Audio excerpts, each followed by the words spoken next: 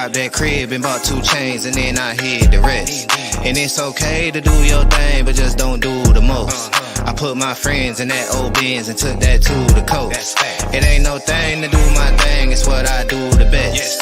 I fill my mattress, pay my taxes, then I blew the rest. And it's okay to do your thing, but just don't do the least. I quit my boss and cooked that sauce. Aloha, everyone, and welcome to the RawDawgin Cuck Crew with special guest tonight, RawDawgin Ronnie. What's up, New My Ronnie, South Alabama?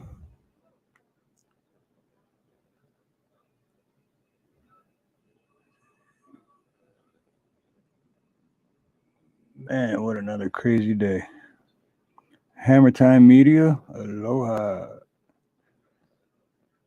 Hammer Time Media. Oh, right on, Hammer Time. Just checking out your page. Awesome. Hold on one second. Hammer Time. There you go. What's up, ZXL? The Raw Dog himself.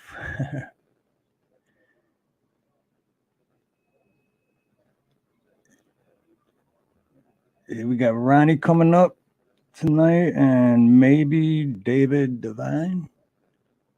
I didn't get a chance to check if he emailed me back or not, but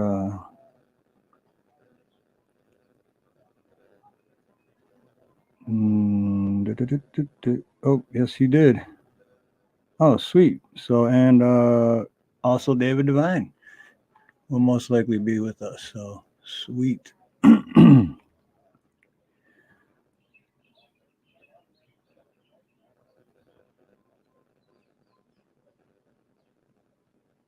Man, I don't know. I was switching shirts and I put my t-shirt on and I don't know if it was a bee or a centipede or red ant. I don't know what the hell it was, but it bit my freaking arm and that shit felt like someone was branding me with that smoking hot, you know, like they do fucking cows or whatever. It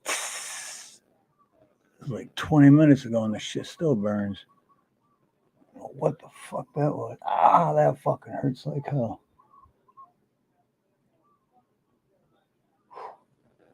I hope it wasn't a bee. I'm allergic to fucking bees. Bee stings.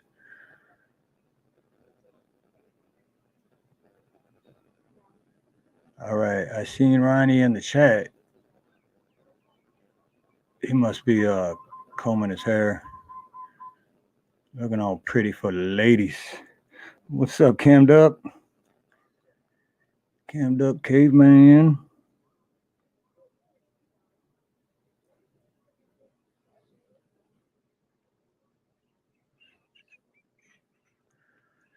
I made a new clip for Super Chat. I'm going to play it just to see how it looks on here.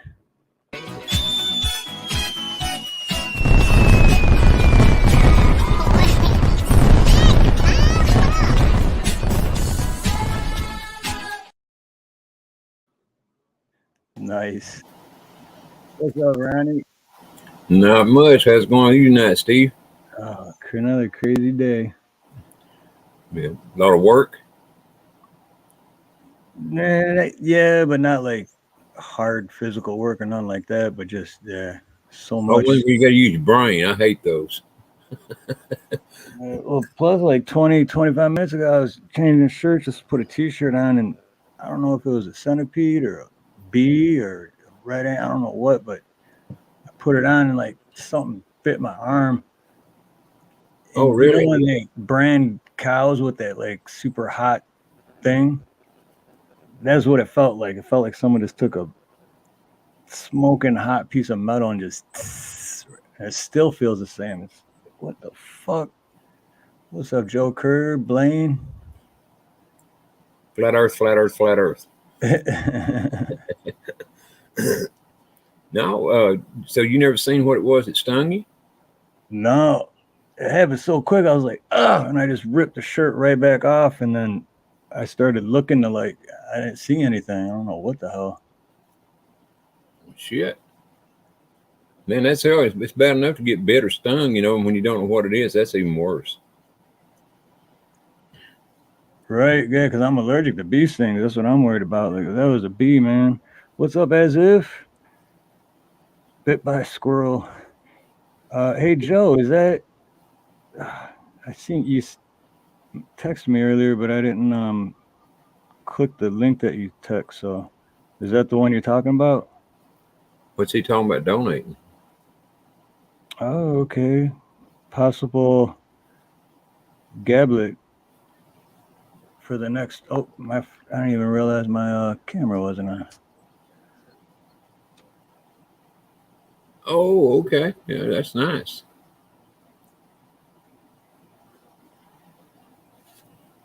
So that's what you're donating, or what Joe was donating? Joe Kerr said possible... I don't have the volume on now. We know how volcanoes work. The top is black. I'll have to start it over and watch it from the beginning with the volume on, but sweet. Did I win anything last night after I left? No. Darn it. We thought you were, because we're like, oh, I think someone even said Ronnie left, so he's gonna win something now. Well, maybe I ought to buy a lottery ticket or something. I don't know. But not pick, you know what, pick it up, but don't look at the numbers, you know, just let the computer pick it for me, the numbers. Right, yeah. Easy And pick. Do the easy pick. Yeah. And Joe, I'm ready for that whiskey set too. I meant to send Steve my address, and I forgot. I'll send it to you after when I get off here tonight, Steve. My address. So I've had Joe's email. I can just send it to him, and it wouldn't have to go all the way around the world, you know, to get here. Shoot, allergic to mosquito bites, man. That would Hey, Batman, and my favorite auntie, aloha. Good to see you. I wonder if I'm allergic to mosquito bites, and that's why every time I get a mosquito bite, the shit just swells up, and so fucking hate mosquitoes. Well, I never met anyone that was like, I love mosquitoes. Oh, no shit. Well, if I was allergic to them, I'd have been dead a long time ago, though. It's weird. Mosquito bites are different out here. So, because back in Detroit, I remember you get a mosquito bite, and then you have a mosquito bite, and like sometimes 2 days later, it's still like itch a little bit. Yeah. Here you get a mosquito bite, it itches like motherfucker, and then like 20 minutes later, it's gone. Like you forgot you even had it. So Joe says he's got my number. Great. Good, Joe. Just call or text, whatever, anytime you want to, brother. You know, send you my address. Oh yeah, that's right. I gave him your number last night. Okay. But yeah, you know, we talked about itching. Remember when I was working on my plumbing last week, and that leak, or week 4, whenever the hell it was, I hung my left arm, on a screw that my daughter had put in the bedroom door for some reason or another. I didn't know it was there, and when I walked out, my arm scraped against that screw and just yanked a big old hole in my arm. And it hadn't been, I mean, you know, it bled overnight, you know, but after that.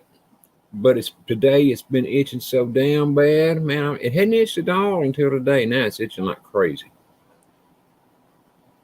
Yeah, I hate that when it starts itching, because especially if it's like scabbed up. Yeah, that's what it is. It's scabbed up now. So I got to scratch around it. I can't get down in it, you know. Yeah. Yeah, that's the worst, man. Or if you forget and go to scratch, and then you like rip the fucking scab. Yeah. I hate that shit. Then you really got a problem. Yep. Then you're back to square one with that fucker healing. Yeah.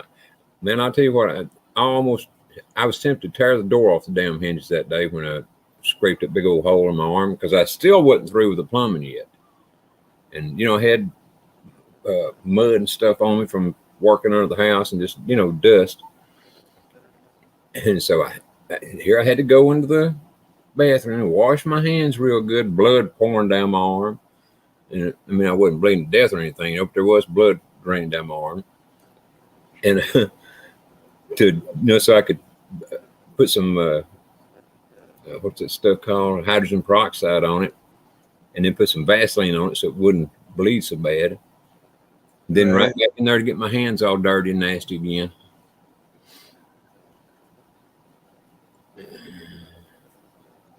Yeah, speaking of plumbing, I got that one. Shoot, I got to text back the tenant. That one I think I was telling you about it. It's galvanized pipe, but it's rotted through and it's in one spot, so the water's turned off. But it's copper going up to a certain section, then it turns to galvanized, and then they got like, I think it was like 35 feet of galvanized, then it goes back to copper. It's like, but you can't just patch that piece of galvanized like with one of those rubber boots or whatever, because it's literally just rotted through, and it's so big that if you put one of those on, the pipe would just crush anyway. Hey, Ajots, aloha. Tell me about it. That's why my whole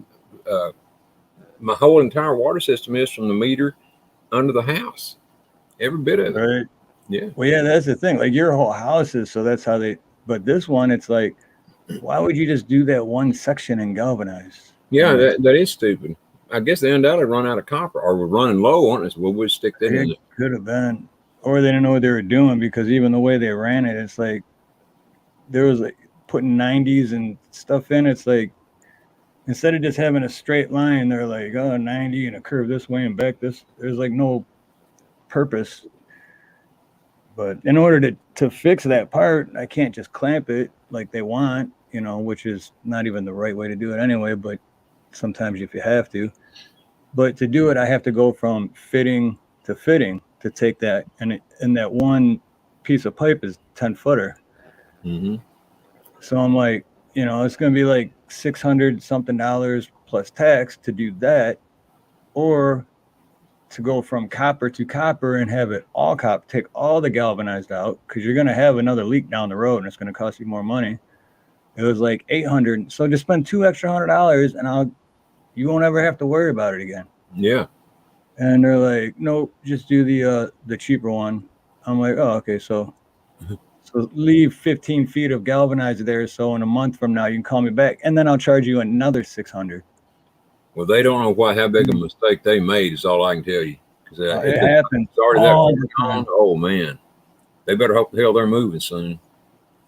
Well, I guess they're selling the house. There's tenants living there, but the owners are selling, and I guess they've been trying to sell for like 3 years now, because they're just asking way too much. Yeah. Well, that's what I'm thinking very serious about doing, is selling mine. And and the thing of it is, I mean, I've gotten some pretty good offers on my house, but dang, it means I still have to find another place to move and all that crap. But if I stay here much longer, that means all this pipe is going to have to be replaced. There's no ifs, ands, or buts about it. And as I said before, my house is on blocks, and so it's steadily sinking into the ground, and it's either going to have to be lifted up, and which I leveled it when I remodeled it, but I wasn't going to put piers in it, all the way down to the bedrock, because I didn't have enough money to put piers in it, not even part of the way. That cost a lot of money. So anyway, it was right back to the way it was, or it is now back to the way it was, and even worse. And so I'm facing a very hard decision here. I hate to sell my home, but I don't think I'm going to have any choice, And the thing of it is, they buy it as is. I was about to say, you'd have to sell it like as is, because otherwise you'd end up having to fix all that anyway. Yeah. Oh, if I had to do that, no, I wouldn't sell it at all. And plus, there for a while, I was worried about that. What's it called when you capital gains? I was worried about that, but being as I'm an old asshole, I'm out of that, and so it don't cost me anything but capital gains. And I didn't know that until I started seriously contemplating selling my house. That's what I'd like to do, Joe. I'd love to tear this one down and rebuild it. That's crossed my mind. But man, as you know, lumber prices and everything are so high right now. God, it'd cost $100,000 just for the lumber, probably. I was gonna say you'd have to sell the house to get the money to rebuild it. Mm-hmm. That's exactly right, Steve. Exactly. But you know, as old as I am, what I'm thinking about doing is just buying me a little travel trailer and setting it, you know, even in a trailer park somewhere, and living the Like rest of my life there. Because I mean, you like an know, RV or something like that. yeah, well, it wouldn't be yeah, it'd be an RV, but just not the drivable kind. You know, you'd have to have a trailer to pull with. Otherwise, take all the money to buy that. And so I'm just gonna, you know, maybe get a small 2-bedroom place in case I have company, you know, where people could stay. That's what I'm seriously considering right now. Yeah, You that's what wouldn't my believe the people interested in buying. I mean, I have people texting, calling me every day, different people about buying my house. And I hadn't had it up for sale, and I hadn't had a sign or anything. They're just, where they come from, I don't know, but they're doing it. But man, it's hard to. One reason it's so hard for me to sell this is because, you know, my wife and I bought it together, and this is yeah, well, it's got sentimental value exactly, to it. So exactly. She died here. Her ashes are spread in the yard. You know, there's just so many things. You know, lots of memories here, man. I mean, many, many, many memories. right. Oh, and by the way, congratulations on last night's show, man. That was an ass kicker. Yeah, it went over 8 hours. How long did you go? 8.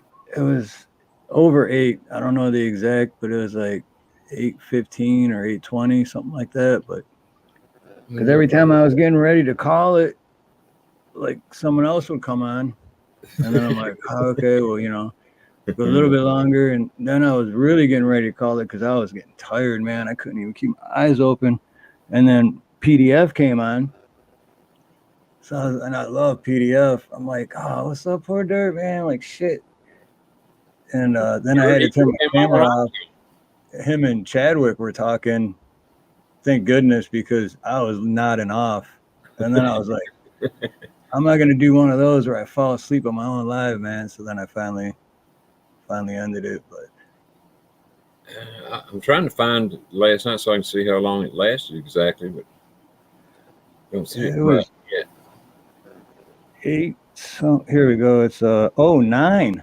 I went over 9. I went 9 hours and 7 minutes. Well, no damn wonder you retired. Oh shit! I thought it was 8. I'm an hour off. 9 hours. Holy shit! Are you still tired?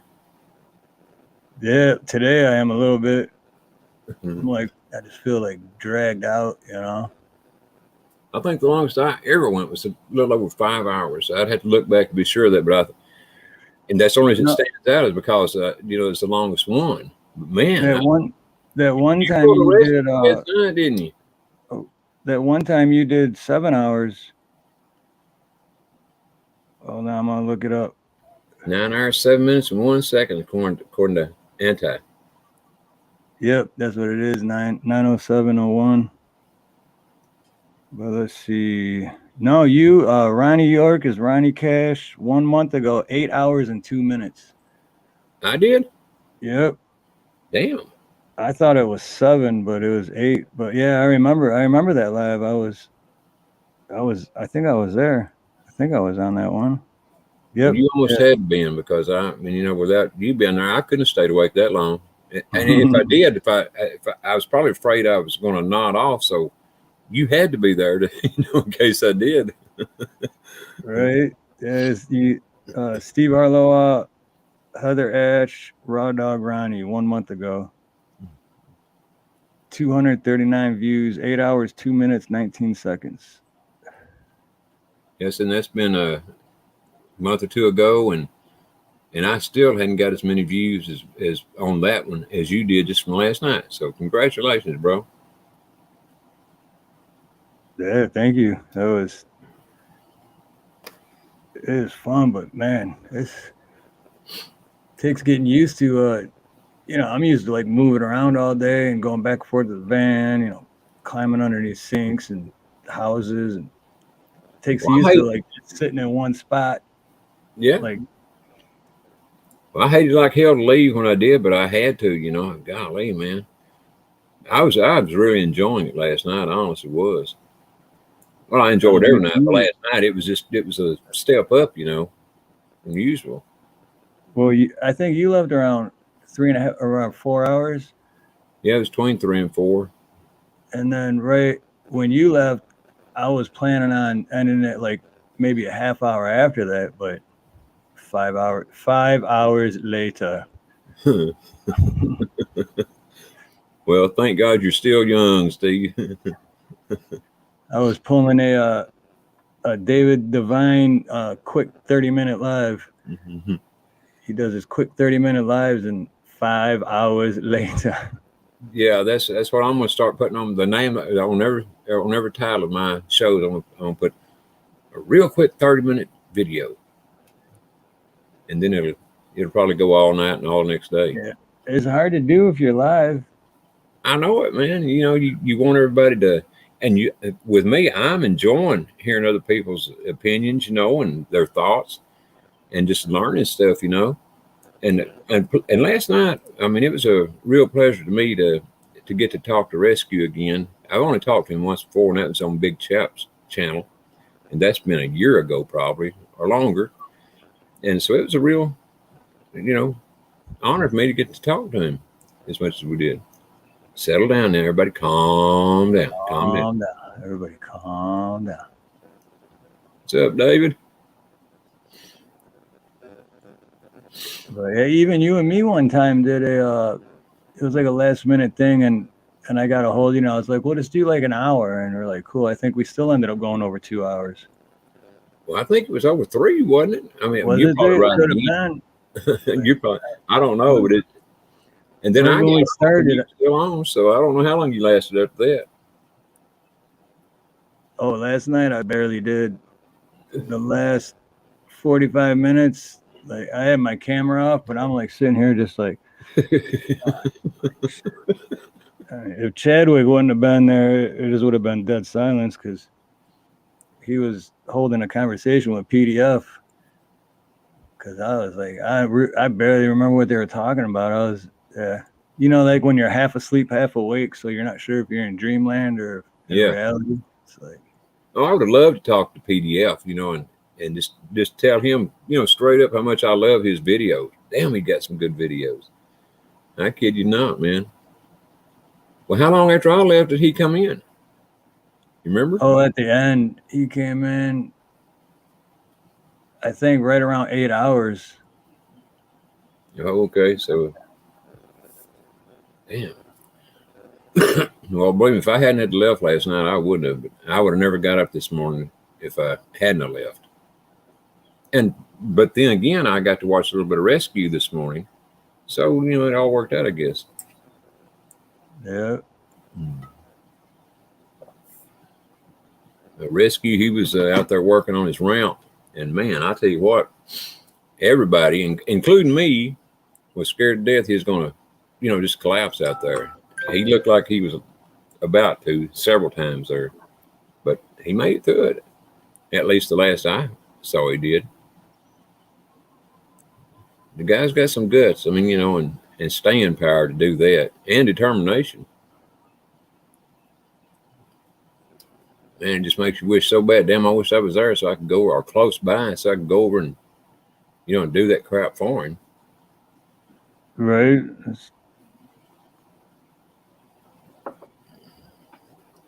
But, when you're stranded, I guess.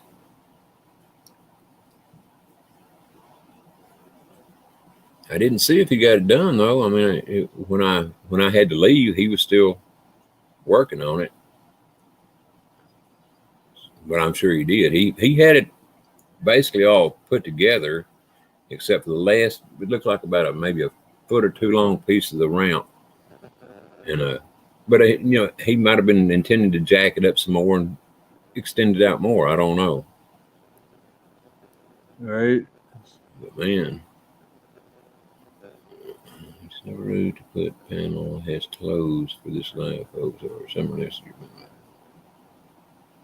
I heard that, Anti. It's not a bad thought there.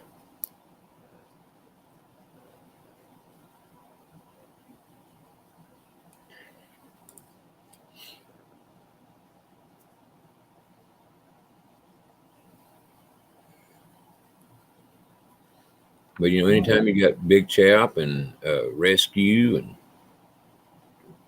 Monty, crap, I don't know who all. Monty came in just as I was leaving, so Yeah. You, David, which David said he might join us in a little bit.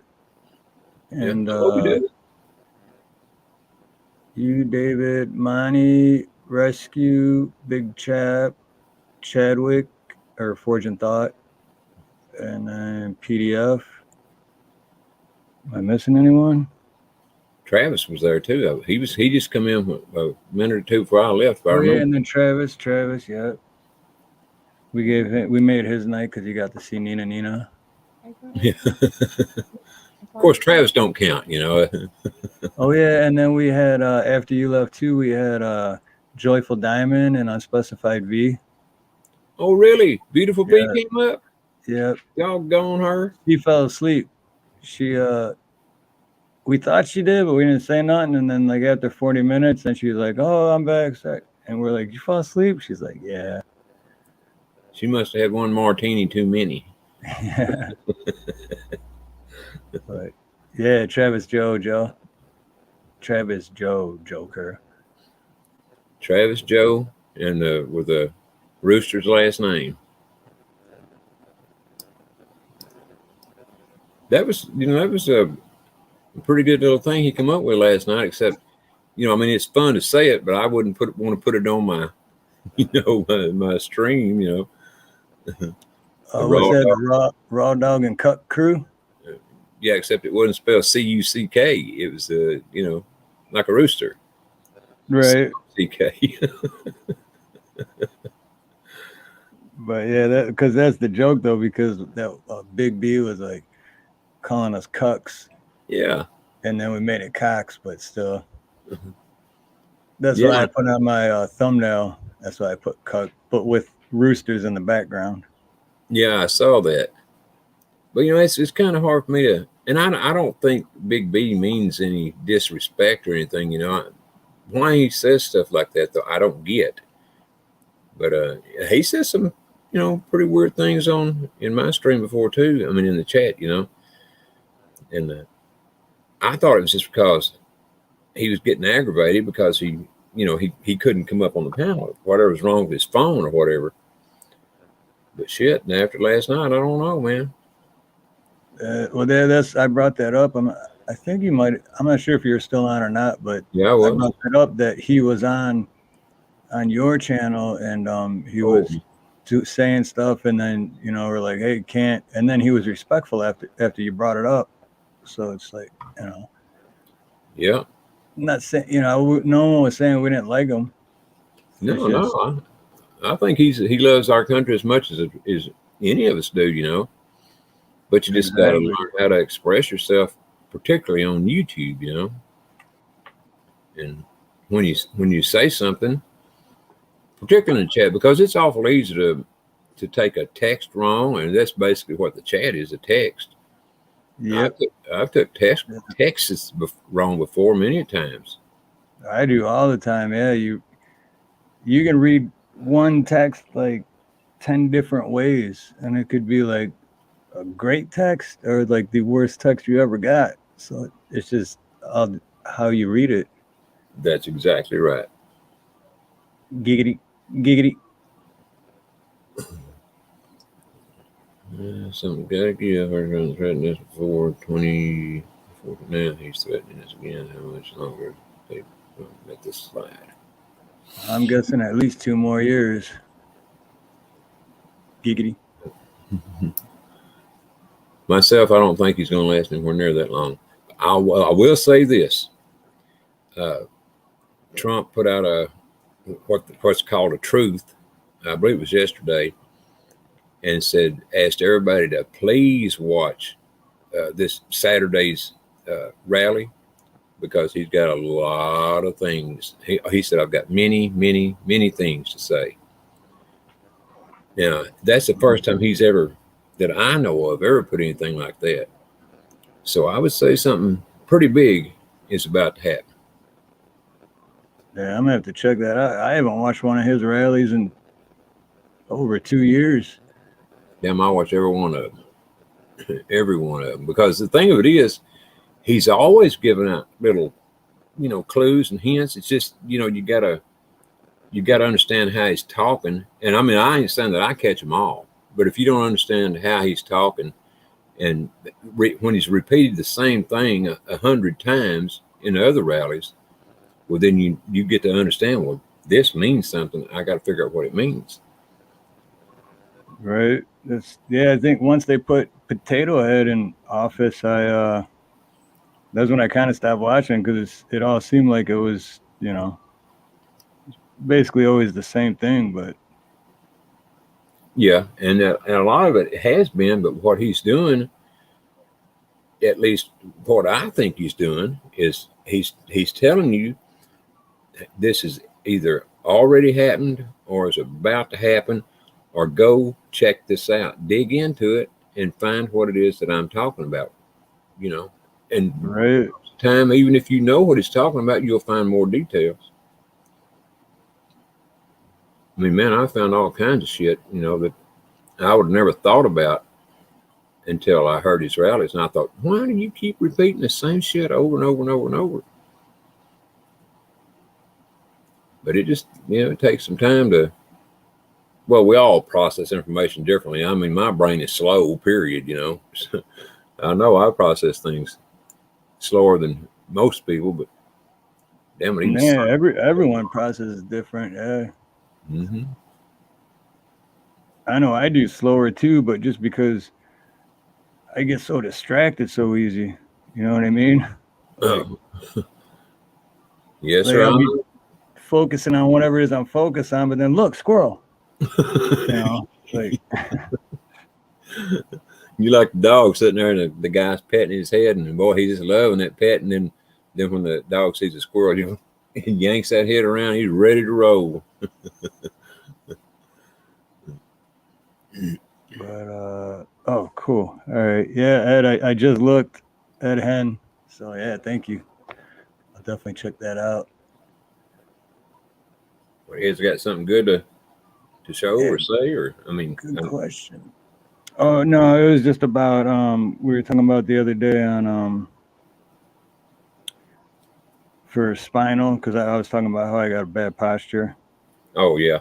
And there's just like stretches and stuff you can do to improve that. So, well, you know what I've noticed? A lot of tall people have problems with posture. I had it through my whole life. Well, when I was in the Army, they made you stand up straight whether you wanted to or not. And so there for a long time after I got out of the Army, well, I had pretty decent posture. But then, when it go down a little and down a little and down a little, and now I have to make myself stand up straight.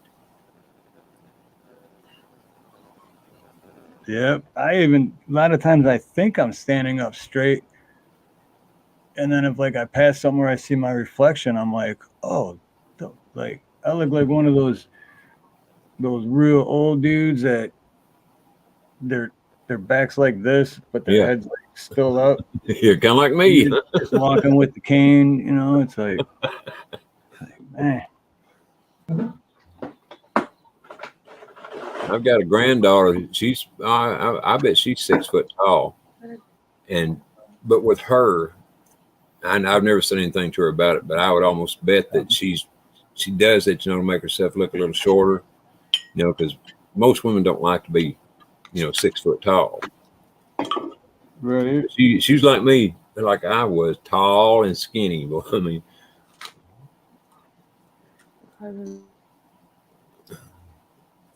Hernia disc bottom, I think broke in the top. It's fine, but oh yeah, I guarantee you, them man. I had 2 herniated discs in the first surgery I ever had, They told me I'd be fixed right up, no problems, just a mechanical issue. And that was when I was 32, I believe.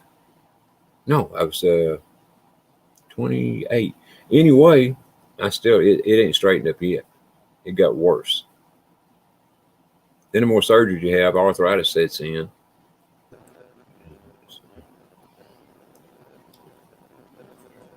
Herniated disc. Is that what you were just reading? Yeah. Oh, wait, everybody just calm down. Everyone calm down.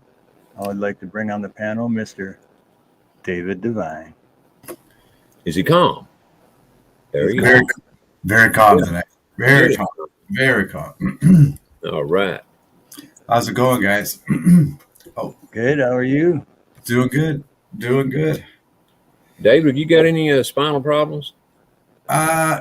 You know, I heard you guys talking. I have to force myself to stand up straight too. You know, again, being tall, yeah, it's easy for me just to slouch. Yeah. So I have to consciously stand up straight. Yeah. Yeah. And so yeah, it's bothered me for a while. Yeah. Have you had to have any back surgeries or anything like that? No, I went through some treatment for a while because I had fallen once, and they were putting me on one of these roller beds that kind of rolled you up and down it. But I swear that was doing more damage than any good. You know, I mean it physically hurt to be on the bed. You know. Well, you had a chiropractor? Yeah, a regular doctor. He had it in his office. Yeah, yeah. You gonna do this? Yeah, he was like a general physician or whatever. And I'll be right back, guys. Give me 1 sec. Nina will be here. Okay. yeah, he would put me on that bed, and oh god, it hurt. But he should have sent you for physical therapy for him instead of him doing it himself. yeah, probably. Yeah, that was a case where I had fallen back. I had fallen back onto something, or I think maybe even on stage. I think I fell straight back, and yeah, I had some really bad problems. And I've actually noticed a little like slight nerve damage too in my back too. You know. Well, you got any pain going down your legs or into your hips? No, but my toes a little bit from time to time. Oh yeah. And so and even my arms. So I've been trying to do like my own kind of therapy, like push-ups, because I've noticed lately things are harder than they used to be. You know, so yeah, I'm just trying to maybe build up a little more muscle or something, and eat better. I'm real conscious about eating too. Yeah, me too. I'm conscious that I don't eat the right things at all. I mean, for sure. Yeah, and then also again, yeah, not overdoing it with lifting and stuff like that. I mean, I used to just go gun, but the last couple of years I've been real conscious of it. Yeah.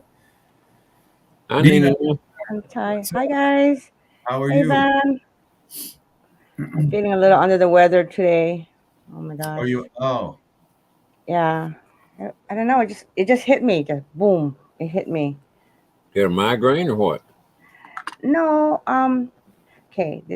I don't know if it's just a mind thing, but I went to Walmart this morning to go look for some stuff, and I guess I didn't do my hand thing, and all of a sudden I felt like my nose started running, and I started sneezing, and my head started getting light within 20 minutes.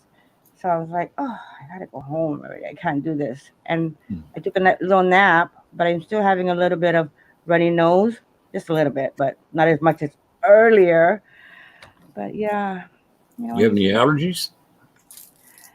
I don't know I don't know what it is. It might be an allergy. I don't know, but it just hit me, and I was thinking, oh gosh, I hope I'm not sick like Steve was, you know.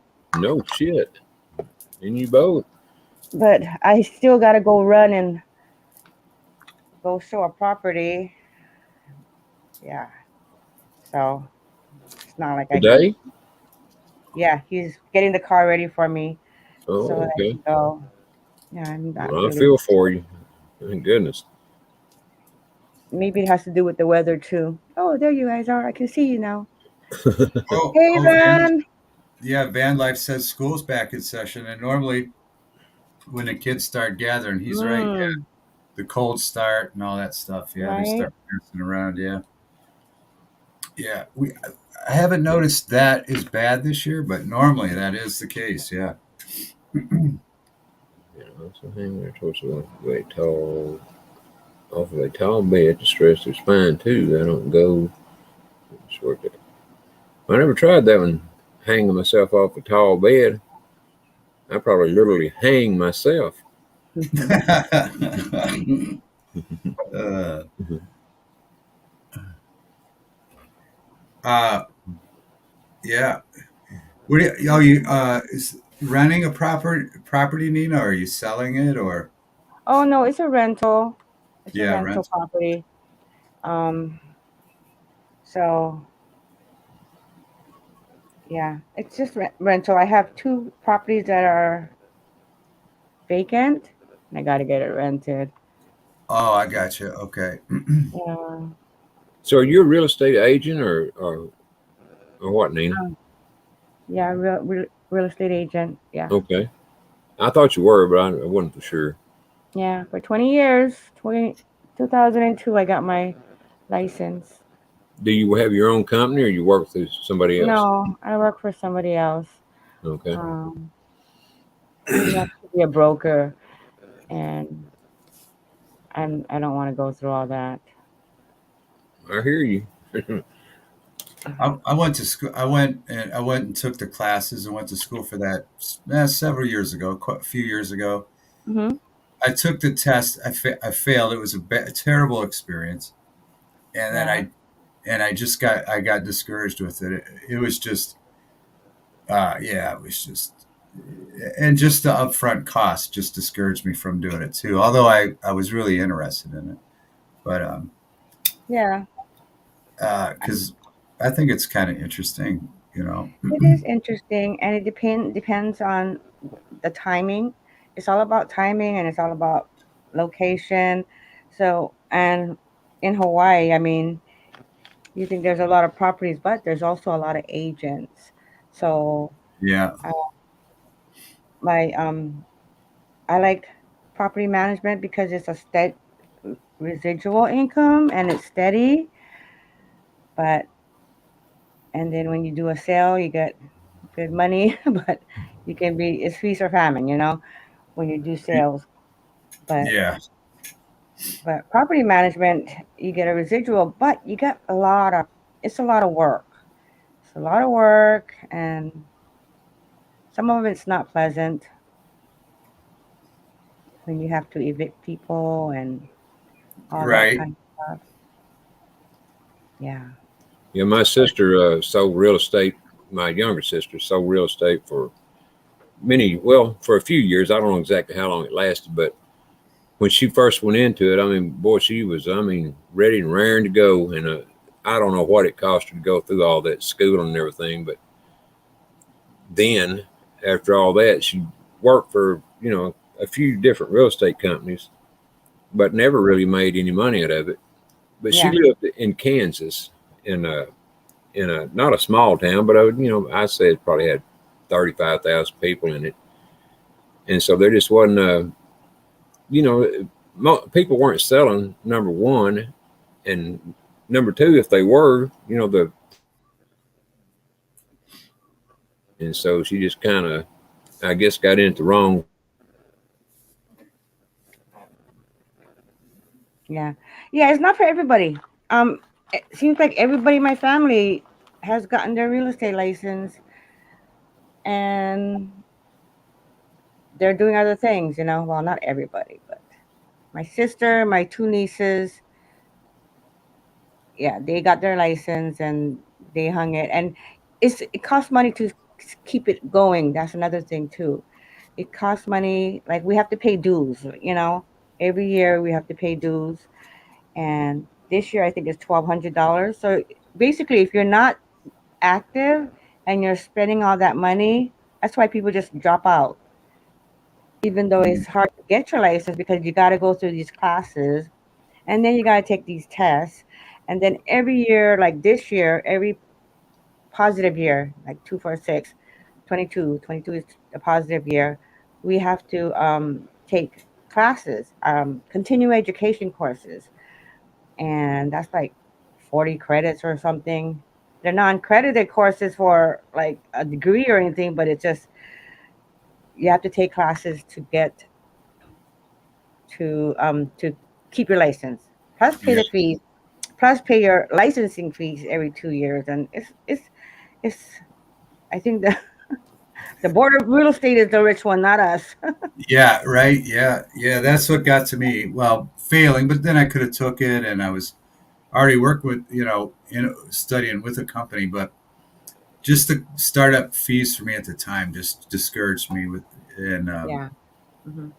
but And then when it you're really starting, yeah, when you're starting, you're competing against all these big timers, and unless you have rich friends, you're just yeah gonna go in with all this, energy, and then you're just gonna be like, oh, this is not working for me. I gotta get a part-time job, and then before you know it, you gotta get a full-time job because it's hard for the beginners if you don't have the connection, you know.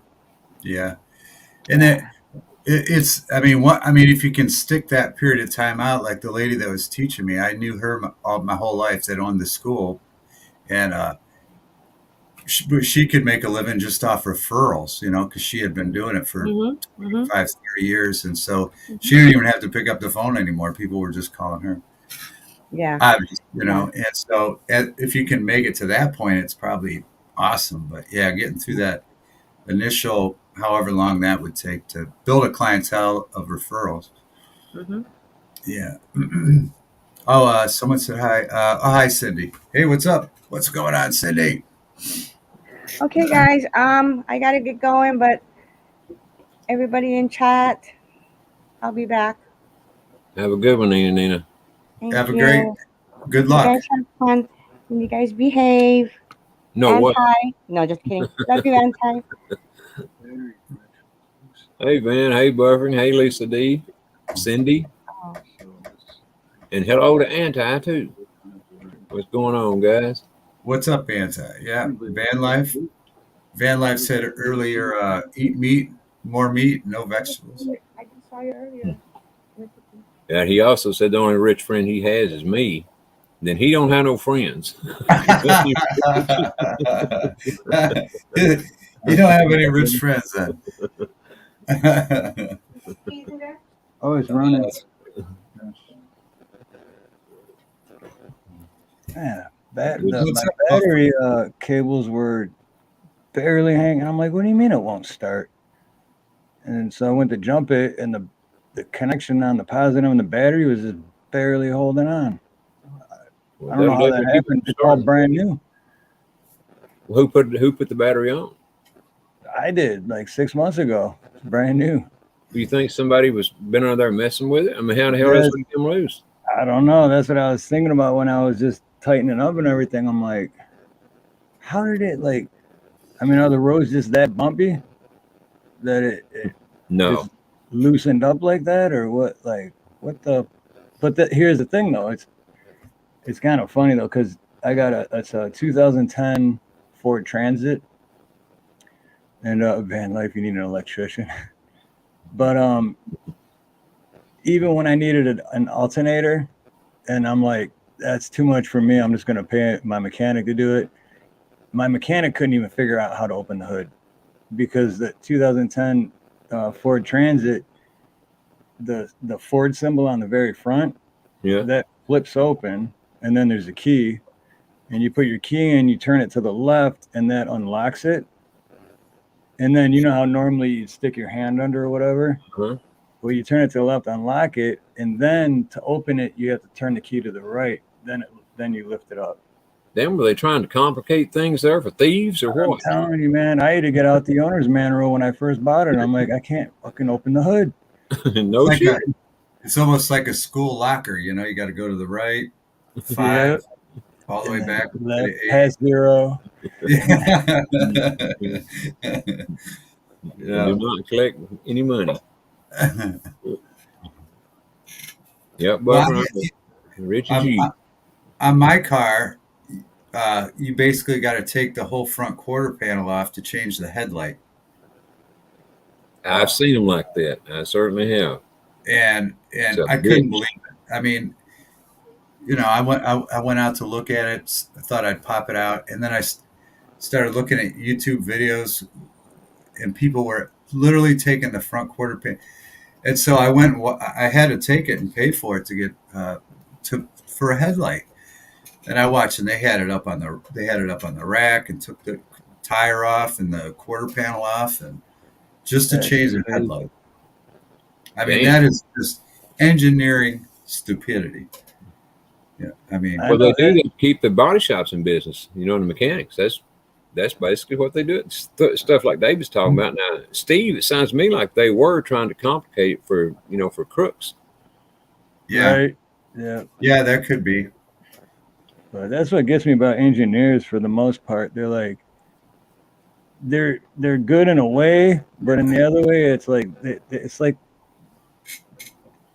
looks good for my house because they're like, oh, this will work if I do it like this, but it's like I'll never have to work on it.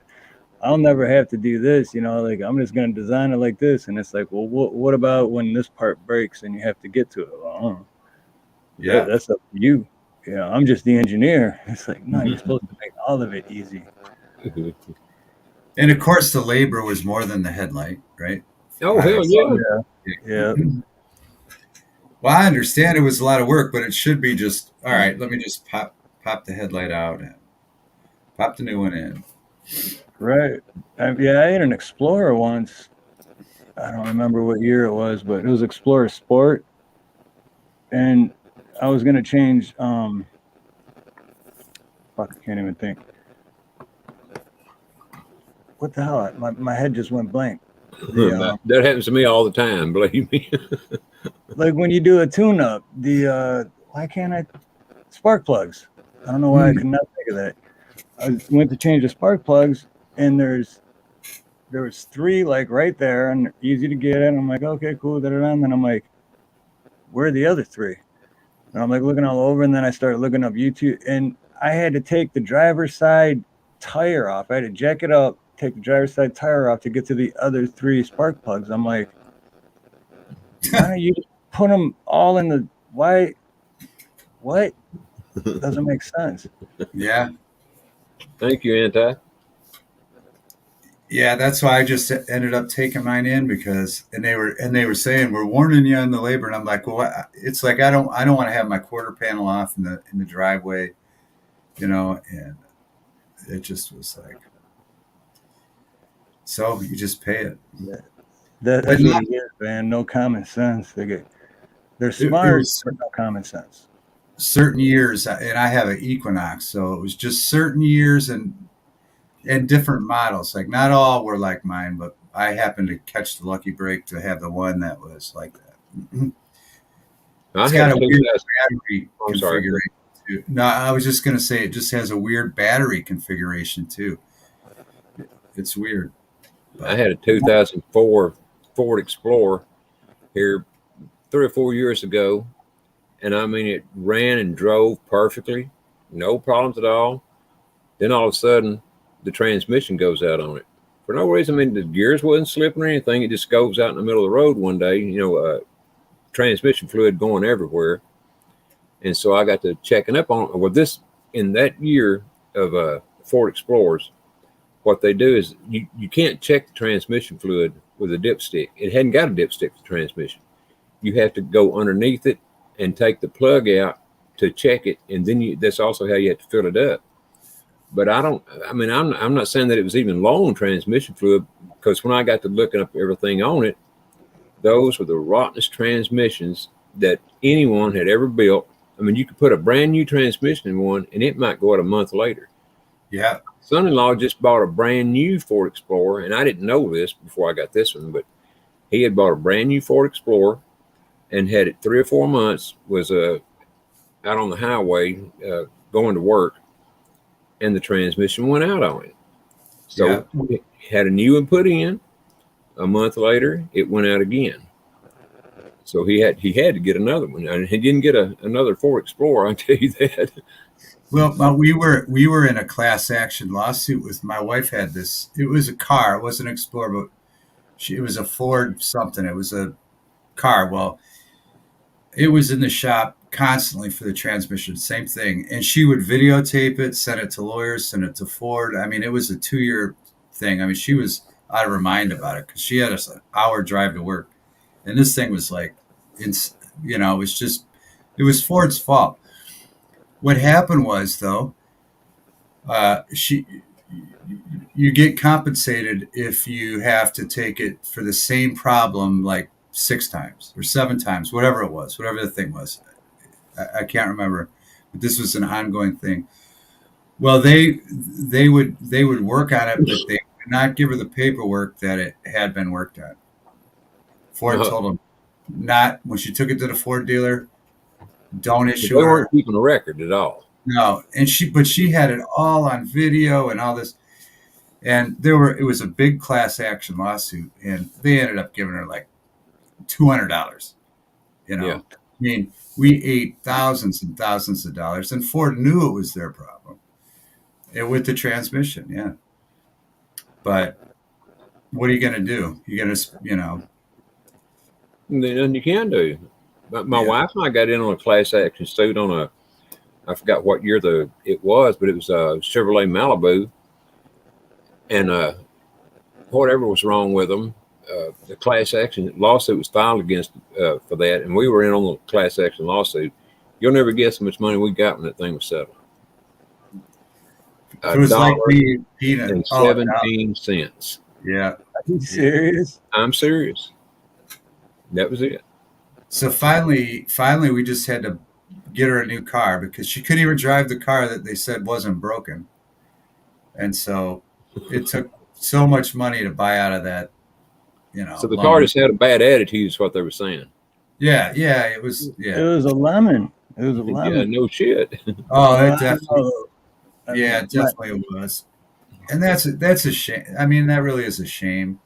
But my dad's worked for Ford for literally, he's retiring this week after 50 years. So, I mean, they put food on the table for my dad's, me and his family my whole life. So, but with that being said, I found on road dead, like Van said.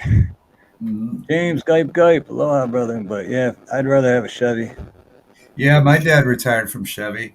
And I'm sure they have their problems too. And I'm sure this. Yeah. Well, And yeah, again, no bad. I'm not bad mouthing Ford, but this happened to be. No, I mean, if you got a lemon, you got a lemon. It don't matter what it's in. Yeah, and you can get a lemon with any products, but yeah. My grandson's got a 2009 Lexus, and Lexuses are some of the best cars you can buy. But the one that he's got has given more trouble within the last month than you can shake a stick at. I mean, just one after another, after another, after another, after another. Not motor wise, transmission wise. Thank God, at least not yet.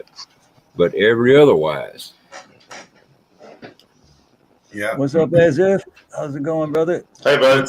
Can you hear me? Yep, I can hear you. Okay.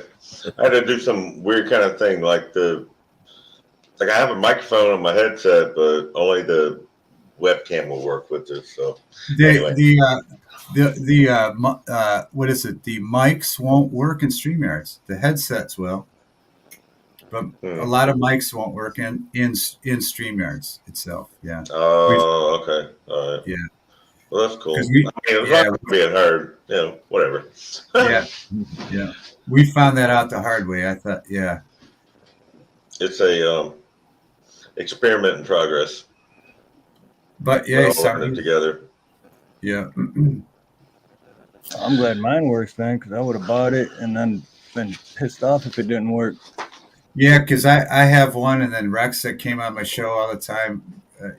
He has one, and another person has one, and if we were talking in Discord, everything worked fine. But the minute we went into the StreamYards program, it wouldn't accept all three of our mics. And so, and it was no big deal, but it was just, I would walk away thinking I could still talk to the stream, and I'm talking and talking and talking, but no one could hear me. It was a laptop mic, and I couldn't. What the hell's everybody ignoring me for? You know, I did that yesterday. That's funny. When I first started my stream, I had myself backstage. I didn't even have myself on yet, and I didn't realize it. And for like 5-6 minutes, I'm talking, and then I'm like, oh shit, it's just a blank screen. Nobody can even see or hear me. Nice headset. Love the audio on it. Great for listening to music when I'm at my computer. And then I was going to take it somewhere the other day where I knew it was going to be noisy. And I realized, well, I didn't realize that my Samsung doesn't have this jack on it. oh, yeah. I was like, seriously? I need to retrograde my phone, or I need to find some other solution. But I mean, my headset works great. It's just the battery life on it. I need it because I'm a technician. I spend a lot of time on the phone with remote support, doing different kinds of things. So, I need a hand-free handset because I need both hands to work the tools. But it was just kind of funny to me. I was like, I got this great new headset. Sounds great. Can't really use it the way I want to. That's what me and Ronnie were talking about the other night. It's like, you could have this giant pile of stuff that you buy to upgrade yourself, and then the audio works, but the video won't work on this. Then you have this just pile of technology. You're constantly got to buy an adapter or a cord or. Yeah, I got an adapter for my phone for that exact reason, but it's a double one. So you plug it in where you normally charge it, and then it's like two things just dangle down, and then you can still charge it. And then the other one is a plug for the headsets. Okay, I have to look for that. I appreciate that. I was going to go grab it and show you, but she took the van. Well, no, I thought I was going to have to get a Bluetooth adapter with a headphone jack on it. Oh, yeah. But I thought there might be a little bit of a time lag with that, so I didn't bother. But hey, man, look, I work on stuff that was built in the mid-'80s, and it's still working, But that was a time when things were built to last. That's the old saying, they don't make them like they used to. No, they don't. And the stuff that I work on it's heavy-duty. 50s and 60s were the year where they really didn't. I mean, they made them wonderfully back then. Even cars, yeah. Yeah, that's what I'm talking about. We always had a Chevrolet, at least when I was younger. And man, I don't remember ever having a problem. My dad ever having a problem with that car. So 70s. And they were easy to work on. You could get to everything. Yes. Everything, literally. And you could work on it yourself. You didn't need a computer or some guy that went to Harvard to do it for you. Right. Yeah, you don't have to have a special electronic device to check I hate that shit. Exactly. And that's why I love working on cars. For me, in pickups, the 71 to 73 Chevrolet pickups, oh, I loved them. I still love them. It's 70 to 73. I loved them all. Those are my favorite. I mean, those are some beautiful, darn good trucks. And of course, the cars are good too. And the 265, 283, and 327 engines were my favorite. Man, those things would a 265 engine was one of the best ever made, in my opinion. I mean, it's called a block, but it was good, darn good motor. I don't know. I think the best engine I ever saw was the Slant 6 that was in a Dodge Dart. Yeah, okay, not so much power, but that thing wouldn't run forever. No, they are good engines, no doubt. We had a Plymouth Valiant, my parents did, and it was a mighty good little old car. But I'm talking about, for my favorite was Chevrolet back when I was younger. Well, it still is. For that year I'm talking about.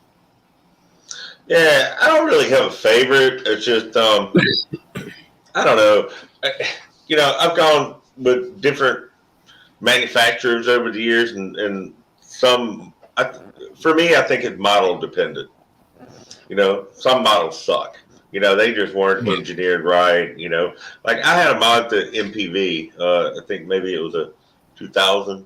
I drove it for 7 or 8 or 9 years, and it was okay. I mean, it did what it was supposed to do, but I knew that they used the transmission out of a Mazda 626, and the transmission was just underrated for the weight of the van.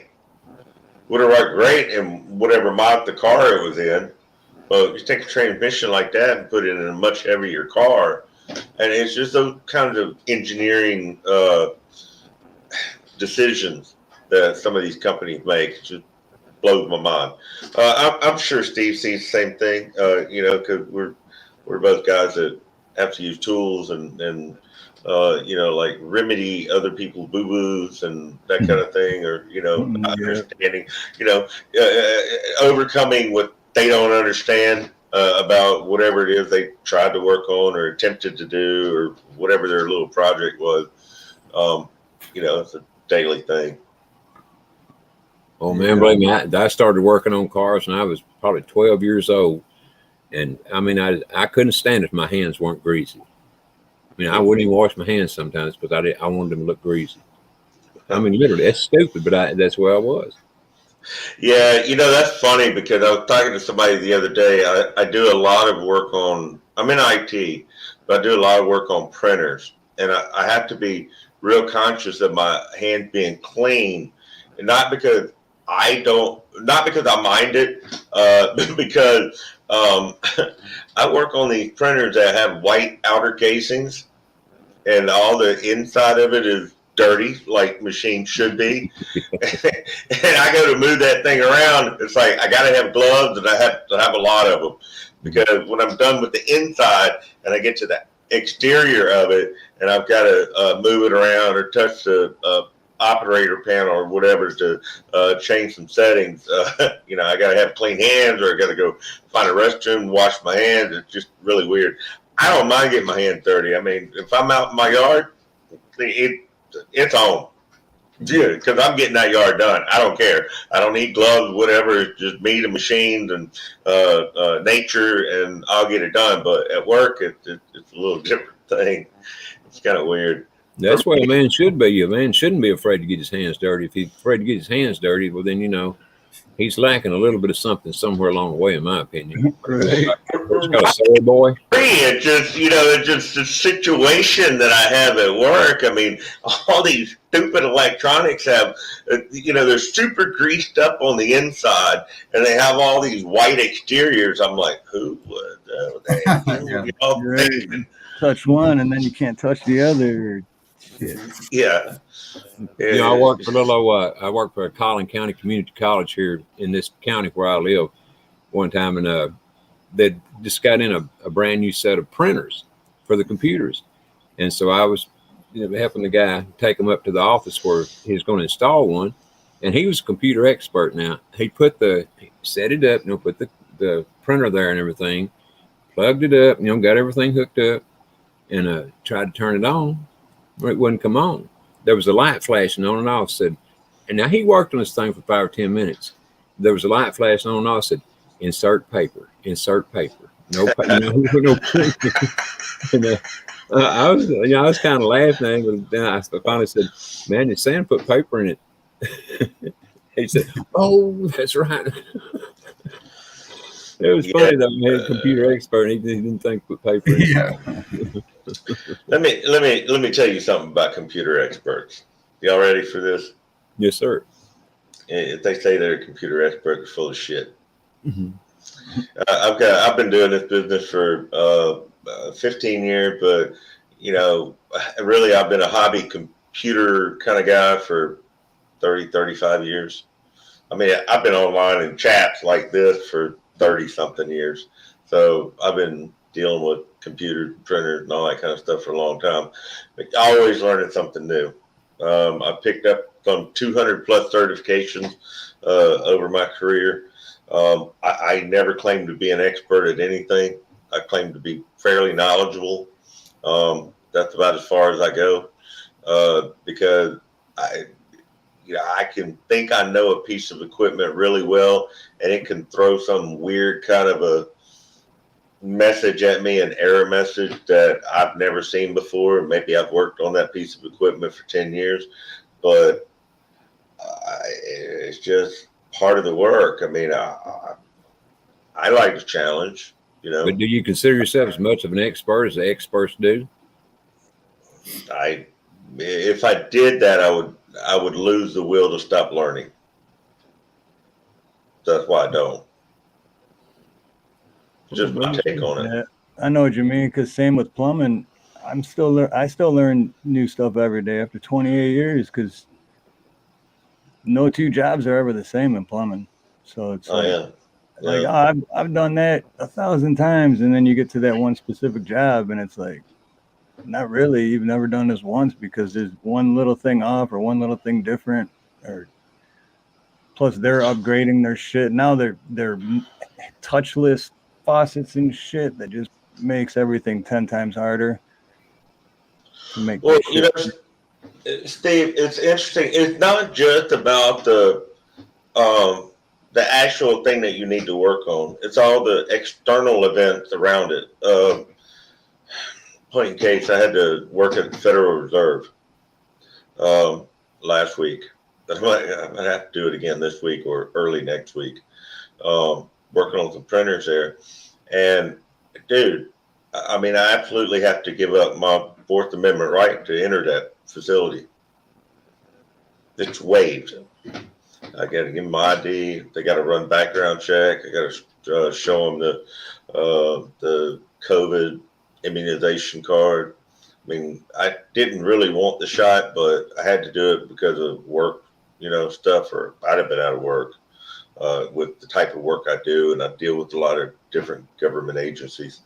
But it's just the process. And I'll tell you something weird. When I was in the Federal Reserve the other day, they have a money museum, right, on site. And so I was talking to my point of contact. I don't know. I think I was done for the day. But anyway, we were just chit-chatting. I said, hey, you got a money museum here, right? They said, yeah. I said, so, I want to look at it, not today because I know I'm not finished. I got to order more parts. I'll be back. He goes, oh, yeah, sure. No problem. He goes, we'll just go a different way and we'll look at it. And I said, so, it's a museum. Can I take pictures? And he said, nope. I said, it's a museum. And he said, no. But I said, okay, so my guess is that the museum can view the production area of where they make the money or process the money or whatever. He said, exactly.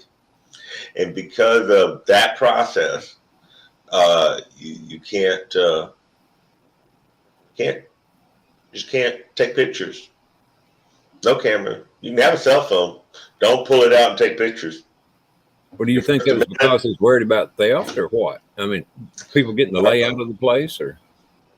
I mean, they do print $100 bills there. Well, it could be a pretty good reason right there. Huh? Yeah. I mean, it takes me about an hour to egress into the site. The egress is going out, not a big deal. I kind of really thought they would search me going out, make sure I didn't, have anything on me. But I went into a non-secured area, and there's cameras everywhere. So they know they can segregate. They're like, okay, this person's in a non-secure area. Okay, we'll kind of watch them. But if anyone enters into a a secured area where there's possible access to the money, you're getting watched by, I don't know, probably 10, 50 cameras, in a room. I would imagine so. Yeah, you're just not walking out of there. And another interesting thing is the federal police. I thought it was Secret Service. Because if you come up with a counterfeit bill, Secret Service, right? They're the ones that track it down. But the Federal Reserve has their own police force.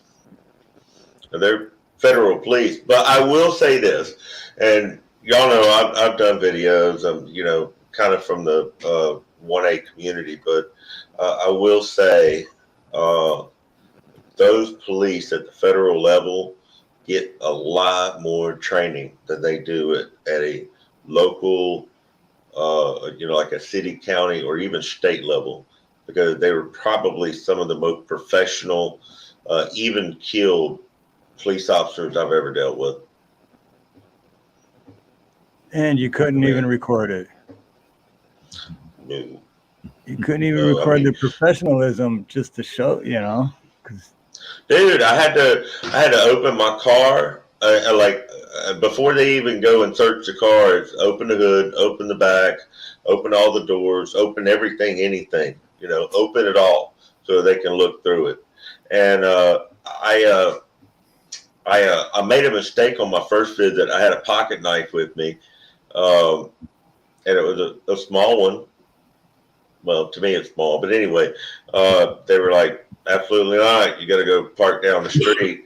And when I went to go to the public parking lot down the street, I mean, you got to pay or whatever, but I'm looking around the parking lot and I'm seeing all the little spots of glass, which means that, car's been broken into, glass has been popped.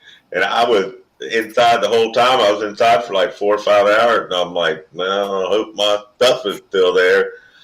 I mean, it's much better to park inside their facility, but you got to make sure you don't have any kind of weapons. The other day when I went through my car before I went, and I found a loaded clip that had been in my car for months, and I just forgot about.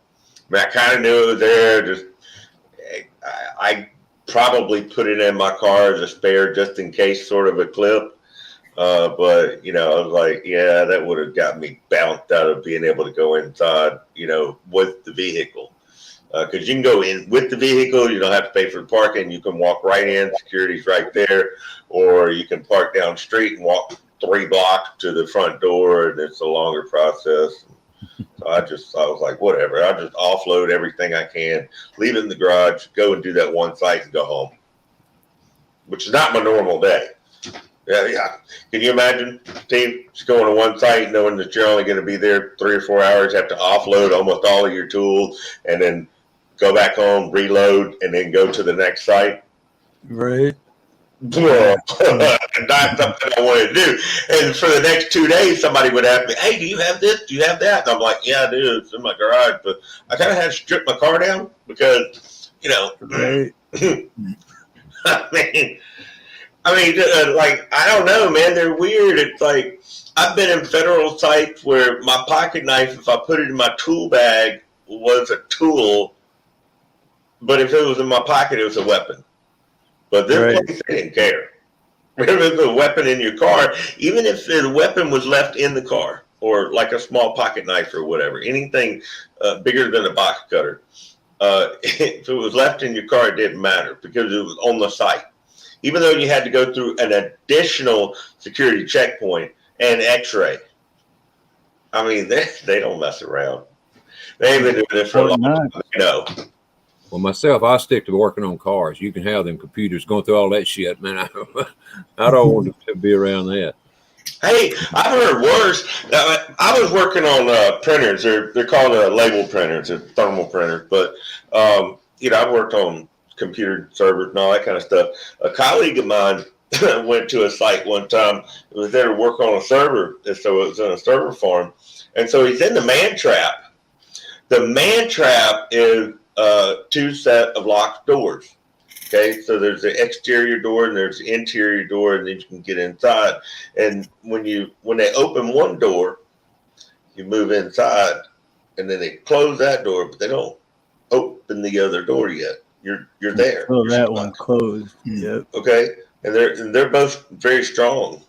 They're strong doors, and a voice comes over to intercom and says, "You will."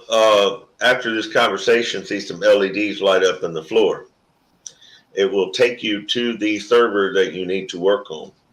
Do not look up. Do not look around. Do not be curious. Or the FBI will have a long conversation with you after you complete your work.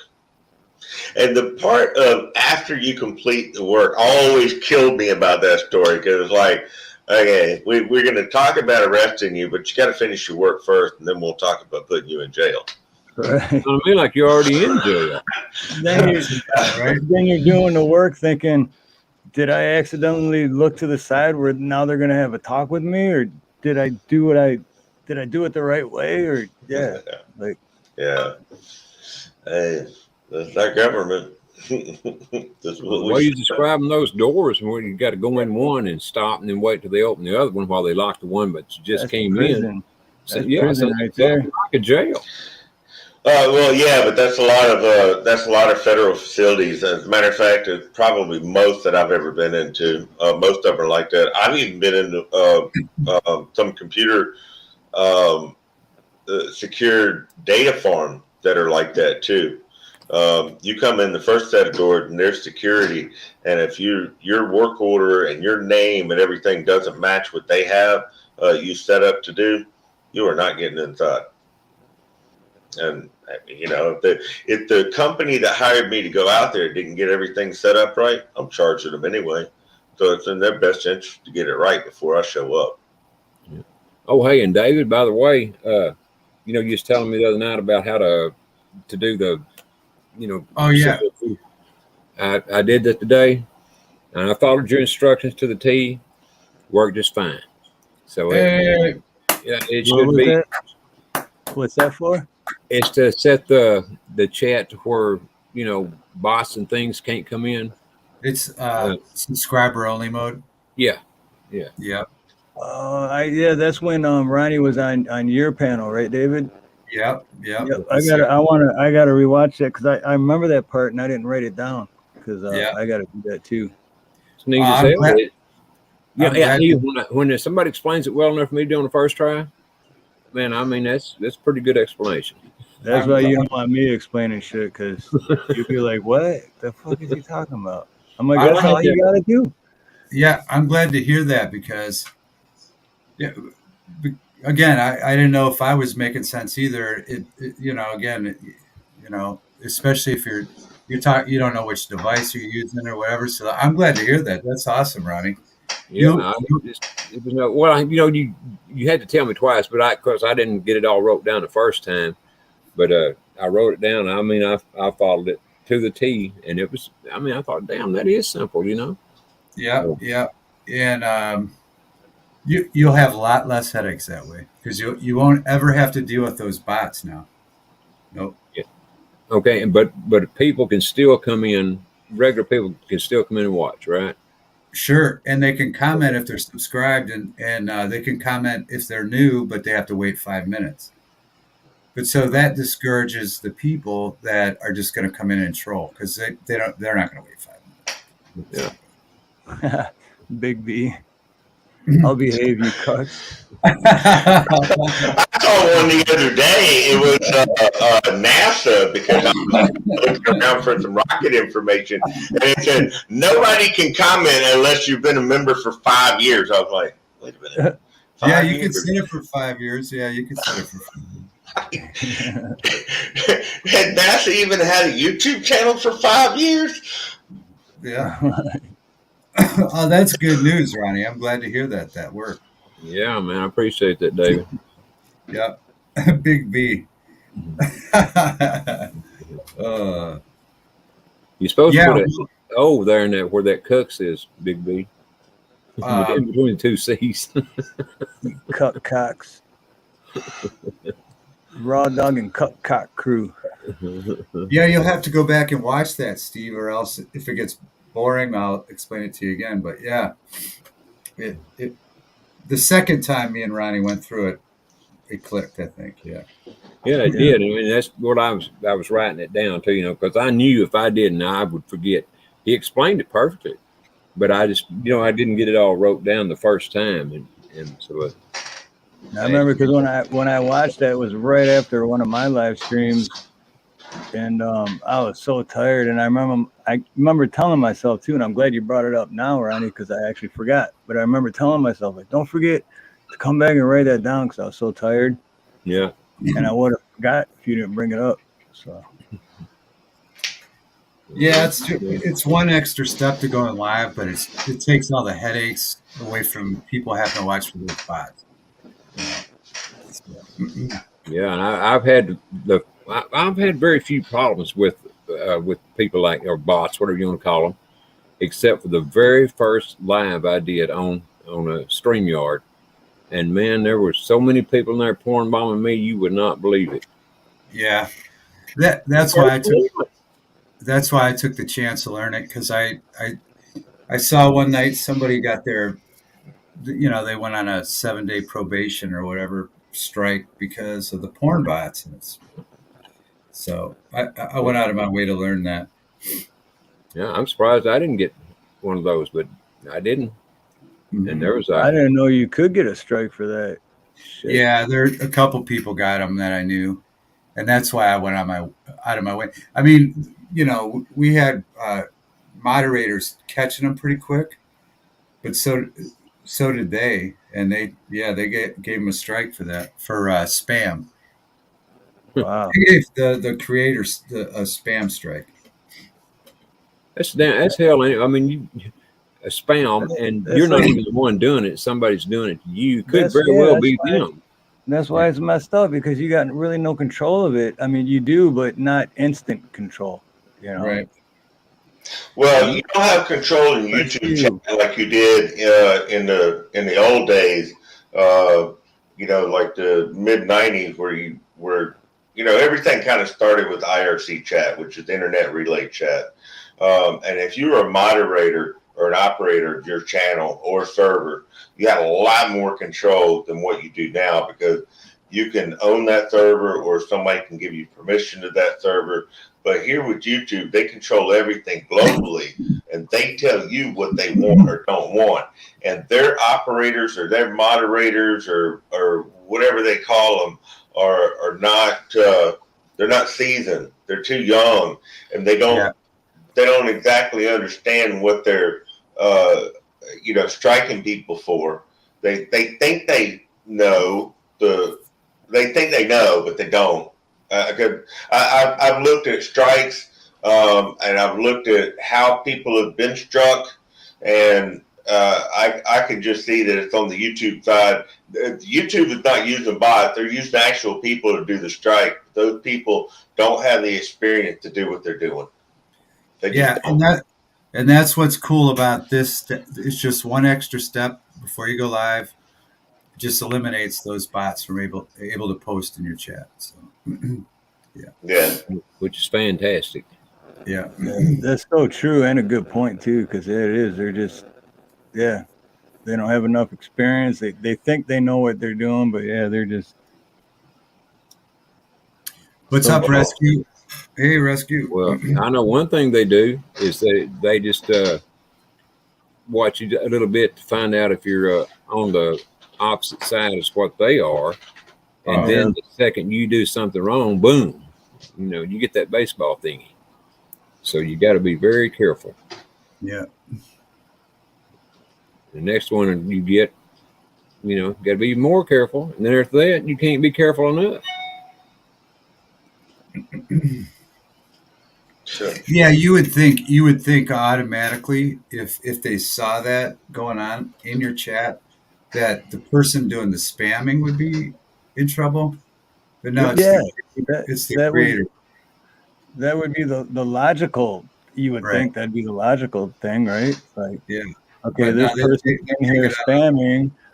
They need to be punished so they don't do that anymore. Not like me, if it was, Yeah. Okay, so when has logical ever mattered to a child? Right. Yeah. Right. Yeah. I mean, that's what they are.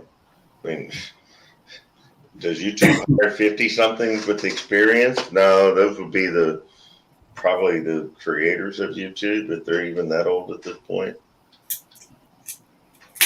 That's just my opinion. I just know they're a bunch of assholes, whichever way you look at it. YouTube asshole. Exactly. You need to put that across in the banner, Steve. YouTube asshole. You just one right after another.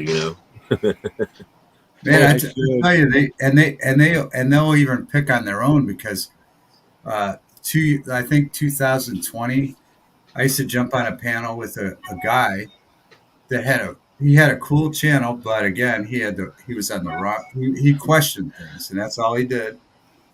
And as a matter of fact, at that time, YouTube had a studio that if you had enough subscribers or whatever, you could go to the studio in Hollywood and use their studio for the lighting, and they had stage setups and stuff. And he was even on the inside like that, and they wiped his channel out, and he was one of them. Wait, was it some kind of a shared space or something? Yes, yeah, shared space, yeah. Oh, okay. Huh. Yeah. Wow. Yeah. And the other night, I think it was last Friday or something. Some people from his chat came into my chat, and I was like, "Where's he been?" And they wiped his channel out just because he questions things, and he was able to use their space. That's how well acquainted with YouTube he was, and they even took him down. Yeah. Well acquainted enough to have intelligent questions. That's always dangerous. Yeah. And so, so sometimes when people say, "Why don't you talk about this or that?" It's like, if they can take their good buddy down, they definitely don't care about me. I know they don't care about me. Yeah. Okay, so in the mid 90s, up until the late 90s, we had a lot of discussions in IRC about First Amendment and how it related to chat, and so it was explained very well. And then there this recent. I forget the name of it. It's like a 3804, whatever that ruling is about public domain. But anyway, back then, if you were on someone's server, that was their private property. Okay. Yeah. So they didn't like if they gave you the rules and you broke the rules, you got banned or you got timed out or banned or whatever. Well, you knew the rules, and so it was. The server was their private property, just like it would be in the confines of their property, of their house and their yard, et cetera, the boundaries of their actual physical property. But now that line's been kind of moved around a lot because of, I forget what the rule is. It was a few years back. Now they're trying to move it around again. And it's basically because it's public space. Maybe one of y'all know what it is, but I'm aware of it. I just don't. I have one question. All right, one statement for you, Cuck. I hope tonight you go to sleep, right? And you wake up tomorrow and you realize, oh no, I got a Zoom meeting, and you forgot that you wrote "cuck" on your whiteboard. Let me tell you something. You know where my office is? My office is behind my steering wheel. What is it? My office is behind my steering wheel because 95%. Oh, okay. I was thinking he's going to stumble in there, fire up his Zoom meeting, and it's going to say, "I'm ready for this. It's gone when I walk out of here." Yeah. Wouldn't that be funny though? You're trying to be serious, and everybody sees that it says "cuck" behind you. That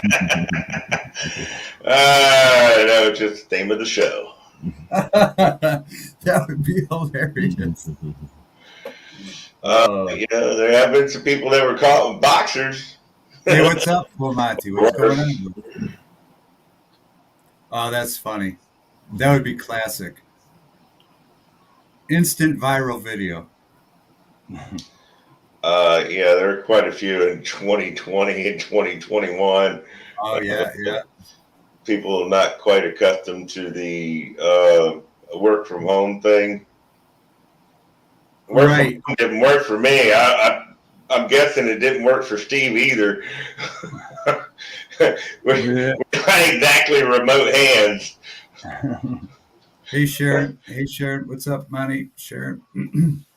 What's up, folks? Oh, that's funny. Yeah, that's what that board reminded me of. One of those bad videos of home office gone wrong. Yeah, there was a lot of that.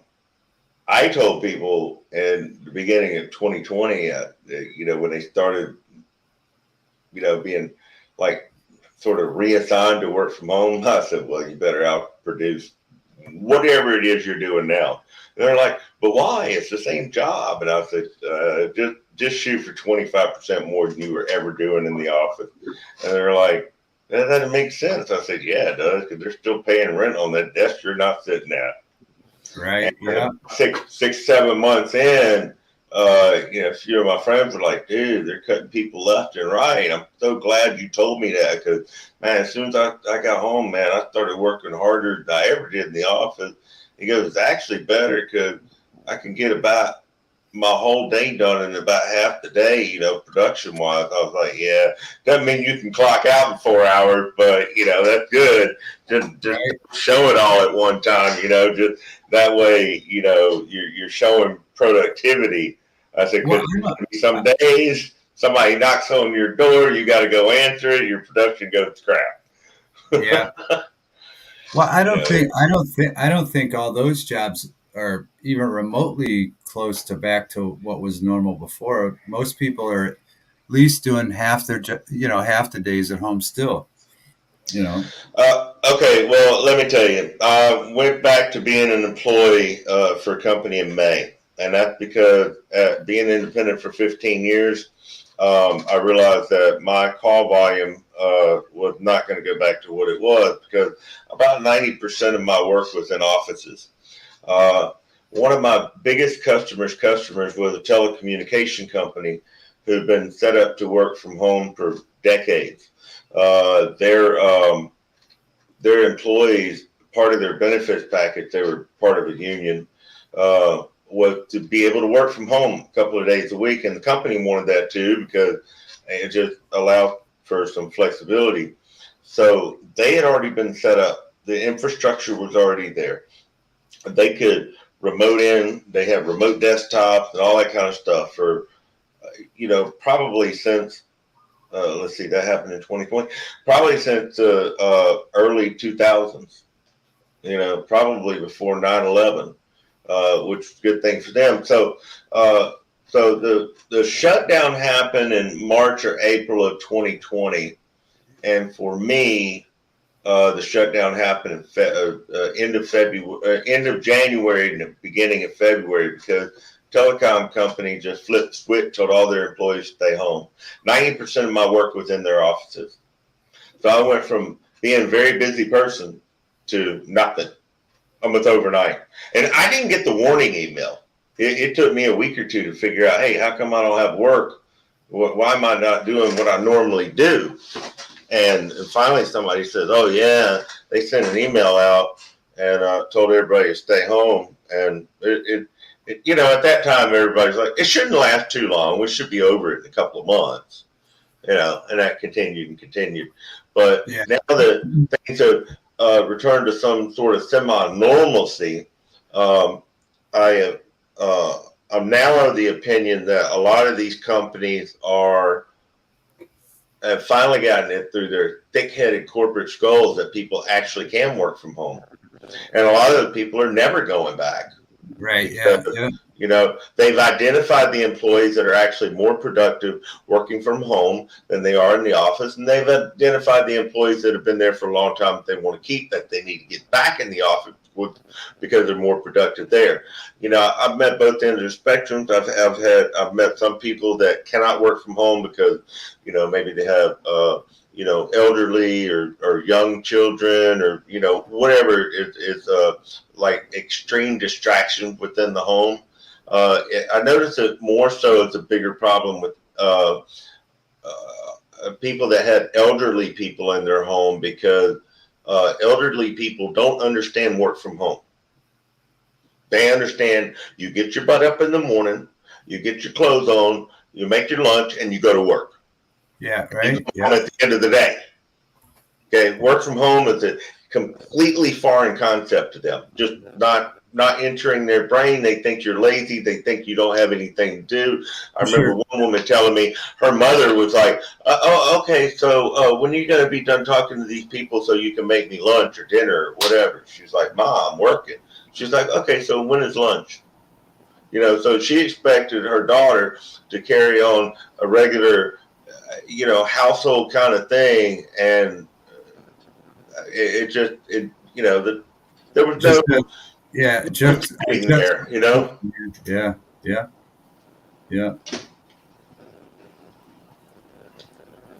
So these are new. I mean, these are new waters. We're surfing in new waters that we've never been in before. There's no doubt about it. Yeah, I know that's right. Yeah, some things are. You know, there have been a few good things come out of all of this mess and behaviors of people. I'm okay with people staying 6 feet the hell away from me. I've got no problem with that. Yeah, I don't need you 2 feet up on my nose. I just, you know, there's things like that. There, you know, some other things. You know, there was something I had to do. Oh no, my wife had to do something with the bank the other day that 3 years ago the bank would have forced her to go to the bank for in person. So now they've, you know, gotten their authentication, you know, protocols down a little better to where you can do more things over the phone than you could have, you know, 2 or 3 years ago. Yeah. You know, there's little things on both sides. There's bad things and there's good things. There's change. This has forced some changes on the world that were in the works anyway, but it forced a hand.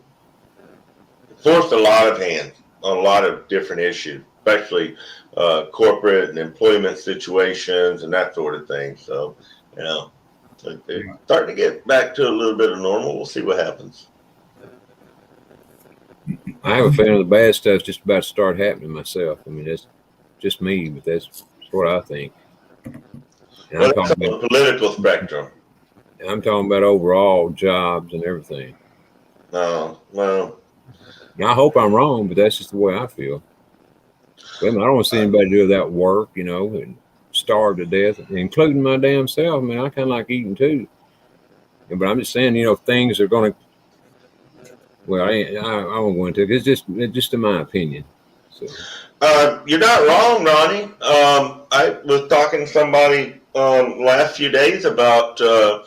I think they were telling me they were in Pennsylvania, and they said, you know, jobs. You know, it's a tough thing because people don't want to work. He said, or they'll go to work and work at a place long enough to get the bonus, and then move on to the next place. You know, because by the time you get the bonus, it's about the time the company finds out that you don't want to work anyway. So if you can hang on long enough for that bonus, then you can move on to the next one, and then, you know, scalp them. But yeah, it's kind of a thing. You know, people just don't want to work. Well, I don't I'm working. No, I mean, down here in Texas, I mean, there's a help wanted ads and posters up everywhere. You know, I mean, just about everybody's needing help. I mean, they're hiring just about anybody they can off the streets and whether they know anything or not. But what I'm Yeah. saying is when you pay attention to what's going on in China, their economy is shutting completely down. There's ships, cargo ships setting out in the water, not only in the waters around China, but just basically everywhere off our shores too. Right down this, right here, right by the pier at Waikiki. Oh, really? They got cargo ships sitting out there? I mean, well, it's been like over a month now, but yeah, for a little while, they're just sitting out there, just like over in California. Yeah. We saw that. Remember about a month ago, I was like, nobody has fucking Heineken. How is this an issue? Yeah. Oh, yeah. I remember that. Yeah. Now, well, look at I don't know if you ever watched Monkey Works or not, but he reports on it just about every time he's on about the ships being parked on out in the ocean. You know, they're just sitting there because they got nothing to do.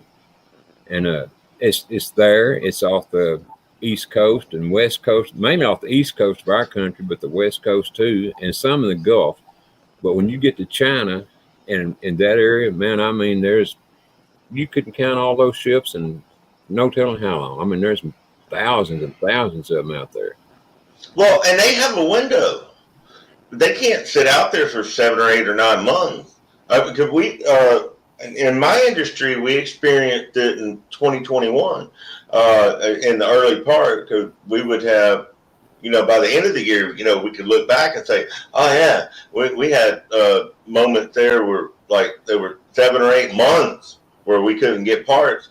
And this is an industry that usually have almost immediate hands-on access to a part for a printer or server, computer or whatever, and it gets shipped next day. I mean, like, I remember telling people almost all the time, I'll say, I'll see you tomorrow. The part, I'll pick up the part in the morning, I'll be back here tomorrow to repair it. Well, now I can't say that, because those ships, I mean, they can sit there for maybe 3 or 4 months, and then they hit this wall where they know if they don't turn around and go back to their home port that will accept them, or a port that will accept them, they're not going to have enough food to live. Yeah, well, that's exactly. Yeah, that's what's happening now. I mean, that's one of the reasons prices are going up in the grocery stores and all that. But it's also because of the food processing plants that are being destroyed here, and that can't get fertilizer and this, that, and the other. But when you consider how much stuff we bought from China, which is, good Lord only knows how much, and you look at all those cargo ships sitting out there, man, that tells you a not too happy story. I mean, it's kind of scary when you think of it.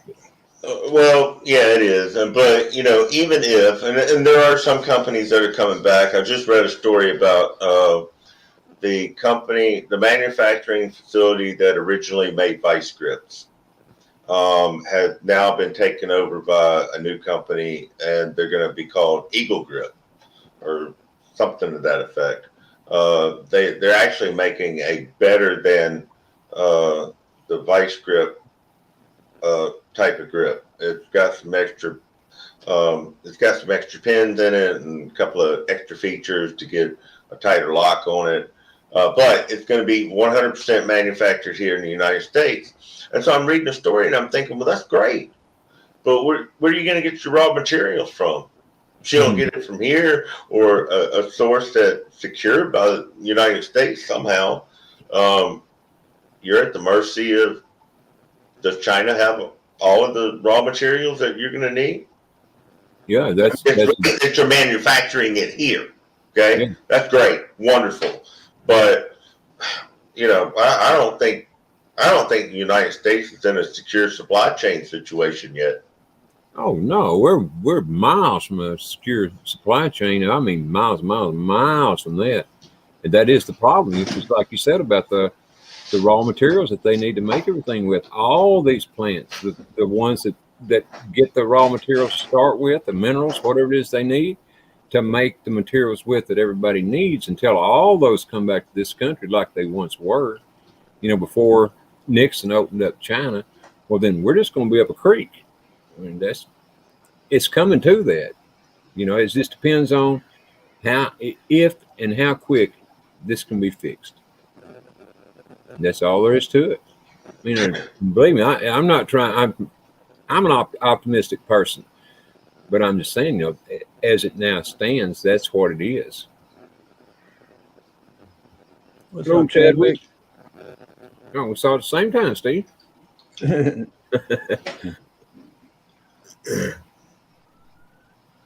So, what's up, Playboys?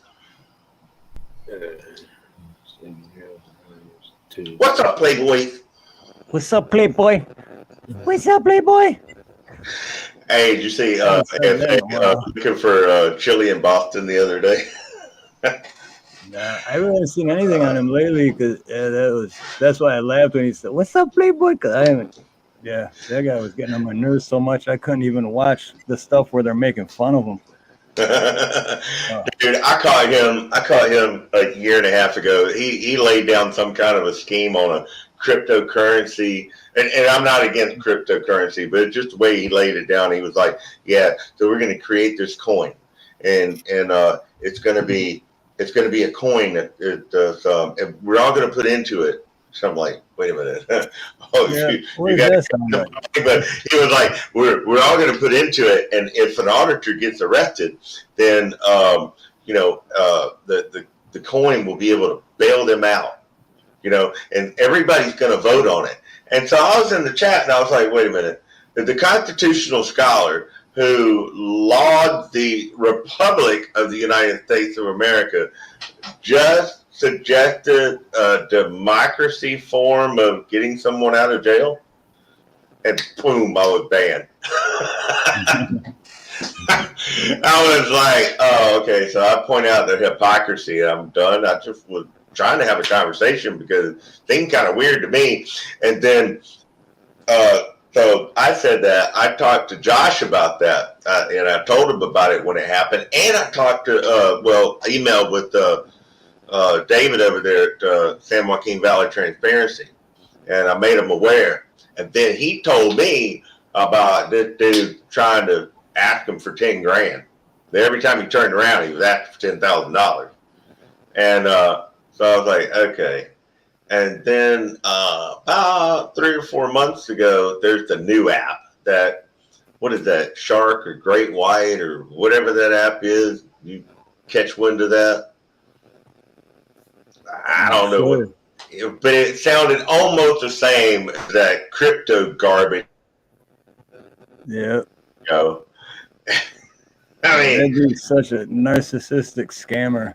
It's like he's a grifter. He's a grifter. Yep. He's good at it. He's a grifter. I mean, What's up, Playboy? Yeah. Mario, what's going on? Oh, Mario's in there. What's up, Mario? Mario, I don't know if you left yesterday, but I'll throw it out there again. My email. You gotta email me so I can send you this. The cap, the lid. He won the raffle on my hat. Yeah, he was probably just waking up. We'll have to schedule how about Tuesday? Next Tuesday, we'll have our next raffle. Oh, good. Yeah, I like that. I love those. I love the raffles. They are a lot of fun. They're fun. Well, hey, one in the chat if you prefer. 2 in the chat if you want it. What do we? I've got the address. I've got the address for the marionette in the book here. And then I just need Ronnie's, and I'll send him this, and then I'm ready for the next one. But I got that, last night. Cool, yeah. And I gave Ronnie your email address today too. He said he forgot to write it down yesterday. Yeah, he emailed me today. Oh, okay.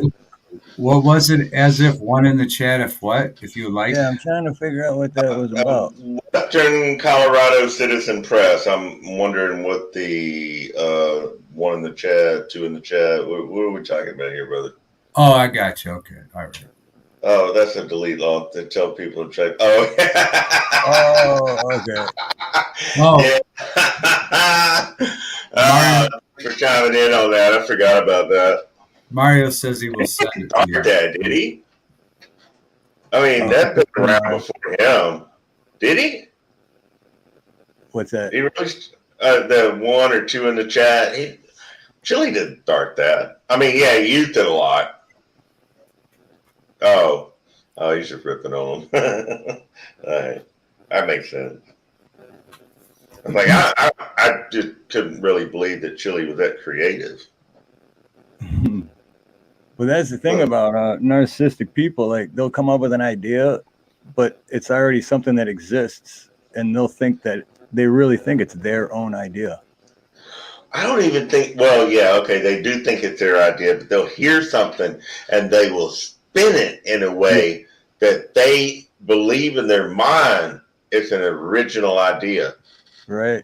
Own to the world. Even though somebody thoroughly already thought it, debunked it, proven it doesn't work. Like, well, I don't know. Let's talk about what's that idiot name that started communism? Nietzsche. Marx. Yeah, that one. Yeah, there's your original narcissist. Well, you got the Caesars from Rome, but anyway. We don't stop. We don't stop. We never stop. You're into computers as if so. The thing about what's going on, a lot of what's going on in Taiwan right now, is, as everybody knows, is about the chips that they make, for computers and cars and all that. And I'm just wondering if you know anything about this, that those chips.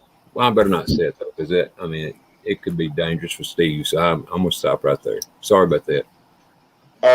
No, I can further that without it being dangerous. The chips I got nothing. Production is a raw material issue. It's silicone, more or less. I mean, it's a little more complicated than that, but it's just strictly a raw material issue. The production throughput is there. It's still there. Because those environments where they make silicone chips were super stringent anyway.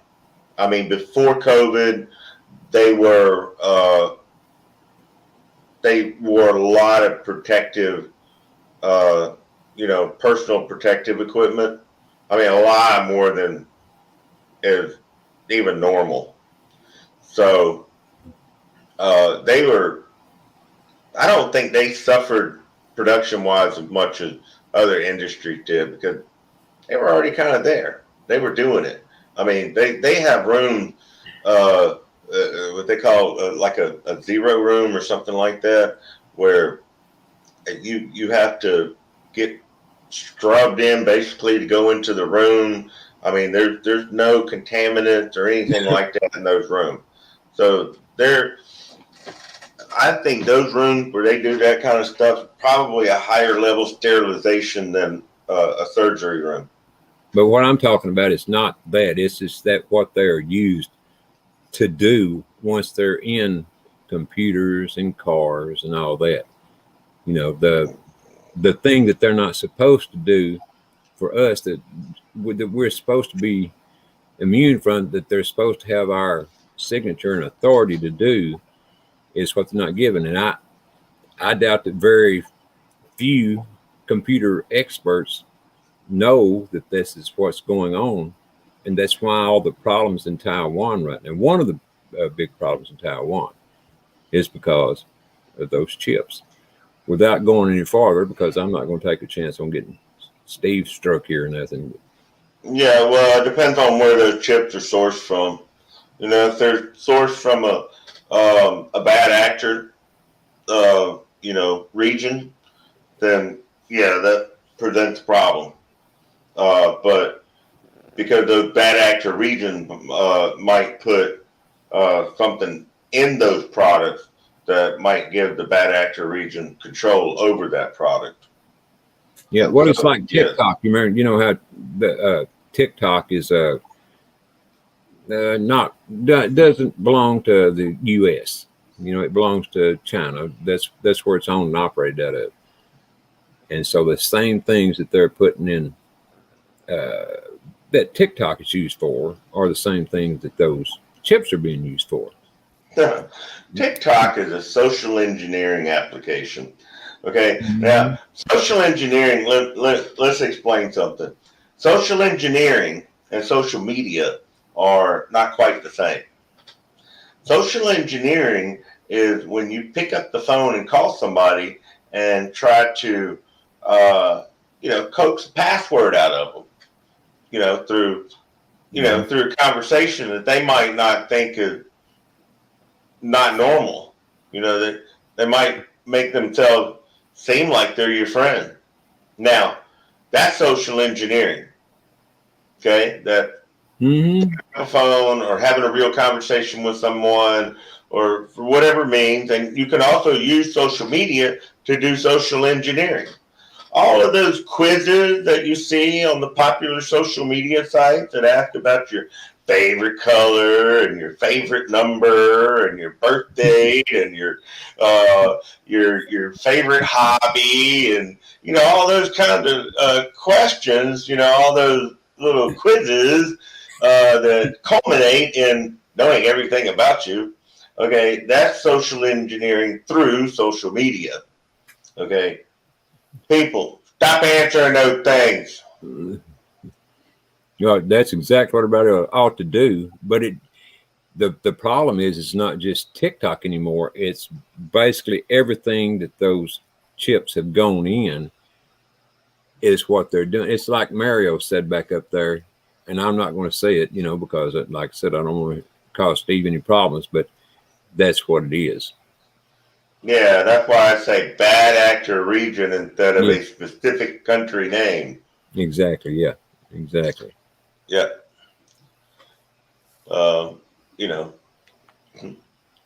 Learn to be vague in the IT industry. You have to be, yeah.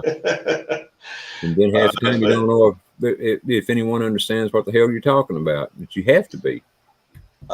Yeah, I know, and I don't really prefer to speak, in a political sense like that, but it's not really about that. It's about being able to talk about a situation without using political terminology or look, politicians are the world's greatest at talking a lot and not saying anything. So I want to get a point across and, deliver information with what I'm saying and hope that there's someone that will stop answering these damn quizzes. Stop giving up all your personal information. Even though you think it's fun, it's fun. It's fun to give away your privacy. Yeah, and your kids' privacy and everything else. Yeah. My child has no presence on social media at all, except for a couple of pictures I've taken with them. I think it's basically the way it ought to be for all kids myself, but then that's just me, I guess. But man, people understand how dangerous it can be. I won't even give my kid a cell phone. I only have a cell phone because I have to have it for work. Would I love to be able to work without one? Yeah, but I wouldn't make the amount of money I make without one either. Yeah, well, I wish I was back in the days, or I wish there's still the days where there was no such thing as cell phones. I mean, for a long time, many, many years of my life, when you left home, the only way you could call home was go to a payphone. Payphone. Yes. Mm-hmm. It's your dime. Exactly. You remember that saying? It's your dime. Yeah, It cost a dime to use the payphone. And then it was a quarter. Go ahead, it's your dime. Yeah, it's your dime. Or I'm gonna drop a dime on you. That's what we're gonna tell on your ass. So let's if y'all don't mind, let's take a little step back in history to those days where we used payphone. I have a store right around the corner from my house that actually still has the outdoor booth for a telephone, a payphone. Phone's long gone, okay, but it's interesting because it's kind of tucked away in a piece of the property that you wouldn't really notice it if you didn't know what a cell phone was.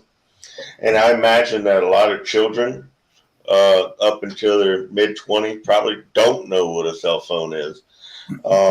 Now, take natural disasters. Telephones and payphones up until recently were all operated on copper wires and what we call a POT system, which is POTS, which is an acronym for plain old telephone system. Okay, that came about when fiber optics started, so there had to be a way to identify the copper network, and that was by calling it a plain old telephone system. Now, the interesting thing about POTS is it didn't require local electricity to run. So if the power went out, remember in the old days, power went out, you could still make a phone call. You could call the phone company, or you could call the power company and say, hey, my power's out. Because your phone didn't require electricity in order to operate. The power was transmitted over those copper lines to make the phone ring, to create the dial tone, and to allow the transmission from one phone to another. I don't remember the hurricane that hit New York. Was that 15 or 20 years ago? It hit New York City. I mean, Clinton or Obama's administration won. I don't know. Yeah, I remember. About roughly. Yeah, roughly. Right. Yeah, just in a generic term, or a generic sense of time. So, so here's the thing: they still had a lot of payphones that operated in the New York City area, and I think also that story that I read also included New Jersey and a lot of other parts of the Northeast. So the only way for them to communicate, cell phone towers were down, power was down. Power was down, so that means there's no cell phone towers unless they're on generators. That's only going to last for 2 or 3 days. Somebody doesn't go refuel them. Okay. The only thing that was reliable and worked were the existing network of payphones. So that the people that were affected in New York City, New Jersey, that basically that area where the hurricane hit really hard and took down all those systems, was everybody was standing out by the corner store at the payphone, waiting in line to call their family members that couldn't get a hold of them on their cell phones. Everybody had cell phones, but none of them were working. Now, in the time since then, even though everybody knows that those phones were working, the telcos, telecommunication company, has systematically taken down the copper network completely. They're almost all the way gone. Yeah. We have no reliable backup. Now, also with POTS, the original intent behind the internet was to be able to dial up, get on the POTS network through copper, and be able to communicate with other computers, even if it wasn't as fast as we have now. We would still be able to get on and communicate. Might be some old programs like, BBS forums or IRC, or, there was a lot of different ways to communicate in the late 80s, early 90s, mid 90s, right? But that's all gone. Oh, yeah, no doubt. You remember that noise? Get some dial-up. Dial-up. We're going in the chat room, boys. Come on. But those are the days.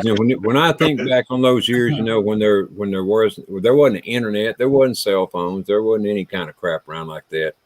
And man, you talk about the world being so much simpler back then. It was way, way simpler to me anyway. I mean, I've seen both sides of it, and I would much rather still be in that time. Even though this today is very nice and convenient and everything, it also has created tons of problems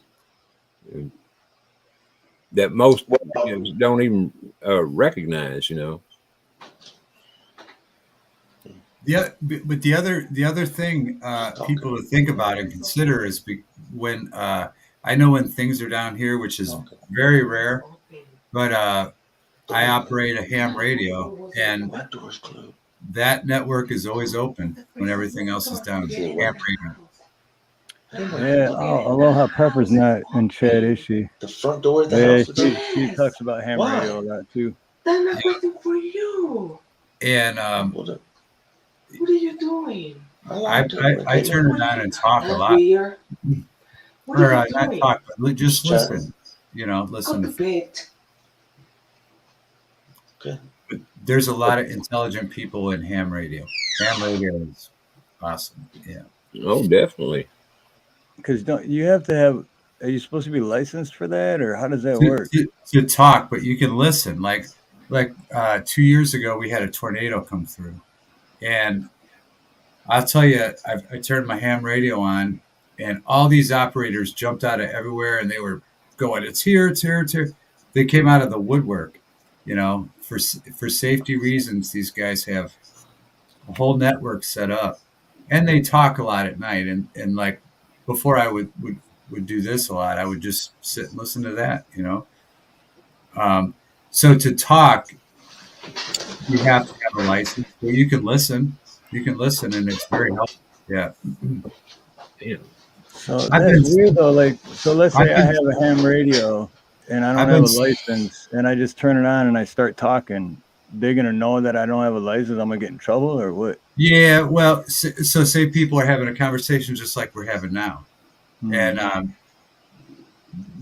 outsider comes in. Yeah, they have, you know.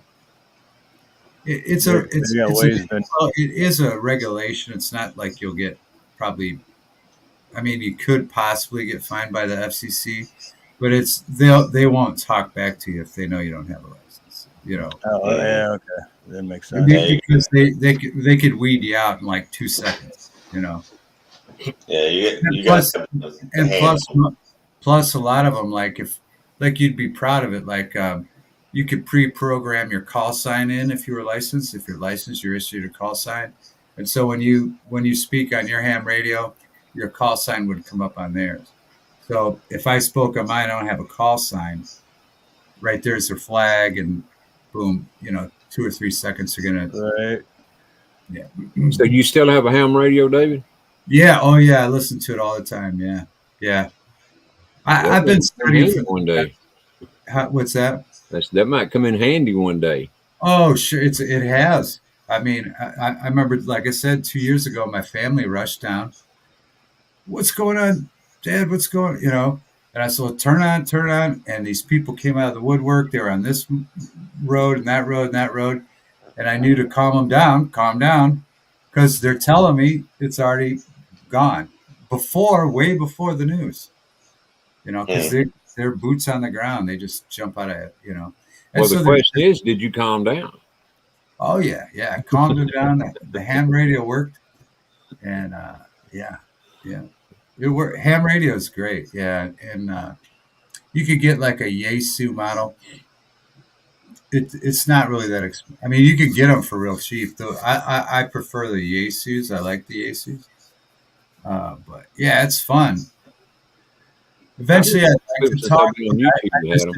I just enjoy learning. And these folks that talk on ham radio are super smart, because they set up nodes on computers so that you potentially don't even need a ham radio. You could do it from a base station, and I could listen all over the world from a computer. And so it's just a whole thing. It's a hobby. But I've just always been a fan of radio and people that are into technology. And these guys are like the best geeks in a great way, you know, the ham radio operators. Yeah. Yeah. Were any of y'all around back when the CB radios were the big thing? Oh, sure. Yeah. Yeah. Man, I mean, everybody had one back, what, the 80s? Yeah. That's how I got into it because my grandpa was a ham and he was a CB and he had a whole shack. He had a room like this that was just dedicated to ham and CBs. And he would do this on ham and CB. Yeah. Yeah. Mm-hmm. Oh, I'd love to go in there and I'd love to fire up his CBs and the lights and I loved it. And I had a CB radio for a long time myself, but it wound up getting me in more trouble than it helped. So I got rid of it. What were you doing? Breaker 19? I'm gonna. What were you doing? Breaker 19. Well, yeah, and back in those days, I would go out occasionally with my friends and have a beer. Yeah, and, yeah. That's how. And if my wife happened to be in my truck for anything, well, all she had to do is turn the radio on. Everybody was saying where I was at, Oh, yeah. It only takes one beer. It sure does. Anybody say beer? Who said beer? Beer. Oh, well, yeah. Let's jump on my CB. That's interesting. In the mid 70s, you still had to have a license to be on CB. So we had a base station at the house, and then my mother and my stepfather each had CBs in their cars, and so I would just listen about the time that I thought my mother would be getting close to the house, and she would. We had it set to a certain channel. It wouldn't be on 19 or 9. It would be on a maybe one in the upper 30s, because of 40 channels. And I would know. It was kind of like, sort of like the original cell phone, kind of almost like a party line, really, because I would know 20 minutes before my mother got home that she was coming, or that she was getting close. Because I could hear her. I could hear her about 15 to 20 miles from the house. Because she had a code. She had a license, so she'd come on with her handle and her call sign, which was similar to ham but a little bit different, and just let me know she was getting close. This before cell phone, mobile phones, anything like that. The truckers back in those days. I mean, the truckers were. I mean, that's as far as I know, that's where the big craze for CBs came from, was the truckers, and like Fortune said a while ago, also from Smokey and the Bandit. But man, I'm telling you what, there for a while, everybody that I knew had them. Well, and that's the thing with this. CB obviously stands for Citizen Band. And so with an antenna, you can extend your range, but you're talking about 1 or 2 miles, 2, 3, 4, 5, good conditions, a few miles. If you have a tall tower, you can go 10, 15 miles with the CB. Yeah. You got to put it on a stack. Yeah. But when you're talking about now ham switching and you start talking about the different frequencies, that information flows, and they put up towers, but also on top of the towers they'll put up a repeater. So if you hit that repeater, boom, it sends your signal stronger, and there's this whole there's just a whole study on how it works, and that's what the test is about. That weeds out the people with a license and not the license, because you got to study and learn and have a comprehension of all those different bandwidths that are flying around us at all times, different levels and height. It's wild. It really is wild. Yeah, it's common to have a conversation with people halfway around the world without a repeater at certain times of the night. Yeah. It's incredible. It really is incredible. Yeah. Yeah, it's so like police. They have to have repeaters, particularly the sheriff's department. Because they couldn't get a radio signal from their headquarters or anything. They got to have that repeater. Yeah, a lot of them are switching over to digital now, which stinks, because I used to be able to pick some of them up with my ham radio. I still can. I could pick up bus garages, buses, school system buses, cops. I mean, a lot of people are still using that analog system, but a lot of the cops are switching over now to digital because.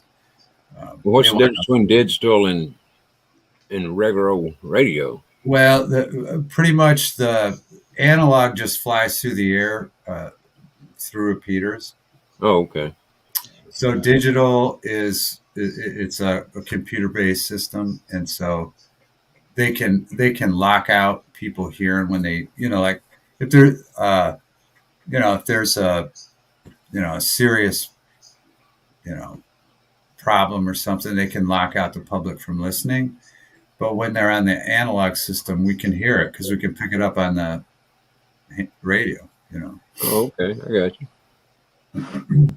I know they were a lot of fun, back when I had mine, except for when my wife finally tracked me down, figured out how to track me down from my CB radio. Bum, bum, bum, bum. The GPS tracker.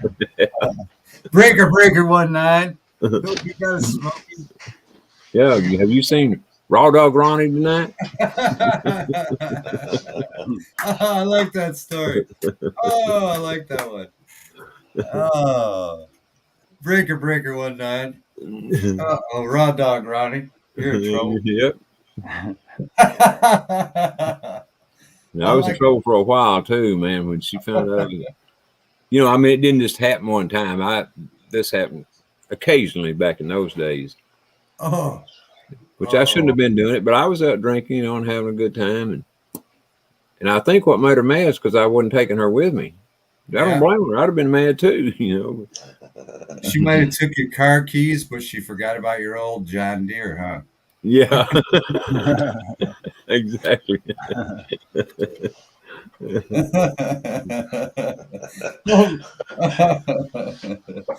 I thought, well, that CB's gone. I got to get rid of it. That's all there is to it.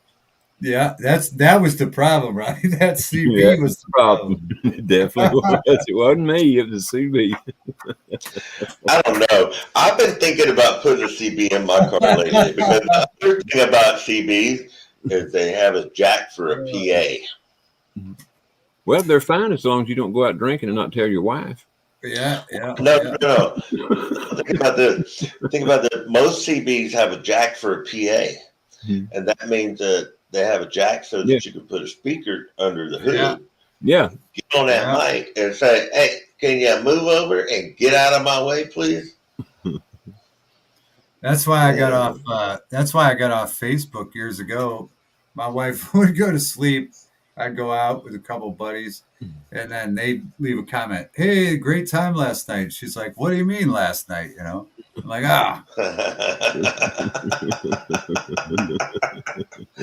Facebook's the new CB.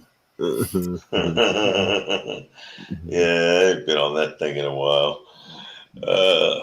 I didn't mean no harm. We're just having a good time.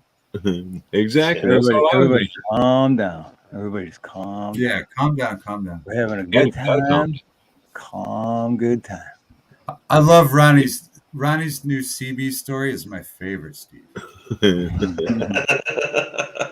Don't I should have told that a while back, shouldn't I, David? Yeah, I love that one now.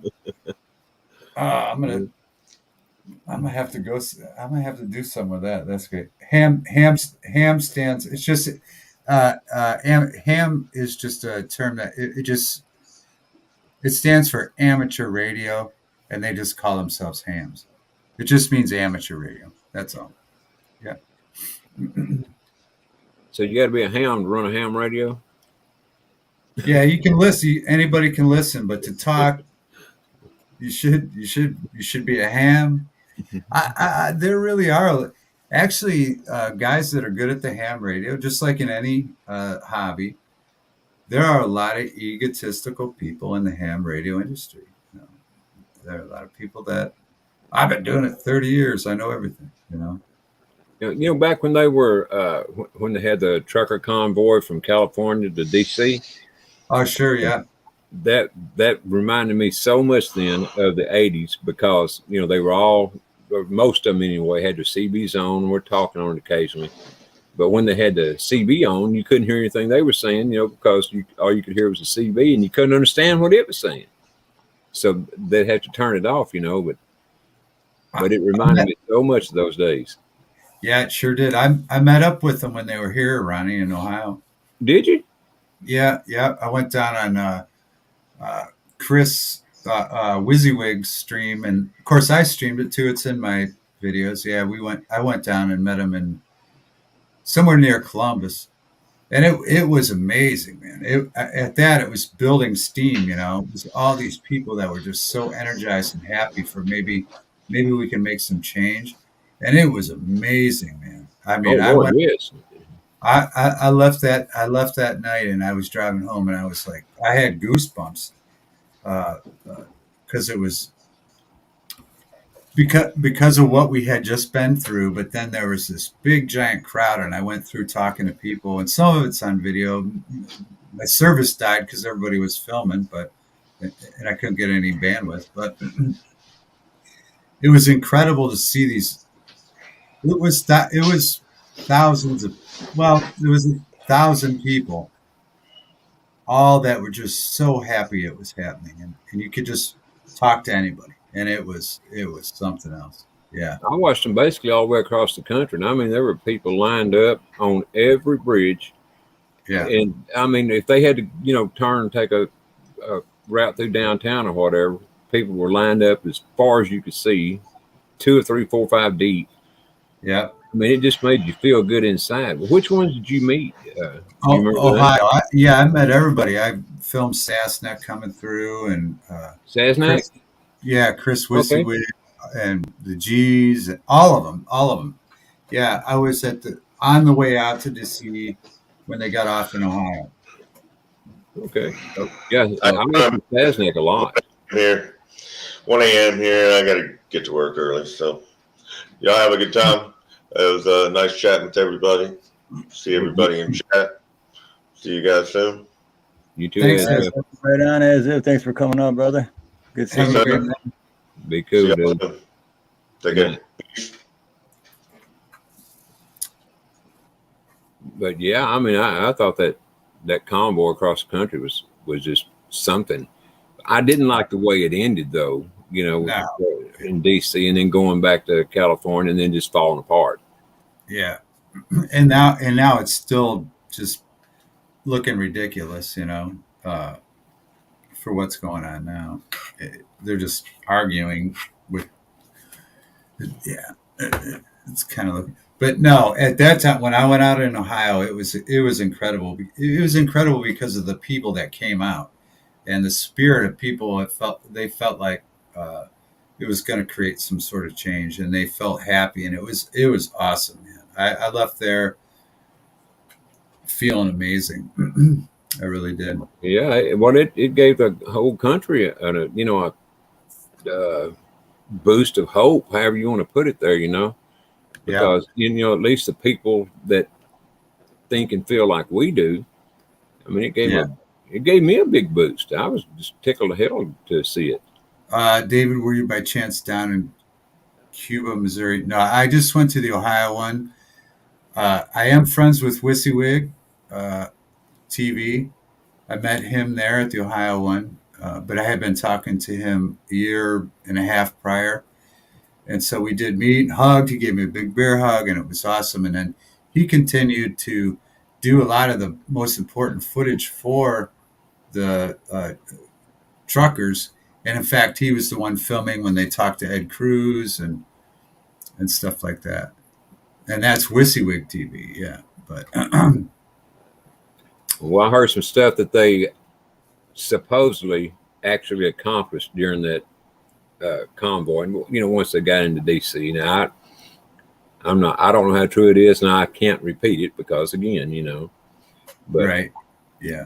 But from what I heard and found and everything, it was a lot more than what was shown. It had to be behind the scenes, because how true it is, I don't know, because there's no way to check it. Yeah. Yeah, and there's going to be all kind of different sides to it. Mm-hmm.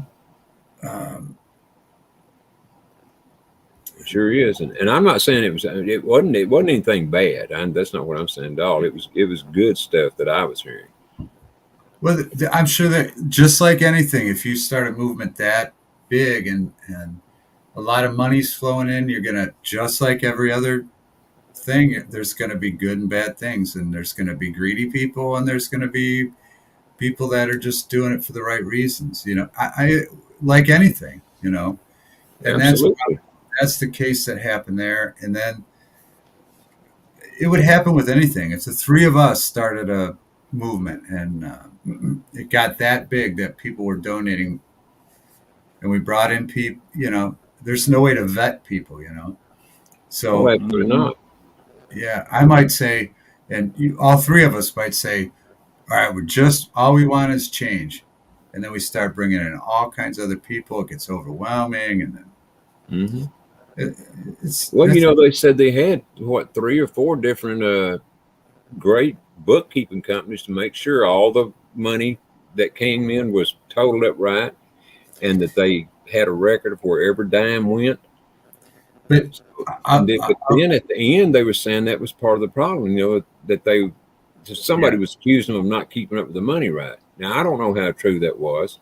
Well, the other thing was like Chris that I was talking about, that I've known because he was doing the riot streams for the year prior, and then did that. He did it in a very professional way. But see, the thing was, he followed him from day one. Well, everybody saw, and there were a couple other streamers, but then everybody saw, oh wow, Chris, is doing well streaming. So everybody became a streamer. Now, every trucker, every bystander, everybody became a streamer. They all got enough followers. They're all making money. So they all had their own slants, and they started following things that viewers would watch and they would get paid for. And I don't blame anybody for that, but they realized that they could make money off of it. So that became the goal in a lot of cases. Mm-hmm. Yeah, there was one guy, I don't remember what his name was, but he had his trailer had a YouTube on the side of it. He was advertising that he was on YouTube. And now, so every day another so and so patriot or so and so this will pop up, and they got enough subscribers in there, and they're still milking it, And I get it, but obviously it's not sustainable. Eventually it's gonna. And it's not only that, but it attracts every kind of bad publicity in the world. You might get a lot of great publicity too, but on the rear end of that great publicity, you're going to have some terrible publicity come in. And that's what happened to a lot of those guys. Even though I'm not saying any of them did one thing wrong, but whether they did or not, it don't really matter, in the end. They might as well have done it. But it seemed to me like they were all great guys, and most of them didn't want to end it when it was ended, but I guess they didn't have any choice. Yeah, and they're still going on. They're parked.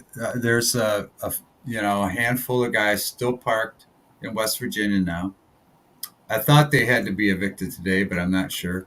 But then another group came out to protest them, so they're back and forth like this. There's 20 verse 4 or 5, and they're hanging on by shoestrings for viewers. It's kind of sad, to be honest. Yeah, and this new thing they got going now is 1776 restoration movement. That's what I'm talking. That's the remnants of the TPC. Yes, sir. That's exactly right. Yeah. Yeah. But it was such a great idea, and then from to carry through with it and have so many people. Oh, good Lord, that was a long line there. What, 30, 40 miles long of trucks, vehicles. Yeah. Here in Ohio, when I left, I don't even know how long it was. It was miles long. You have trucks trying to get off the highway. Yeah.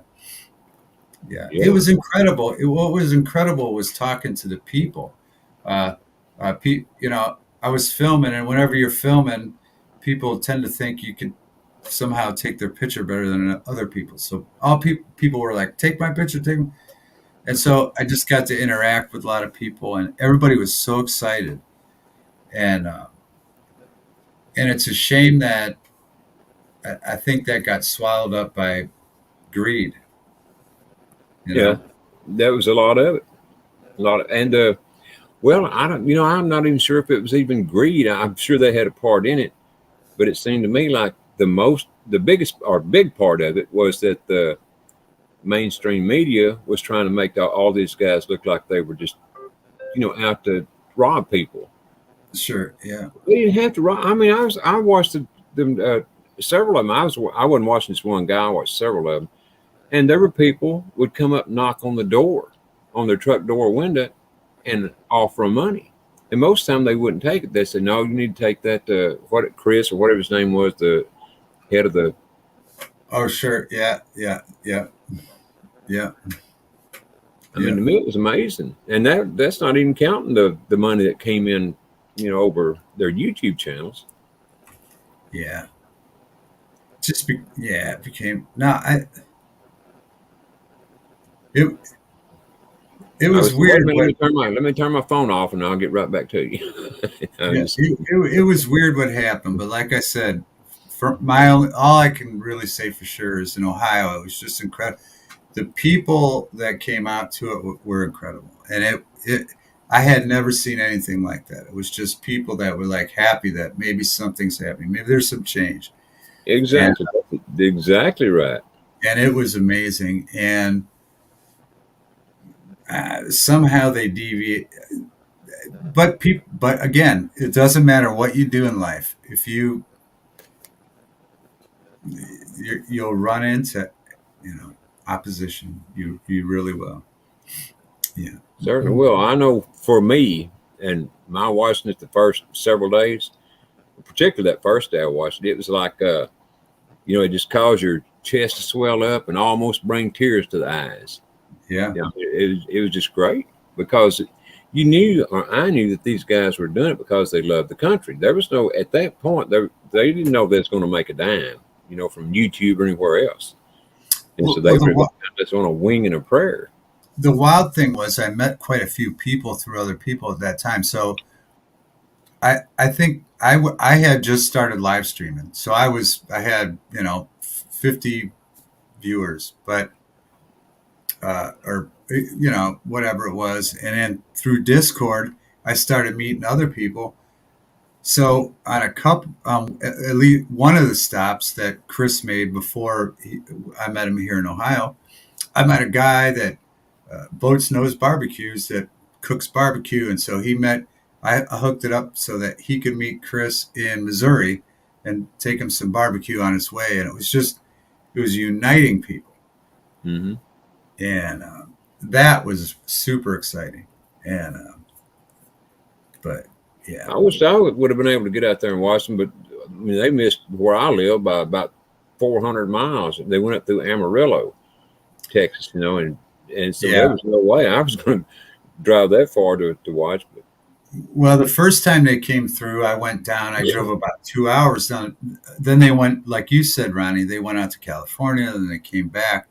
And when they came back through, they were only about 20 minutes for me, but I had already seen it was falling apart. So I didn't even go.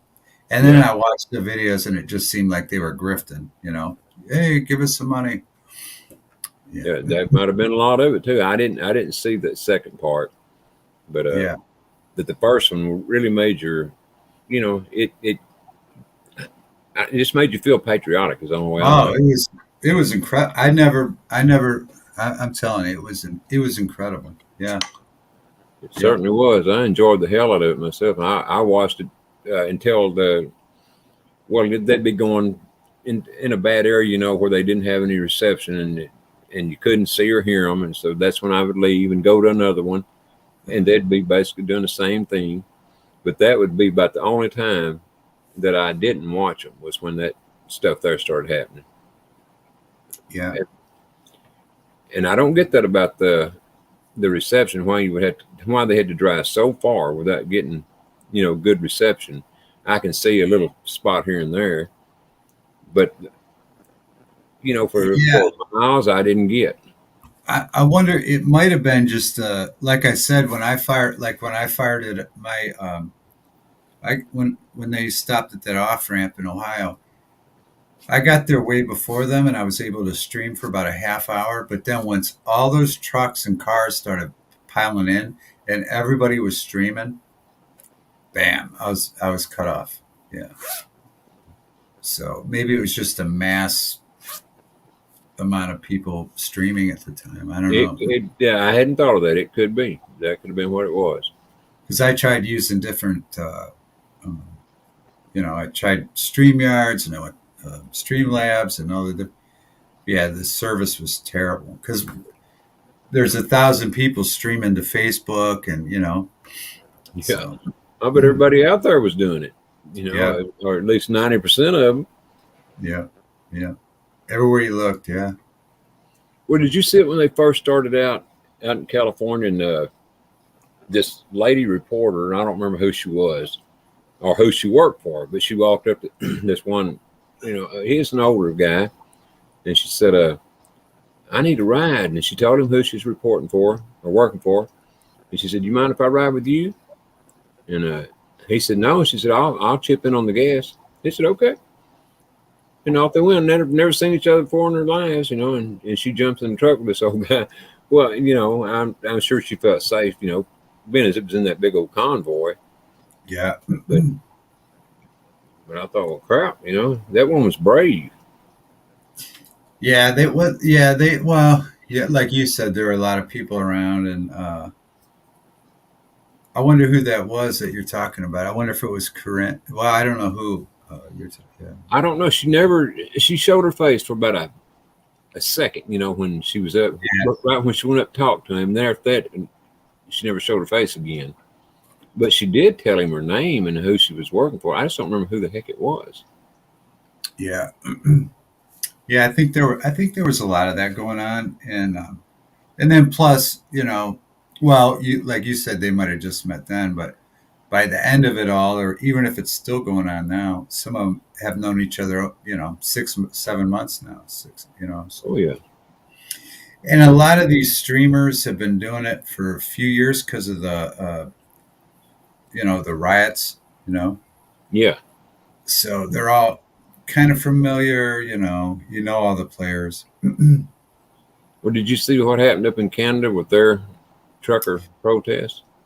Yeah, that was some shit there. I mean, man, that was bad. That was hardcore. It was. But I'll tell you what, those Canadians showed they got some guts and some nuts. I mean, the way they stood up to all them police out there. Yeah. Out in the freezing, I don't know what, 20 below or whatever it was. I mean, my goodness, man. That I'll tell you, the day I went to the Ohio thing, it was freezing. I mean, it was freezing, and I couldn't have lasted more than the day there. And those guys, they went through it. Yeah, well, I can't say I couldn't have went through it, but I guess if you felt pressed against the wall, you don't know what you could accomplish, But those guys. They were out in the street, though, when they're at night, when nothing was really going on, the Canadians just out there talking and, enjoying themselves and, like it wasn't no big deal. Right. Yeah. It's freezing. Yeah, look at what Too Tall Rob says live. I used to live in a house that Wild Bill Hickok shot a man in. What? Wow. Was it haunted? Yeah, no kidding. Was it haunted? That's a pretty cool story. Yeah, it is. I like it.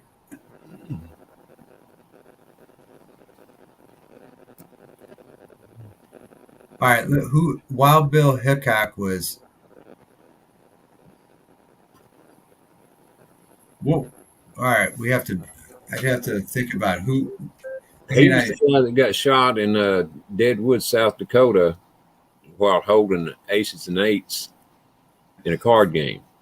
Oh, okay. All right. I believe, you know, I believe I it's think him. I It's either think him or you're right. Buffalo Bill. I can't remember. I get them two mixed up.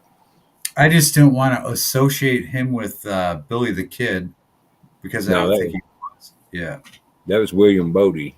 Or William, Yeah. Yeah. Okay. Yeah. I can't remember his name now. William H. Bonney. There you go. There you go. William H. Bonnie. Yeah. Yeah. That's my favorite line in a movie ever. The guy says to Billy the Kid, he says, William H. Bonney, you are not a god. And Billy the Kid says to him, why don't you pull the trigger and find out, Dave?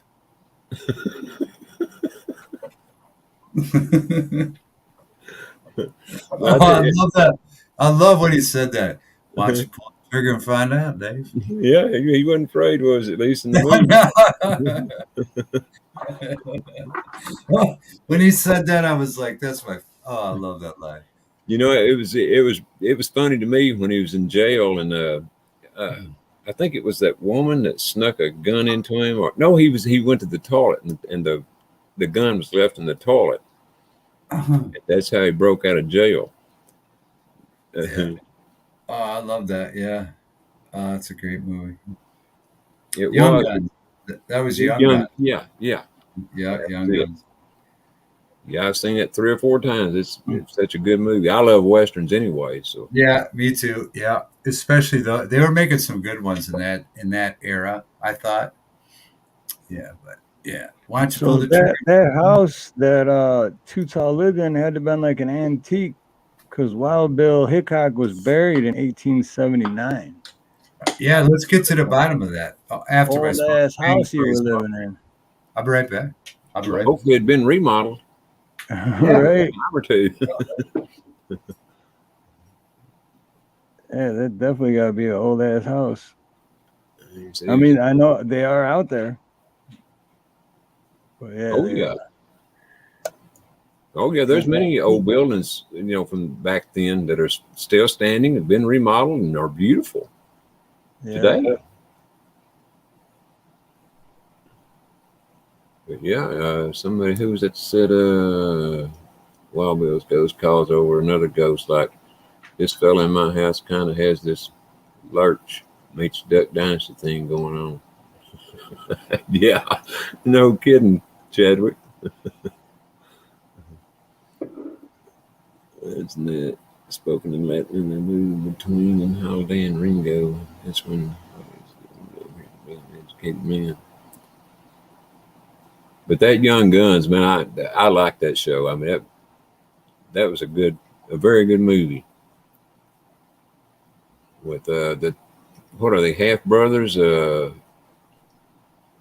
Esteban, whatever the hell his name. I can't remember their names.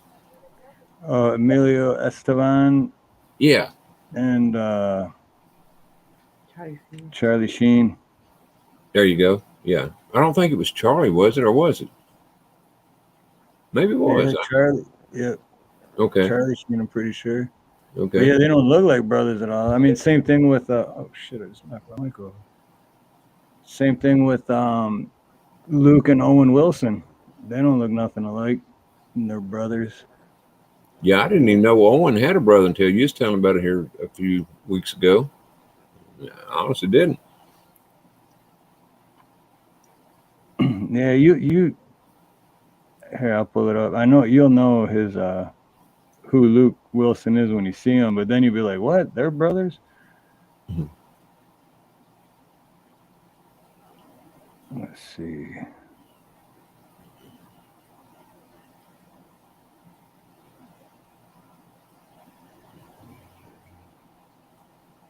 There's another Owen or another Wilson brother, but yeah, he's not an actor or nothing.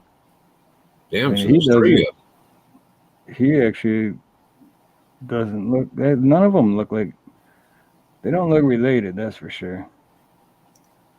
Well, maybe their brothers not from the same mother. Boo Diamond Phillips. That's who I was thinking of, Chadwick. Yeah. That was one of the guys that starred in Young Guns. I believe. So, yeah, I could here be you go, wrong. Hell, I right? don't know. It's been a while since I watched it. One of them Trying got to kind catch of. those now. So there's Luke and Owen Wilson, They definitely don't look like brothers. right? They certainly don't. But that's oh, but you could tell who Luke is, right? Like you recognize him. I do know that picture. What do you play in? He's been in a ton of movies. I mean, everybody knows Owen Wilson with his nose all I banged seen his up. brother in some too, but I don't remember what they were. Yeah, yeah. Luke Wilson, he's been in a ton of movies, but shit, they both been in a ton of movies. Yeah. The one that I liked the best that Owen was in, well, one of them anyway, that I liked the best was when he was a pilot and on his flying a jet in the war in what was Yugoslavia, and he got Yeah, shot down. that was a great movie. I can never remember the name of it, but that was a I don't really either. good movie. It was.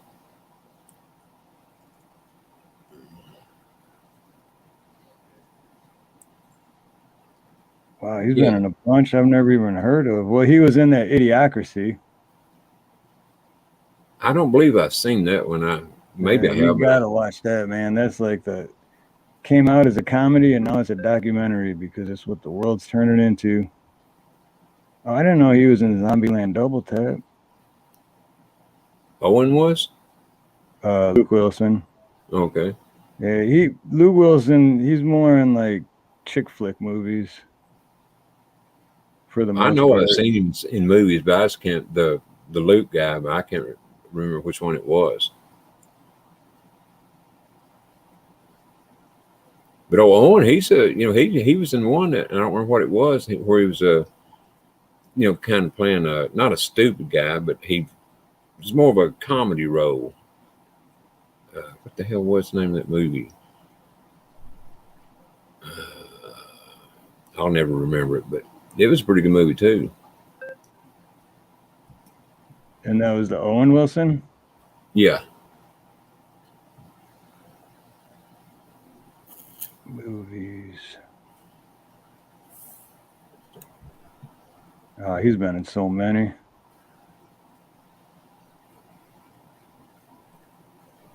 Shit, he's been in a ton of movies.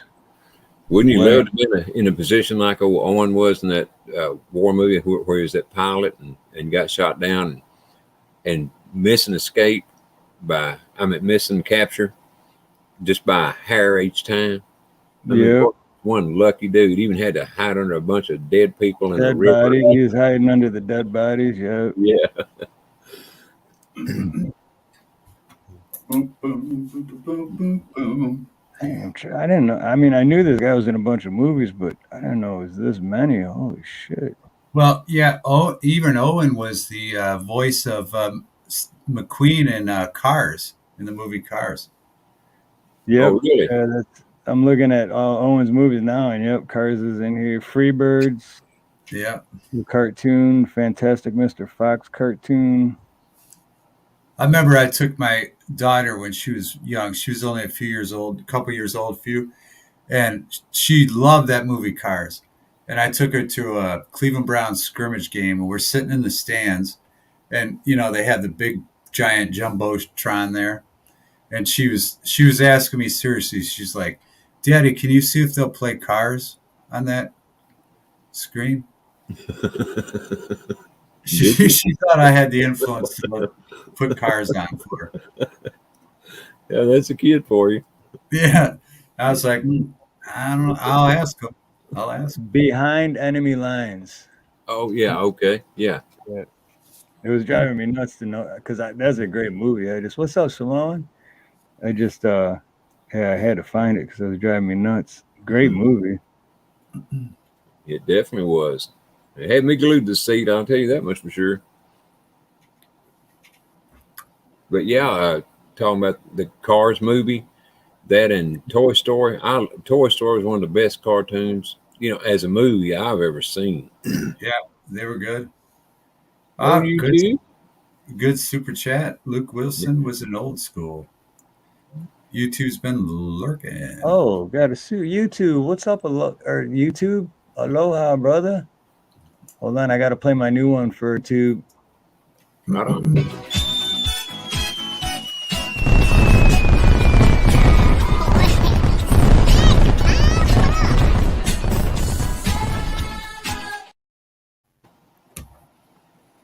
I don't think I One get of those that. every week, Steve. That one's a little quicker than my other one. It was a little too long, so I shortened it down a little bit. But Not much, Simone. What's up with you now, brother?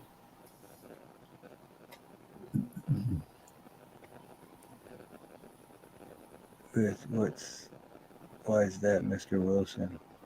For which one? But yeah, he was in Old School, which was like 90% of the movies he was in were good. No Escape was one he did. Oh, he was in Wedding Crashers too. Remember that? Wedding Crashers, yeah. Which one y'all talking about now? Owen Wilson with the Okay. the banged up nose. Yeah. he's got Looks like the end of his nose was cut off and it just kind of grew back. Yeah. yeah. Wow, that was a great movie, Wedding Crashers. Marley and Me. That's the one I was trying to think of a while ago, Marley and Me, where he was kind of, a comedian. Yep. Night at the Museum. Yep, yeah.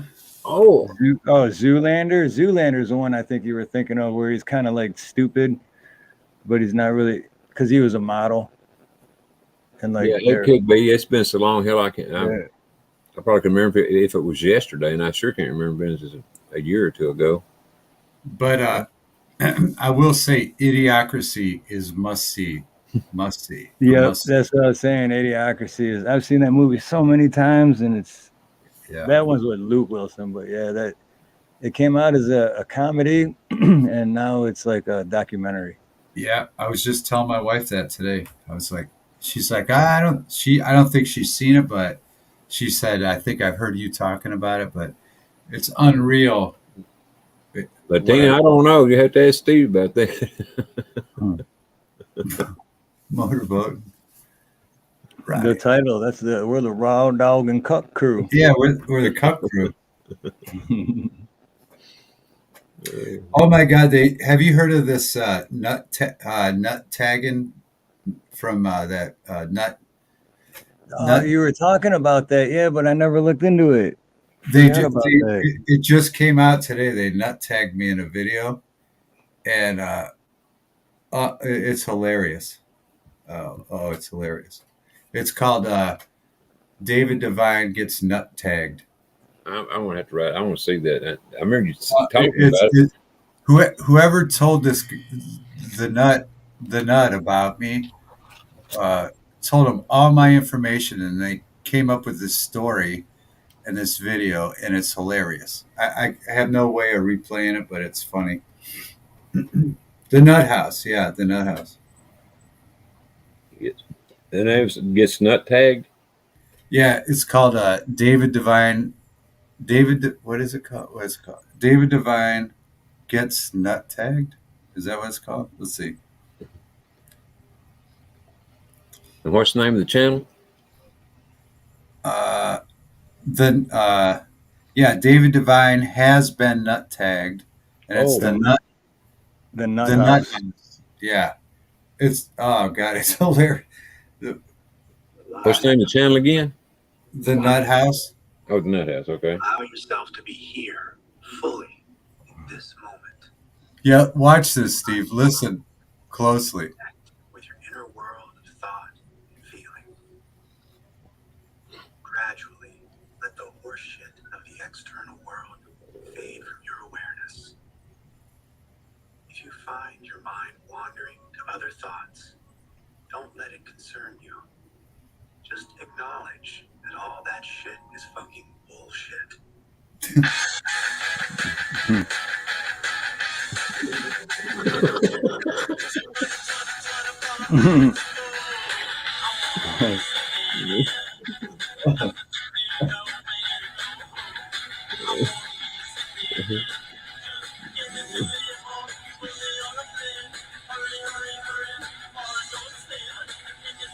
Here in Davis.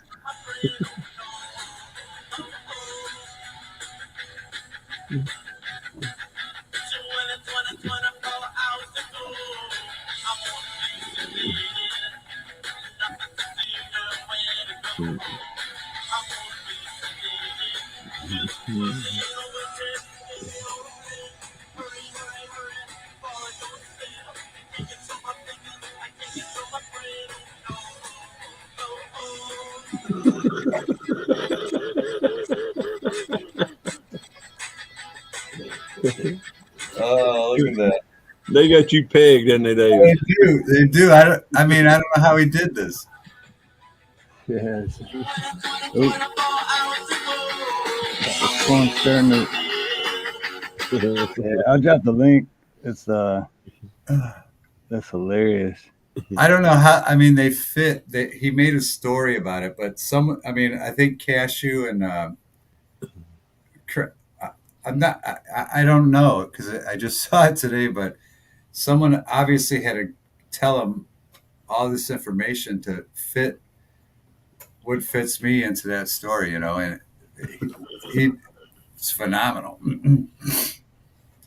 Well, if you ever seen the one that Samoan done on me, then Oh, did you get nut tagged? Samoan. Oh, Samoan.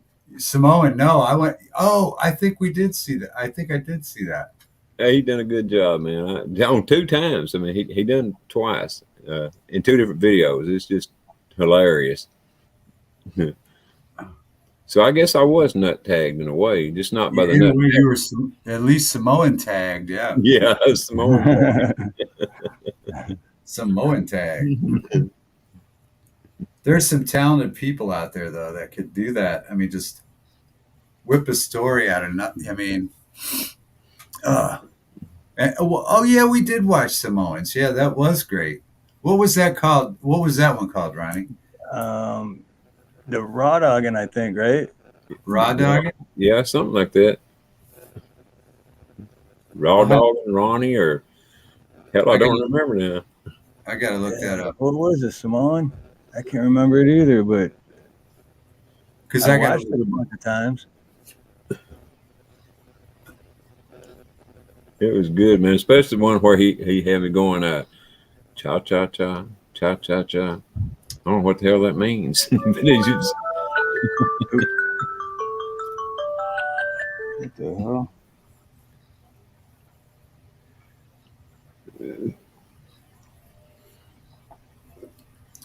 Yep. RawDawgin Ronnie song. RawDawgin Ronnie song. I gotta write that down. RawDawgin Ronnie song. RawDawgin song. Yeah, that's what it is. A RawDawgin Ronnie song. A RawDawgin song by Ronnie. Yeah, that's when I was singing. We were RawDawgin in a Hummer. It was. Oh shoot! Oh. But I'll tell you what. In all honesty, you can blame that on Steve. That whole night, Steve's fault. It's always my fault. Steve did it. I can't do nothing right. Everybody calm down. Calm down. Yeah, Mario, I know it was a song, but he put it in the chat that night, and I didn't know what he meant by it. So I was trying to figure out what the hell he meant by it. Only cuck I know is beef cuck. Yeah, I was gonna say for everyone that's like tripping out about the title of the RawDawgin Cuck Crew title of the live stream is they must have missed last night because Big B. Well, you'd have to go back and watch the stream, but yeah, we had words with Big B, which we're cool, but he was calling us cucks, and then we just embraced it.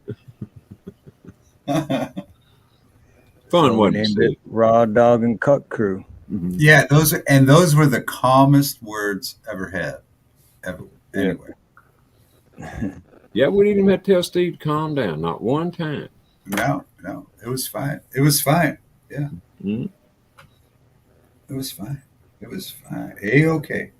Nice. But yes, Latino, we do know what it means, Mhm. but we just embraced it, and sticks and stones may break my bones, but names will never hurt me type shit. So Right on, right tell on. me something that's supposed to you know, piss me off or insult me, and I'm just gonna be like, cool, cuck it is.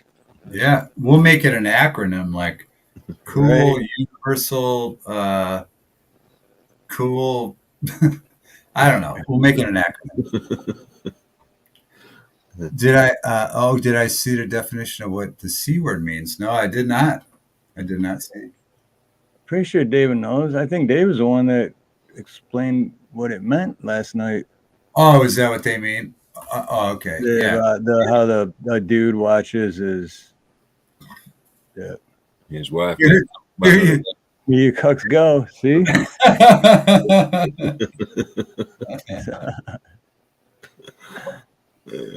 uh, Well, Big B, you done something, I guess, good last night because this stream was named because of you. Whether that's good or bad, I don't really know, but one or the other.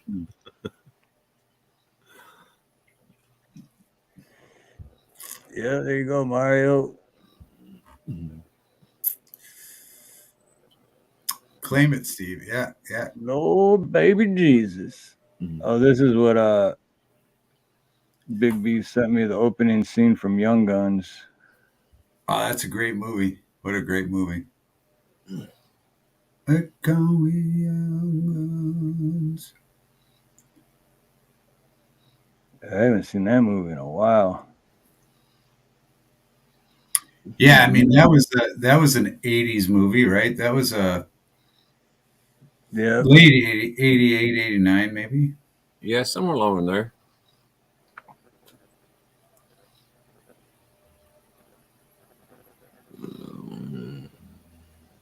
Oh, Awesome Alice. Hold on. What's up, Awesome Alice? Gotta give everyone their wrench back. Everyone Never that has already had one gets it back. flags about a link been set when someone says uh, Last night was an interesting night. I'm here to tell you in many different ways, with all the different people on the panel. And man, I just absolutely hated to go, but I had to. Believe me, I would not have left if I didn't have to last night. And I almost stayed up anyway. I feel the same way. Yeah. When I left, I just couldn't stay up anymore. And but it was so fascinating. It was a really good panel. Yeah, It really. was. And different, all the different subjects being talked about and everything. It was just, that's what I go in for, man. If you just stay on one thing all the time, it gets boring in a hurry, So Oh yeah. Hey David, did you know it ended up going over 9 hours? I did, because when I got up today, I like Ron.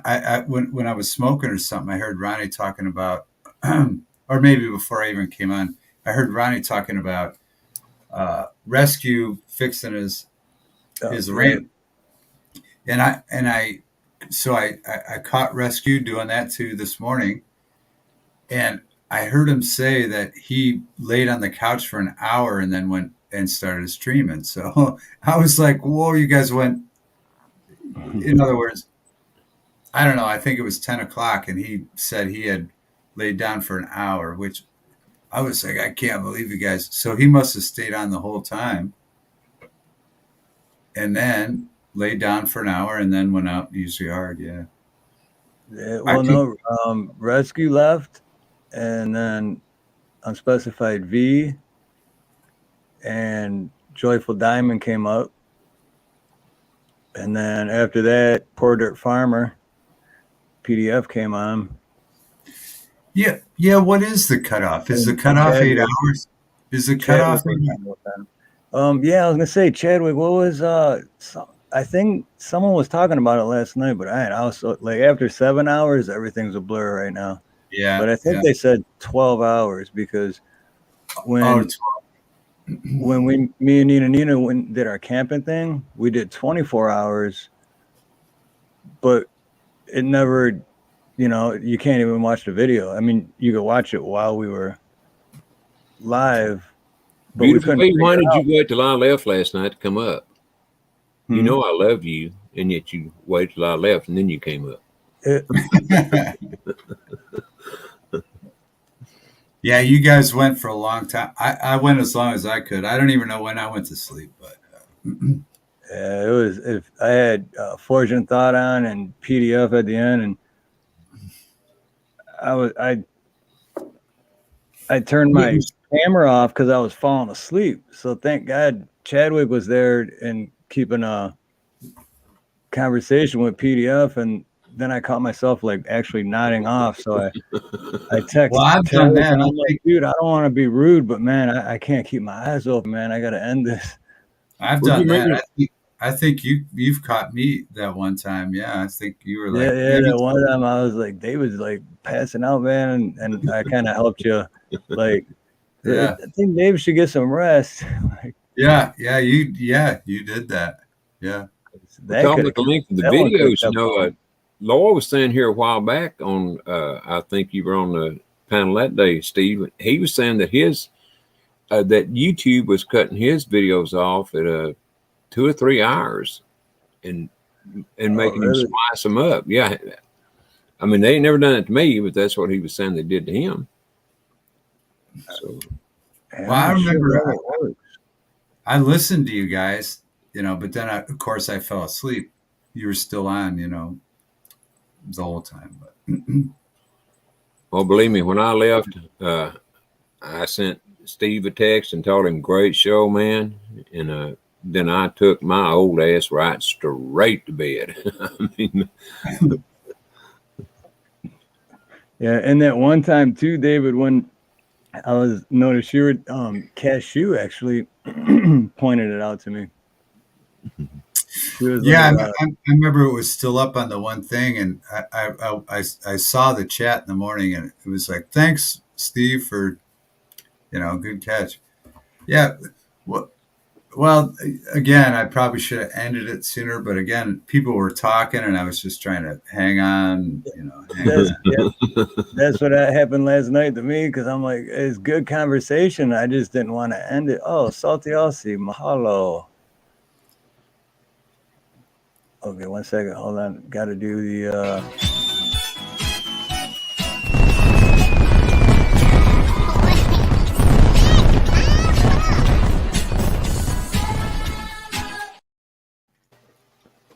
Steve, you need to make another one of those, but this time you need to be doing your Trump dance to that music. Yeah.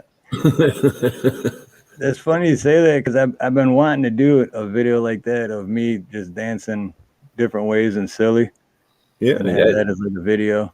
I think it'd be darn good because at least it's you up there doing it, But then like do it in like fast motion, like speed it up. Yeah. And just have me like 5 bones get a whole gallon of gas in Biden, America. 5 bones. But that's the blame of having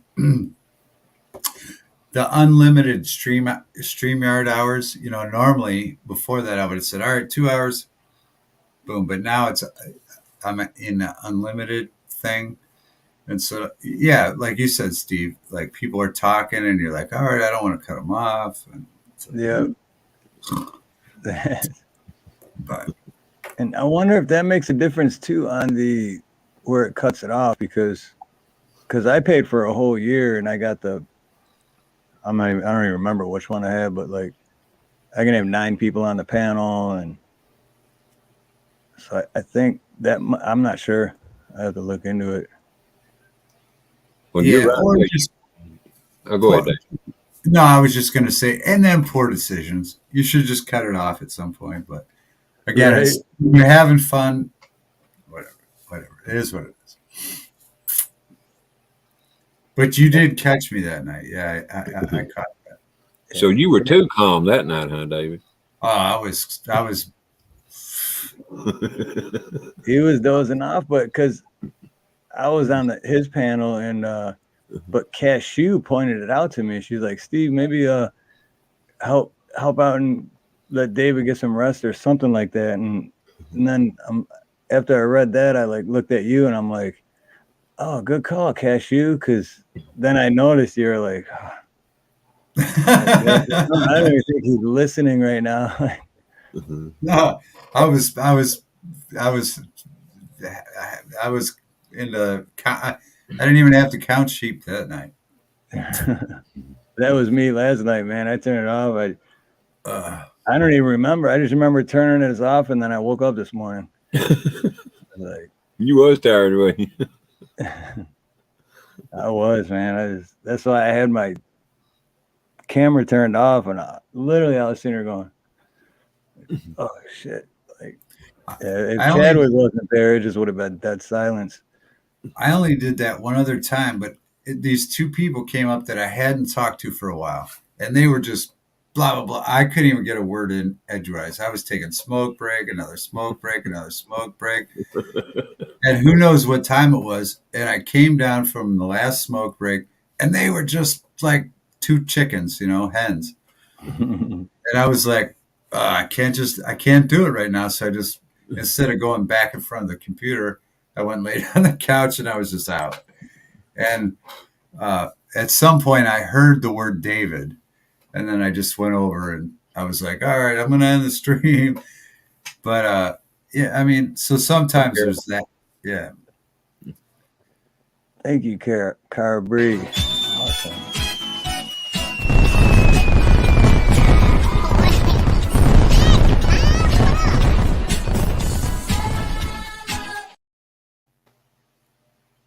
Good time. Come on. Yeah. I noticed you had the Carlton in there. Yeah, I don't even know how to do the Carlton, but I don't think I couldn't even come close to doing it. I would hurt myself. I tried it. Yeah. Yeah, the Carlton. It's a good one. That brings up a question. As silly as it may be, have either one of y'all ever tried to twerk? No. No, I can say I never tried. I never no tried. No need for that. No. Well, one, I don't even have an ass, so wouldn't work anyway. Yeah, you got an ass twerk, don't you? I never tried to twerk. I would try the Carlton. I don't even know. I'd have to see it. Someone else donate some money so I could see it again. So Alice can twerk. Let's see you twerk, Alice. I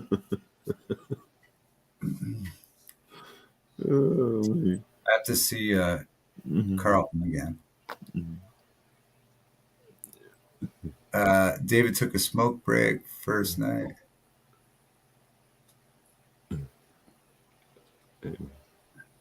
Let's see it. Made me what happens on your stream.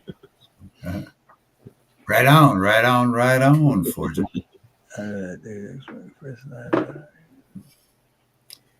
Oh yeah, that's right. That's when when Fortune Thought came up, and then I jumped up at it. I'm like, wow, if Chadwick's gonna come on, my good friend's gonna come on, I gotta come on. And then you took a smoke break, and then you were jealous, wasn't you?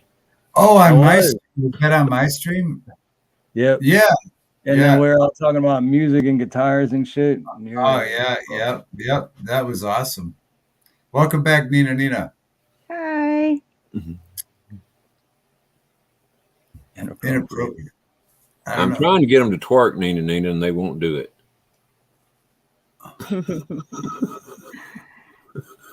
I think we're all too old for that shit. There's not enough room for him to twerk here. If Ronnie twerks, I'll twerk. If Ronnie twerks, I'll twerk. I'm twerking. If it goes to cash or donations, I'll twerk for donations. For Steve. There you go. Oh yeah, that's right. Fortune. Angry Snowman was on. Oh, that's right. Yeah, yeah. It's Hey, Carabria. again, so much awesome stuff happens that it like sometimes it's like you try to dissect what just happened, and then but you're already in the new stuff, so you're like, whoa, okay, yeah, yeah.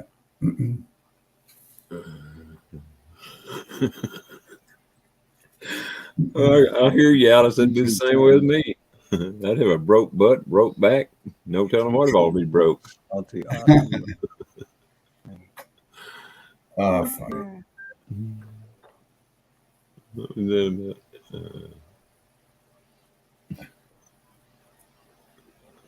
What do we got? Yeah, even if I wanted to be funny and do it, I'm in the corner. I really don't have any. There's like, yeah, excuses. it works though, right? Yeah. Andy says, I'm still listening, but out of chat, I had to come in to laugh at the idea of you guys twerking. Yeah, Mario took a second shower, and when he gets back, we're twerking. Yeah, yeah. Hey, you never know what you're gonna get. Yeah, that's what I'm saying. Mario, give it 2 more minutes. You never know what the next. And that's the next thing. topic will People be. are like, remember what we were talking about yesterday? And I'm like, oh, I'm knee deep in today. I don't know. Yesterday. Alice already did throw a disc out when I was twerking. Mario. It was just a thought of twerking, though. Yeah, people Oh, ask. look, oh, there's a dog. There's a doggy dog. Here's our mascot. You want to see him twerk? Yes. Yeah. Oh, look at Get the that. wrong end up. Pablo's like, I ain't sticking my ass out for nobody. Need $100 for that.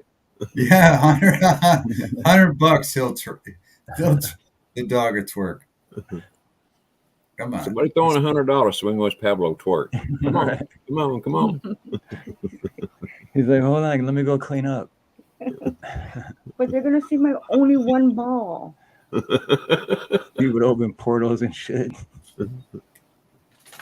Oh. Yeah, and then One nut. Pablo gets like, I only got one nut. I don't want him just seeing my one nut.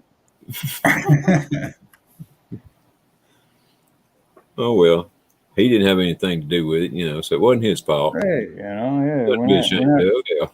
We're not using them to breed, so you don't need the other nut. That's right. It does look funny though. He's just got one little nut just hanging. If you're looking, some people don't when he's look. walking away, it kind of sticks out. Aww.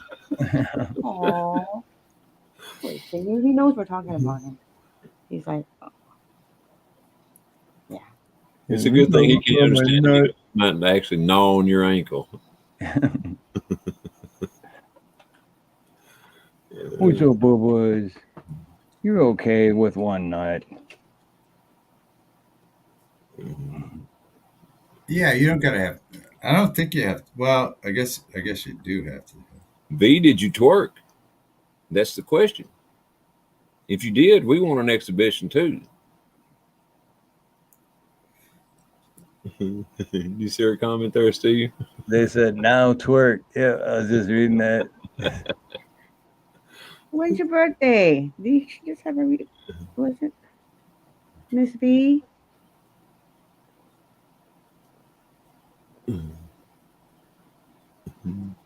Yeah, when is your birthday, I think V? she had it like a week ago or a few.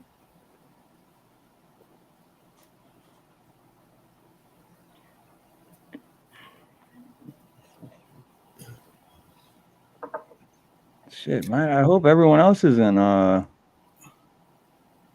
my phone, it's just buffering. I'm trying to see. Let's see. Oh, May 30th. Oh, there we go. Mine's is May 19th. That's why. My internet actually went down for about 5 seconds a while ago. No one noticed, thank goodness, but it did. Oh, yours went down? Yeah. Right after you came on, I believe it was. Carabri, I just noticed what Carabri said a minute ago.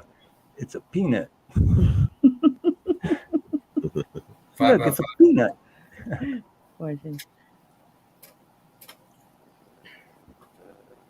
I'll be right. Mandatory.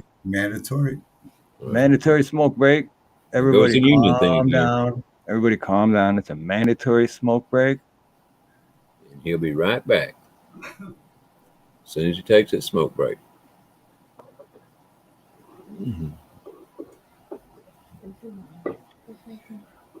Yeah, speaking of birthdays, one that can do a lot. My sister-in-law was half an ovary and had 3 kids. 2 of them are twins. Wow. Damn. Boy, that one ovary was working overtime, huh? Oh yeah. Damn. But yeah, speaking of birthdays, who in here has birthdays coming up in September within the next 30 days? Yeah, we have to do a birthday, September birthday celebration. Because Tuesday we're gonna do another raffle with David Devine and Raw Dog and Ronnie. Oh, excuse me. Well, when are we going to do a raffle to get my subscribers? That's what I want to know. That's Tuesday. That's our Oh, next it is? raffle. Okay. Well, wonderful. I didn't know that. Tuesday raffle for get Ronnie to 500. Works for me. But I bet you $1 to a hole in a donut, I don't get up to 500 that one night. Where you gonna bet? Never say never. Wait, does that make me a hypocrite by saying that? Never say never, but you just did. Could be. I hadn't thought of it like that. Yeah. Y'all remember now, this Tuesday night, tell all your friends, your cousins, your uncles, your granddaddies, everybody to be here, and then share it all out so I can get up to 500 subs. And the grand prize is... Oh, that's right. We got to have a grand prize. Oh, a rubber ducky. Maurice Delk. Just kidding. That's a beautiful duck. I can't imagine anybody wouldn't want to win that. Oh, did you? Okay, right on. I have a flashlight and I have a stapler that I can throw in there. Hadn't got much of anything, so really.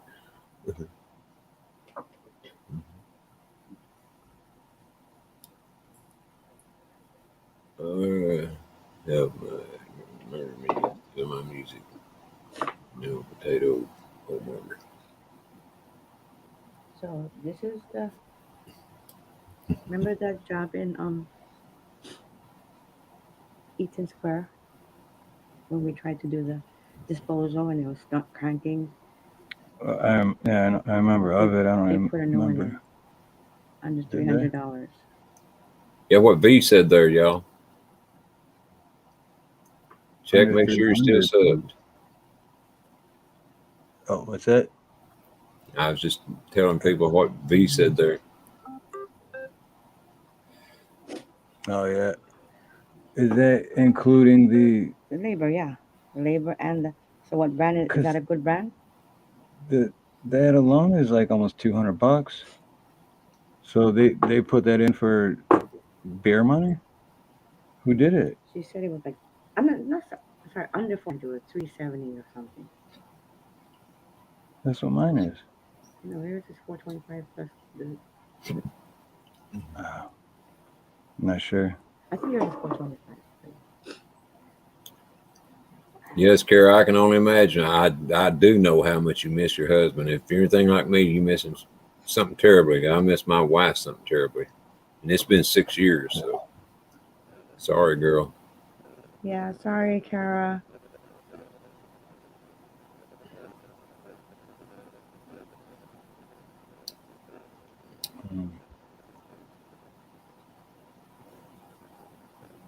Yeah, just a couple months ago. Yeah, that's rough. That's Yeah, my sister passed on April 1st of 2020. Which, I mean, it's been a couple years, so I'm not, but because she was always a joker, and she's she had a weird sense of humor, but she's always trying to be funny. So it's kind of like her, haha, April Fool's, mother, Yeah. I'm still waiting for her to walk in my front door and be like, you got there for 2 years. Because she had a weird sense of humor, literally. Like, I wouldn't put it past her to do something like that. But, I mean, obviously, it's not going to happen. But Well, you never know. I mean, hey, never say never. that's right. Well, I can tell you, it's been 6 years since my wife passed. And man, some days are just so bad. I have to keep it pushed out of my mind, most of the time. Or it literally drive me crazy. But like Sunday, when I wasn't even thinking about it, I didn't think I was thinking about it, but I undoubtedly was, because I was a depressed sucker Sunday, man. Yeah. Yeah. Oh, and Colorado, I emailed you back too. 19 years too, huh? My dad passed away 2016. Also, Ronnie. Did he? What day was it? January. Hold on. The cool thing is my whole family got to meet him. So my sister got to meet him. My dad. We got an awesome picture too with all of us together. January 7th. There's my daddy. January 7th. He was 83. This is a younger picture, of course, but Yeah. But he made it all the way to 83. Well, darn, he was doing good, to get that far up. Daddy, I keep him on my fridge, and I talk to him every day. He reminds me of a at least I say baseball hi. player. He reminds me of a baseball player, a guy that played baseball years ago. He was in the Merchant Marines with this picture. Yeah, but his face looks like the baseball player. He does. Now that you say that, Ronnie, I think I know what you're talking about. I just can't place, but yeah, you're right. He does look see like that picture of a baseball card. You're right. 2016. He does look a lot like the guy. I wished I could think of his name, but I can't. Here's Western Colorado Citizen Press. How's it going, guys? How's it, man? I just met Colorado a few days ago in one of the 1H hats and Grand Junction, right?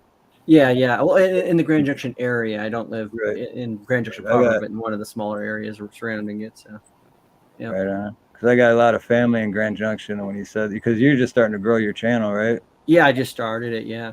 Well, I actually I used to actually just do DLive stuff, and then I stopped doing that for like 2 years because DLive became such a toxic place, and I mean that in the truest sense. I mean, just people were just downright toxic, and also I was pretty sure I had some good resources that told me that there were a lot of bots and a lot of users that worked for the company.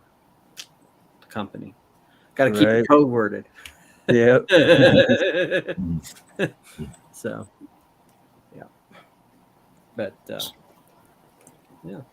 So who'd you say that was? What was the name of that? The DLive? Is that what you said? Yeah, DLive. I don't know if you heard of that or not, but it's basically it's a blockchain streaming site that allows you to. Oh, yeah. Okay. Yeah. There's a lot of people that are on DLive that either used to be on YouTube that were kicked off YouTube, or that are just exclusively on DLive for a lot of stuff. So,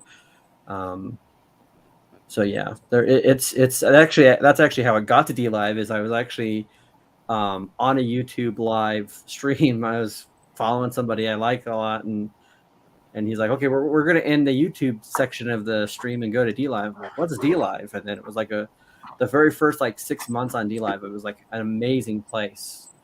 I know who you're talking about there, by the way. Oh, do you? Salty Cracker. Is that who you're talking about? What's that? Yeah, Salty Cracker. Is that who you're talking about? Was in his. Oh no! I'm talking about the Quarterling. I don't know if you know who he is. He's mostly the Quartering. Yeah, video games and stuff like that, and culture and no, I don't know then. Yeah, but that's the same thing he always said. The same exact words. That's what I thought you meant. It's Oh yeah, same line, same community, I guess you would say. yeah. Yeah, that's cool. Yeah, because I remember talking to you in that chat the other day, and because Yeah. I got family in Grand Junction, and I was like, dude, I'll help you out as much as I can. Oh, I helped yeah. David out the other night, got him to 500 subs, got his community channel. Oh yeah. Yeah. It's fun, man. Yeah. Yeah, it was great. Well, was like great. I said, I just felt it was an important time to get back out there and do, and try to do things. Thankfully, I haven't been running into too many issues, but I think part of that's interesting because it's interesting where certain places in the country people seem to be a bit more what's the right word of saying it without persnickety about being on camera and persnickety about having their privacy, what they consider their privacy invaded. Right. Yes.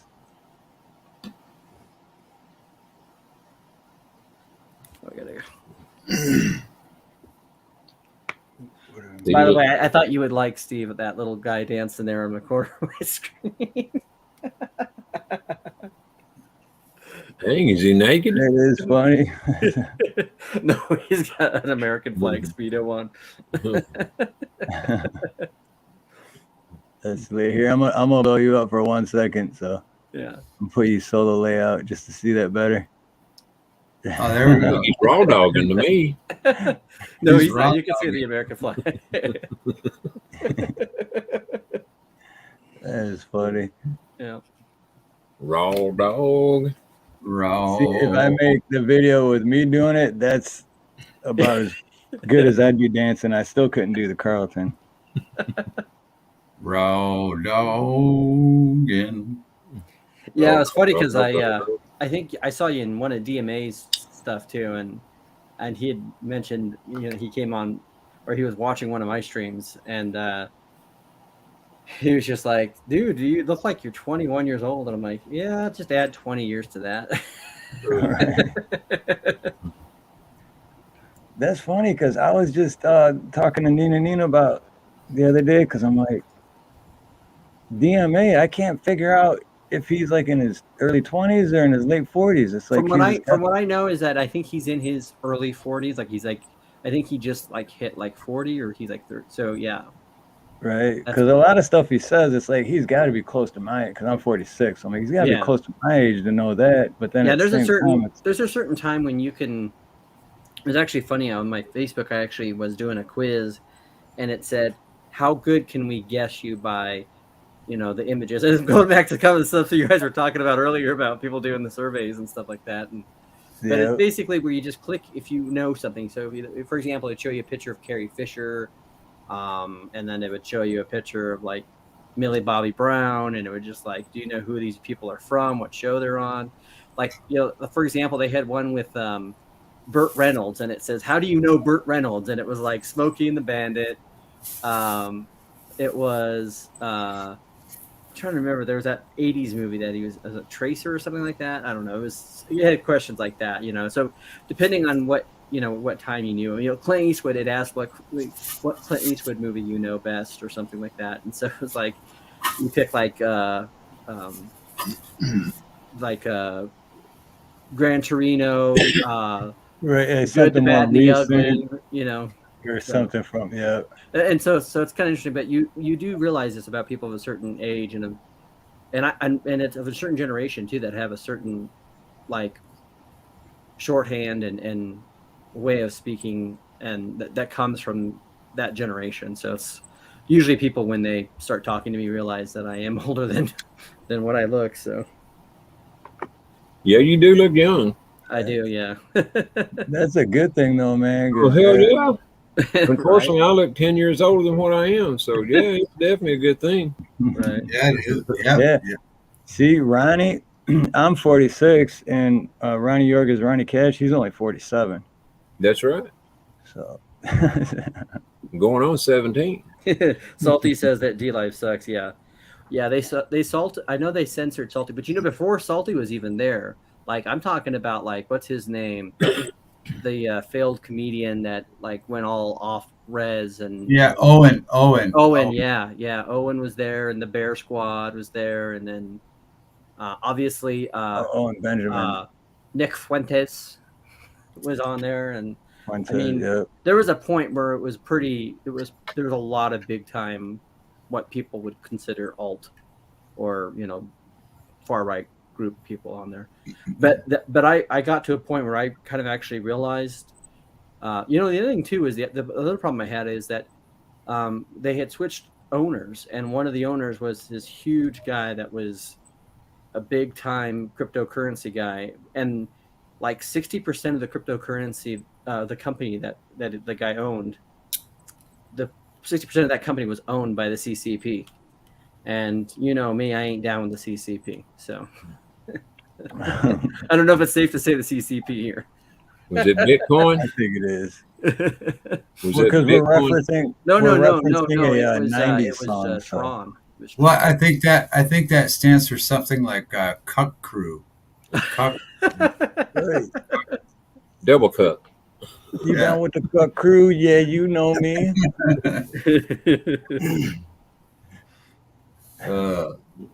But yeah, so.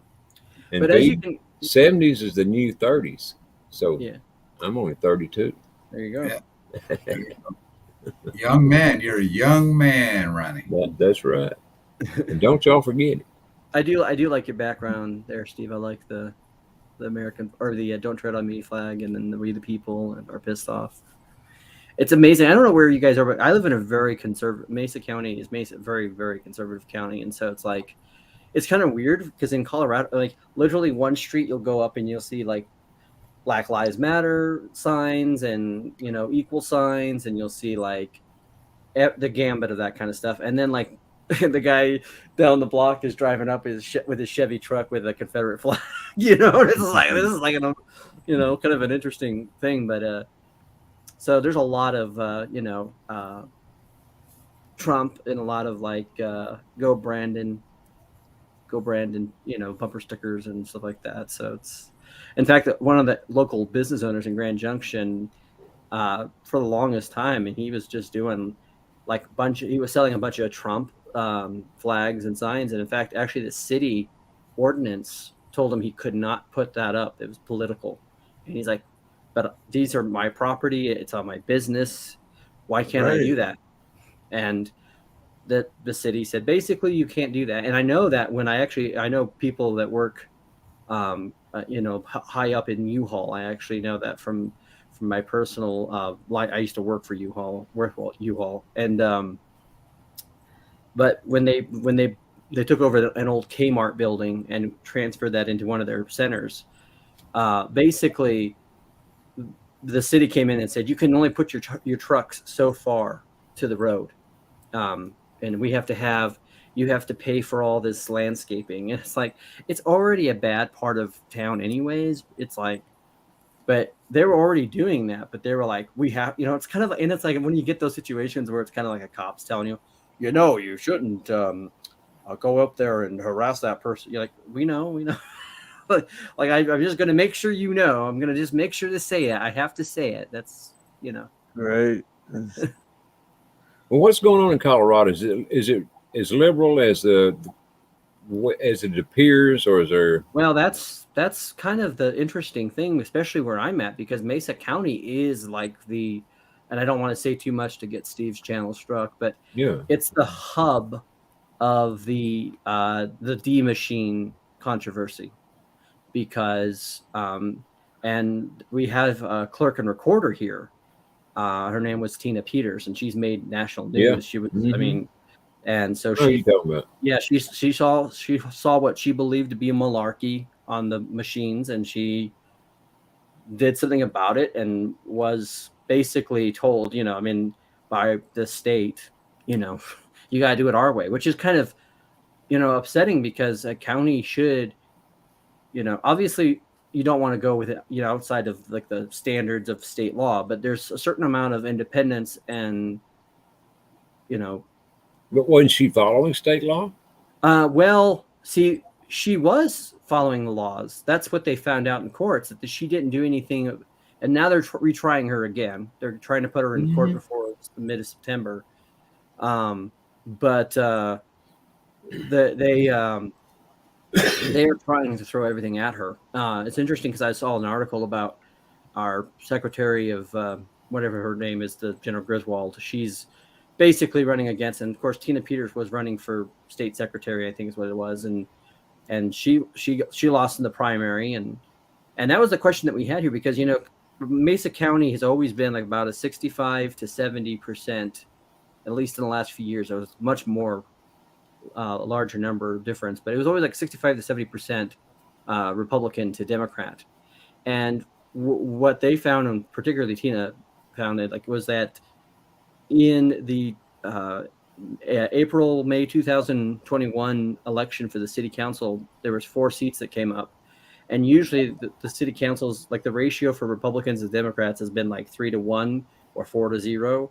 That's never been like higher than half and half. And all 4 Democrats won off those machines. And so there was a question there of kind of saying, well, why was that happening? Because, and there's a documentary out there that talks about this out there. And it really, like I said, always take everything with a grain of salt and do your own research, but it basically does at least present another side of the story than what we heard, because the media, the state, and then the other thing that's upsetting about this is the FBI raided her house, and the FBI raided all of her workers' houses and relatives of her. I mean, it was like, and I'm of the opinion personally that if you're a county sheriff, and I don't think our county sheriff is really truly a good guy, but there's no reason why you should be letting the FBI raid people's houses, especially to this degree. And you see that kind of collusion, and it could only make you suspect something. Well, it's either one of two things. Either he's a good guy that don't know the Constitution and don't care about his citizens, right, or he's a crook. One or the other. Right. But yeah, when you just let the FBI come in and just do their own thing, and you just kind of let your cops, your deputies, be rent-a-thugs, then in my opinion, you're failing at your job. And that's the other thing that's happening. So I've been covering on my channel the county commissioning meetings the last couple of weeks, and and seeing our county commissioners, especially one in particular, Scott McGinnis, was actually former U.S. representative to the 3rd District here in Colorado, which is the district that I'm in, which is the seat that now Lauren Boebert has. And of course, Lauren Boebert, she's pretty controversial and they're doing everything. I'm telling you, they're doing everything in their power to discredit that woman. And there's things that are just kind of like, where like the supposed 911 calls, and they're like, yeah, that Boebert family, that BOE, like they're spelling it out. Like, it's like, to me, like, if you're like legitimately in a 911 call and you're trying to deal with this, but you're like, hey, my neighbor is upset, and if they ask you the name, that's one thing, but they're like going out of their way to make sure, the Boebert family, it's kind of like, they're just going out of their way to kind of do that, to throw. Oh, I've seen that whole story. I know exactly what you're talking about. So we're in the hub of all that, and they believe it. And the documentary that I saw at a local group, constitutional group I went to on Monday, basically showed this documentary. I think it's called Deselection Code, and it basically talks about where the fact that they deleted files on there. Like, again, I don't want to get too much into it because I don't want Steve's, because there's like, you can talk about the Wuhan virus and get, right. But there, if people are interested, there's a lot of stuff out there about that. But it's kind of interesting because, and I do think part of it is that we're seeing a lot of transplants in Colorado, especially where we're at, because we have we're like the desert part of the state, right? And it's like people come out here for mountain biking. They come out here for the vineyards, because we have we're like the Napa Valley of Colorado. We have, we're close to Moab. We're like 8 hours from like all the major national parks in Utah. and so you're seeing a lot of people moving here from places like Boulder. You're seeing people coming here from places like California. So it has become a more liberal area. I mean, much more than when I was growing up here. I mean, it was when I was growing up, everyone I knew around had pickup trucks and they had rifles, and and now that's not so much what you see anymore as much. But there's still a contingent of it. But it's it definitely, you can see where they're trying to push that stuff. So.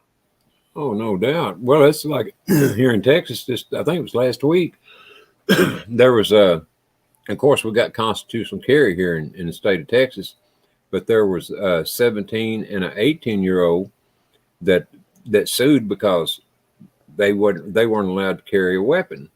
Right. And then it came to the Supreme Court here in Texas decided last week that they had every much bit of a right to carry a weapon as anyone else. Right. So at least from 17 on up, you can carry a weapon. Yeah. But the question is, and this wasn't in the that particular case, but when you're 17 and 18 years old, a lot of times you're still in school, and the schools you can't carry there. I mean, you have to be a cop or somebody to. Right. Well, I am shocked that they haven't gone away with open carry, because in Colorado you can open carry. Obviously, you can, yeah, but you can't open carry in. I mean, obviously, if you go to places, they'll have like signs and stuff like that. So this is a gun-free zone, which they might as well say ducks in a barrel. I mean, that's what they might as well say when they put a sign like that up. But the one of the problems we have is that, and they're doing this a lot, they're pushing laws that skirt around those things. So Colorado has been one of the few states that has been like leading the charge in the red flag laws. I mean, I don't know if you guys are familiar on what those are. I know what they are, but I didn't know they were. Yeah, they're really egregious in Colorado. So, and I actually went and I actually talked to our old sheriff, and I actually went to go talk to my new sheriff. I keep on getting the same guy at the public relations, because I asked why. By the way, I found out that it's not the policy of our Mesa County Sheriff's Department to identify themselves. There's no, he's like, well, there's no, and when his response says, there's nothing in the law that tells us that we have to. And I'm like, but we all know you guys have policies that go beyond like the scale of what law tells you can do. Right. It's like, really, it's like, but he's like, well, we try to do that. We believe it's professionalism. We give them business cards. But the only thing that they're supposed to do, the only thing on books that they're supposed to do is that if they pull you over on a traffic stop and they give you or issue a warning, then they have to give you a business card. But so I'm looking, so I talked about that. I looked into that one, and I'm looking and it's seeing, because I've been trying to say, hey, why, when these red carry laws come and someone tries to take away guns of citizens, what are you going to do? Are you going, because if you're a county sheriff, you uphold you took an oath to a constitution to uphold our rights. And so I don't think I have a lot of confidence that that's going to happen. As some of the things. The other thing that's interesting that happens here also is that it's interesting all the different things that Colorado has. So obviously Colorado's also become, like Virginia and New York, one of the more egregious states for abortion. And I know that's a different issue, but it's one of those things where it's basically up to the child coming out of the woman's womb. You can just, and it's done. And it's so egregious, and it just, But that's interesting because at the same time, Jared Polis, our governor, who's a Democrat, he also got rid of qualified immunity in the state of Colorado. So cops can no longer hide behind that one. So there's kind of like a weird kind of mixture of things that are great and bad about what's happening in Colorado right now. But that's the way it is over the whole country, though. Yeah, it is. Yeah. And it's the thing, and I think the other thing too is that it's interesting that all this stuff is converging here in Mesa County, because I do think that it is the last kind of conservative bastion of the state of Colorado, and I think that they can get rid of some of these things, or you see these things, but they're definitely, the county commissioners are definitely getting triggered about it, and that's why in my video I have showing them getting triggered about people asking about this kind of stuff. And so it's interesting.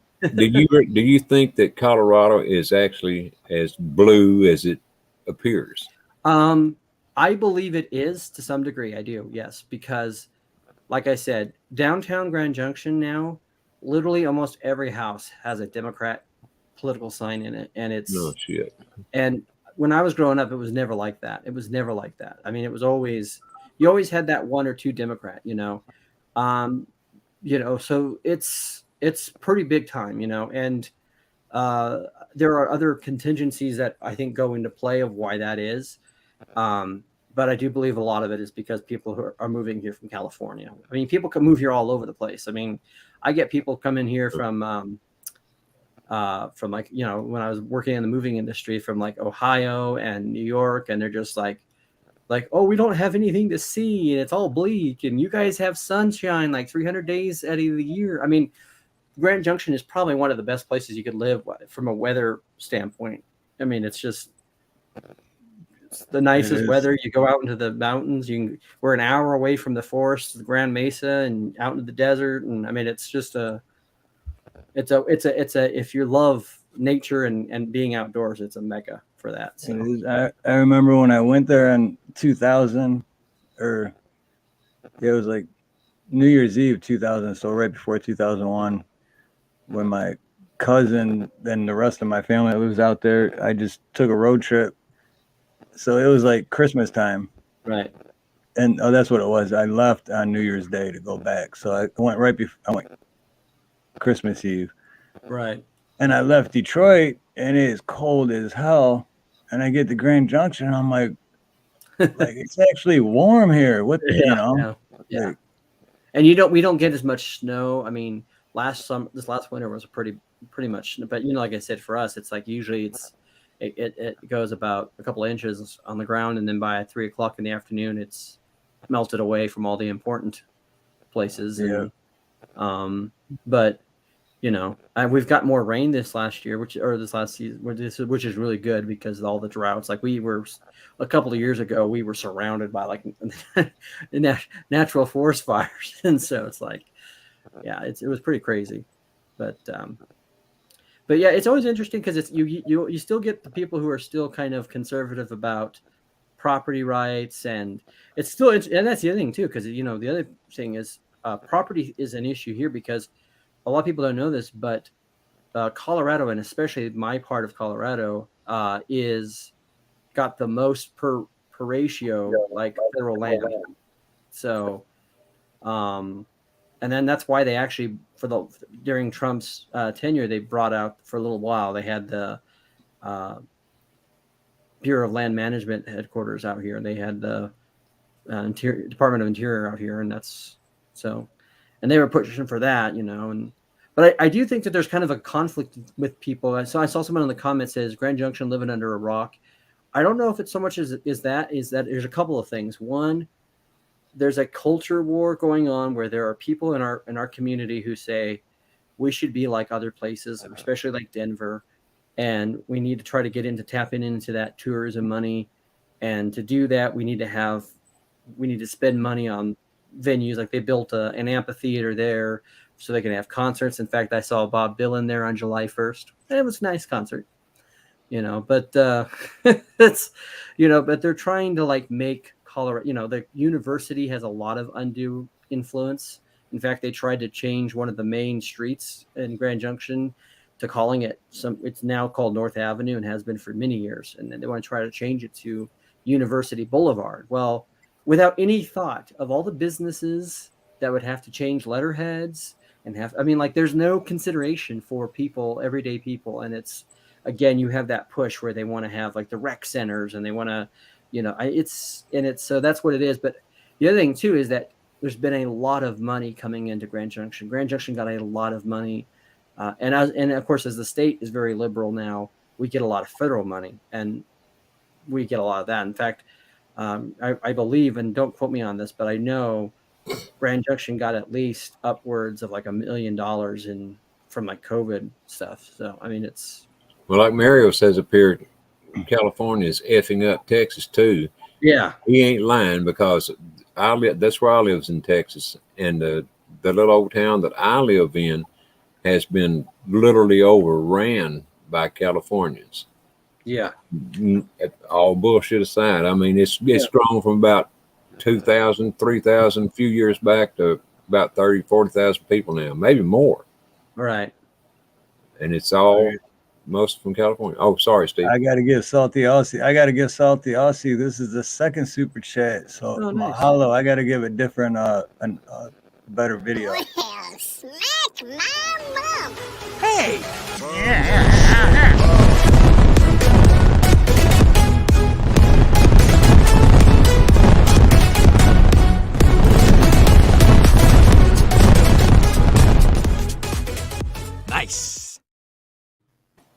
Nice. Mahalo. That is bad when you have global warming and yet you have a ton of snow. How does that work? Salty Aussie. It's climate change now. That's you gotta use the apt word, right? Because you Ronnie would know this because I wasn't alive then, but I've read stories on it, but like all the times when in the 70s they were so afraid of the global cooling. and now it's the global warming, you know. It's like, and that's when you realize, oh, it's the same lie. It's the same thing. Like someone actually posted on Facebook, and I put it on my Facebook, and I just thought it was like one of the best things on Facebook, or one of the best kind of memes. I'm sure y'all have seen it, but it says this. I'm gonna pull it up with my.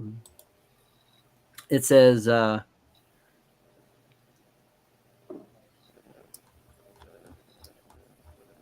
Where's it at? It's right. Thank you, Mario. Appreciate that. Those who say you don't need a gun to protect yourself have armed guards. Those who tell you to reduce your carbon footprint own private jets. Those who are warning you about rising sea levels bought beach homes. And those who told you to stay home to stop the spread of COVID went to dinner parties. Well, that's for damn sure every one of those. It's the truth, right? Like, it's the truth. It certainly is. And that's do what we say, not what we do, kind of. Mm-hmm. By the way, I don't know if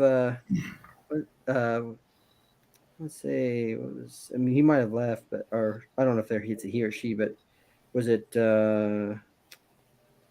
were having a film conversation. And I was talking about Open Range being probably my all-time. I mean, I think Searchers is the best Western ever made. I love John Wayne. I love John Ford, the greatest American director of all time. But I also love Open Range, and that's what you see in my back there. I've got a picture of Robert Duvall and Kevin Costner from the set of Open Range. They signed and autographed that. So, but. Here we go again. Oh, did you get another super chat? Oh, Salty, 70s Ice Age. Yeah. The 70s Ice Age hasn't killed me yet.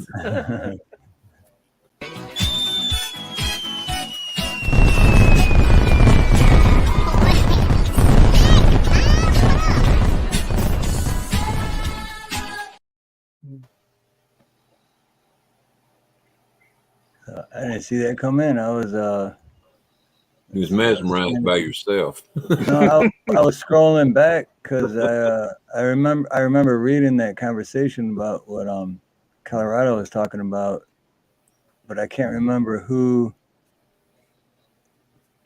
he was talking to about that. About the Westerns? Yeah, about the Westerns. It was Forging Thought. That was the guy that Forging was talking. Thought, yeah. We were talking movies, and I can go. And I don't know if you saw Ronnie, but because you were talking about the brothers that are in Young Guns, and that's Emilio Estevez and Charlie Sheen. Okay. Yeah. And they're half brothers. Their dad, Emilio Estevez's dad's Martin Sheen. And although, if you think about it, it's interesting. They don't. Emilio and Martin don't really talk to Charlie that much. In fact, Charlie's pretty much severed ties with them because Martin and Amelia are actually very devout Catholics, and they've become very more ingrained in their faith. And I know they're going to be always going to be liberal, but I think they're not as liberal, you know. And of course, Charlie, you know, I'm sure his life values and his Thank you, Kara. Extra activities probably conflate with that, but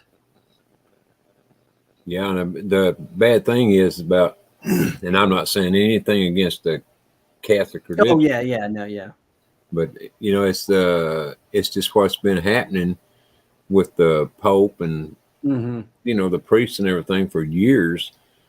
That and I mean, my son-in-law, my daughter, and all of my granddaughters are Catholics, but they know all too well what's been going on, right. You know, in the Catholic Church, and I know they're very disheartened by it, to say the least. Right. But you know, I mean, I don't know what else you can do other than I wouldn't trust a priest as far as I could throw one myself. I can understand that. I grew up Catholic until I went into high school, and I'm not anymore. Yeah. So do you live in Hawaii? Is that why you have are you from Hawaii then originally? I saw the Bahala. I'm originally born and raised in Detroit, Michigan. Oh, cool. But I moved here 14 years ago. Nice. So you've are you an U of M fan too? Used to be, but since I moved here, I haven't really paid attention to sports. No, I haven't paid attention to sports at all. It's weird. Like I used to be big Red Wing fan, and but since I moved here, it's like the last thing on my mind is sports. I really don't even pay attention to it. That's why whenever sports comes up, I'm like, I don't know anyone's name. Right. I don't know any statistics. I will say that of all the fan bases I've met, I think the Red Wing fans are probably the most neurotic fans I've ever met. I mean, yeah, it was pretty wild. They live and die that team. I mean, it's like, I know, like I had a friend that used to live in the Detroit area up in Farmington Hills, you know? Yeah. And, or as we call it, White Detroit. But he was telling me that just all the suicide watches people would get into when the Red Wings wouldn't get to the, you know. Right. And then when my brother went up to school to Ann Arbor, and that's actually why I became a Michigan fan, because my brother went to school in Michigan. And when he went to Ann Arbor and he still had his Colorado license plate, and people were just going, whoosh, like trying to like ram him off the road, because I think that was the year right after they had won the Stanley Cup after coming to Colorado. So yeah, because the Avalanche and the Red Wings is that's a huge rivalry. That's a heated rivalry. Huge rivalry, man. That was crazy. Yeah. But that's what's funny though, how you said like Farmington Hills. Yeah. Whenever I meet someone from Detroit, right away it's what part? Because there's Detroit, which is where I lived. Right. Well, I mean, I grew up outside of Detroit, but I lived in Detroit. And then there's, Farmington, Rochester, Ann Arbor, Ypsilanti, It's like, oh, so you're not.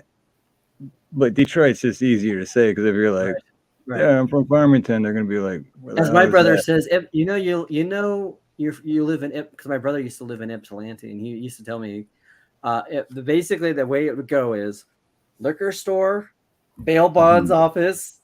Yeah. It's like strip joints, Ypsilanti was like a mini Detroit. Liquor store, bail bonds, And in fact, he lived in a basement apartment, and he was telling me how like that was the first time he had bars on his window.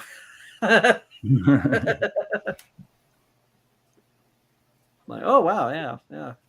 Growing up where we are, you'd always grow up without having your doors locked and your cars locked. Yes. Although now you can't do that here in Colorado, because Colorado, especially Grand Junction, there's so much drugs here now. I mean, it's the meth, and now I read a story recently, like a week ago, that Colorado has now become the cocaine capital. of the United States. Like it's Really? yeah, it's like Wow. so you know That had to be a big fight to get there. I mean, 'cause they were right. Yeah, I remember my cousin telling me about like 10 years ago how like the meth problem in Grand Junction was just getting to Oh yeah. ridiculous.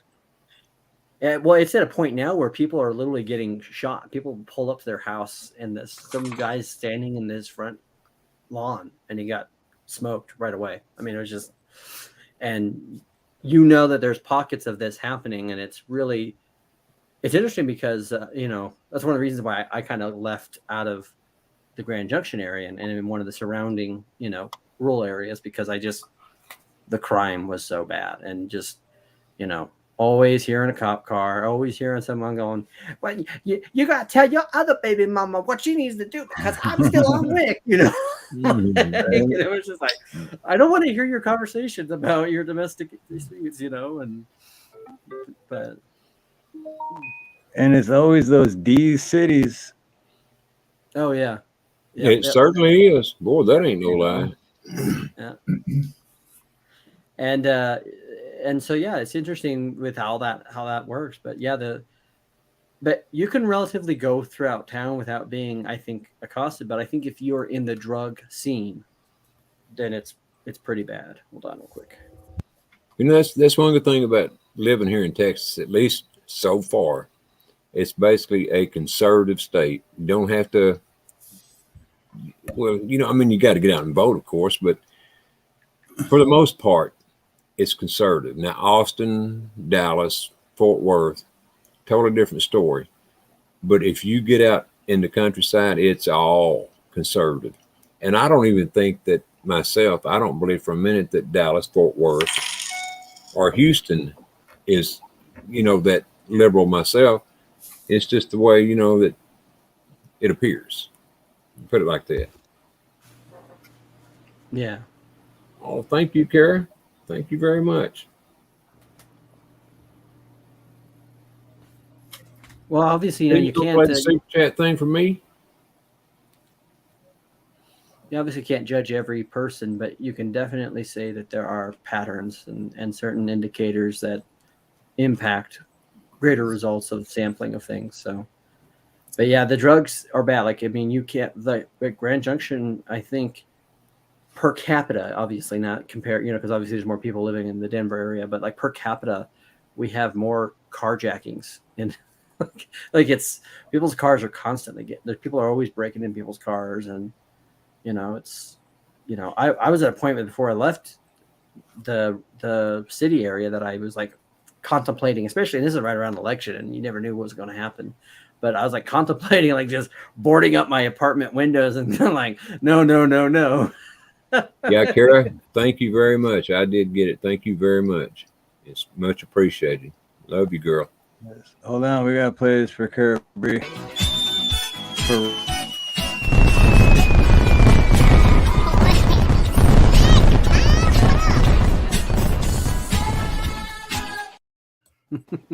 It's just a speedo.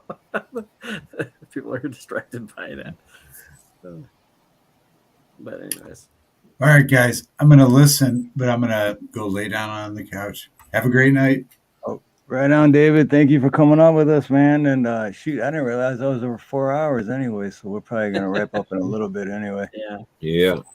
Man, see, it's like tonight, real quick, David, I know you're going to go, but I was even saying in the beginning, like one of David Devine's lives when he's like, just a quick half-hour live, and then 4 hours later, it's like, and then tonight I was actually thinking like maybe just like 2 hours, and I just looked to think like 2 hours, but it's twice as much but you can't help it. You're having fun and having such great conversation. It's like, no, it's great. Yeah, you don't want to end the conversation, and it's amazing. Yeah, and and just like it's going right now. Other than that, I just feel like I need to go lay down. Yeah, right. Yeah. You guys know yourself. I'm about to join you, David. So I'm going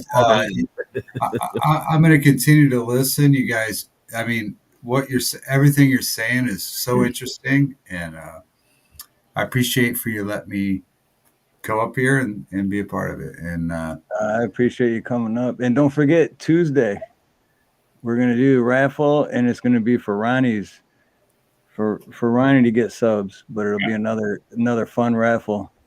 I can't wait. And David, we need you here to help, keep that energy up and to keep people calm down. I'll keep everybody up and down. There you go. Everyone gets too excited. Everybody calm down. Calm down. Oh, what's David's channel, please?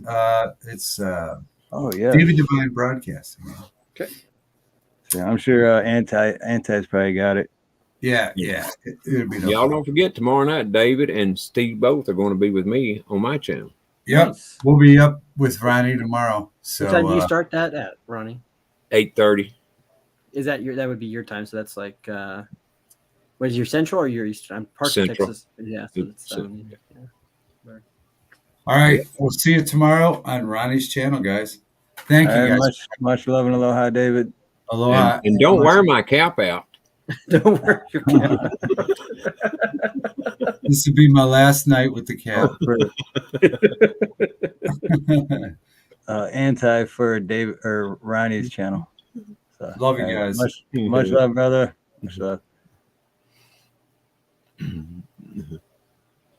love David. By the way, I hope I didn't steer your conversation into a religious. I wasn't trying to get into a religious. I was just no.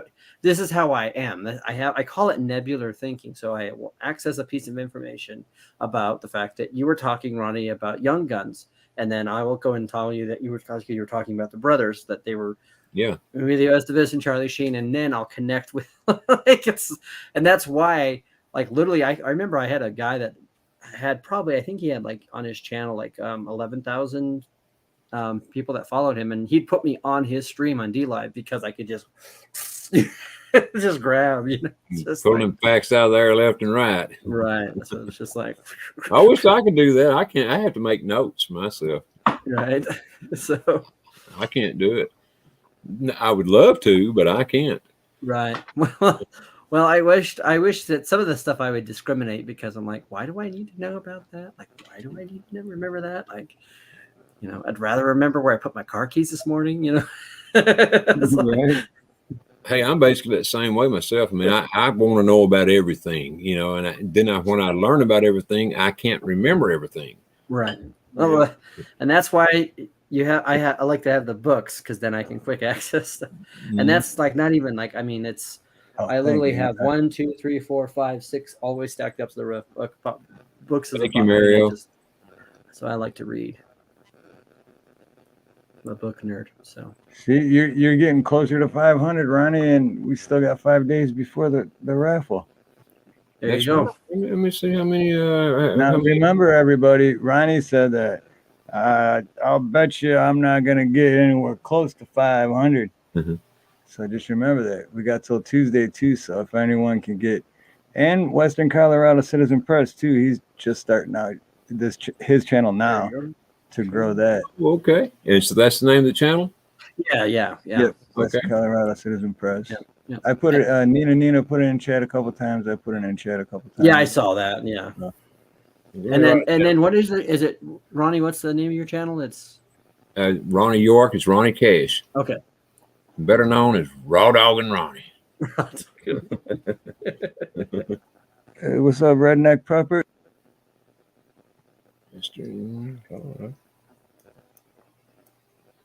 There we go.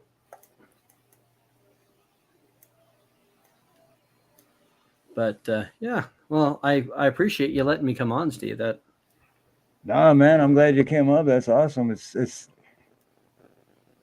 because I don't know if you do lives or if you have. I haven't. Yeah, I do. I'll do lives. I did one today because I wanted to react to a video of one of my auditing guys that I follow, and like I said, on Monday or Tuesday mornings, that was like last Tuesday, I live streamed the council, and we had kind of some fun on that, because the one guy got up there and he was just like, well, I want to tell you about all the I was like, what part of this guy come out of? you know. Right. Thank you for the sub while I'm thinking of it. Appreciate it, bro. But my thing is though too. It's like I like to, because I know a lot of people in chats and stuff, but I like to like. I mean, this isn't in person, but it's the next best thing, right? You know, yeah, it is. Yeah. Like I mean, like with accountability for all and Banana Anna, like I talk to them on the phone. I know them, and Oh, cool. DMA. I talked to him, but never been on the stream together. But Right. it's just, to me, it's better. This is like we know each other better. Right. Oh, for sure. And conversation is a lost art that if you're too busy just being on this thing all the time, and you're just texting, you lose that ability to kind of learn. And I always call it the detective game, because I used to have, and I still struggle with lots of anxieties, and I'm very self-conscious about the way I talk. I know my voice. I don't like to put my picture out there, because I know people are like, oh, well, look at that kid. Look at that 12-year-old kid. What's he doing there? No, see, and it's like, I hear all those like subconscious things. And so it's like, trying to like deal with those anxiety issues and try to push that out. And that's why, I try to do some of this, because it pushes you out of your boundaries and it's good. But conversating with people and having good conversations is just it's a helpful tool, because for me, for the longest time, I would just blur whatever I was thinking and not realizing, does that really matter right now? Like is this a point that should be made at this particular time? And it's the same thing with writing. And I know, Ronnie, you'll appreciate this too, because it's like, you guys were talking earlier when I was in the chat, you guys talking about like, the lost time before all the CI, and remembering like when you used to write a letter out and you'd hand write a letter, and it took time and it took you to think about, if you didn't want to write out like a book. So you had to like focus on what was essential, what was important. So yeah, that's a good thing. And personally, I like what David's doing. Sometimes it's to me, like, I listen to a lot of talk radio. In fact, I've actually had to scale down on my talk radio, because I'm like, my wife's like, no, settle down. So I listen to a lot of audiobooks for that reason, to supplement the fact that I want to hear talking. But when you can just hear talking, and then you can kind of like, okay, I'm gonna relax now, and I can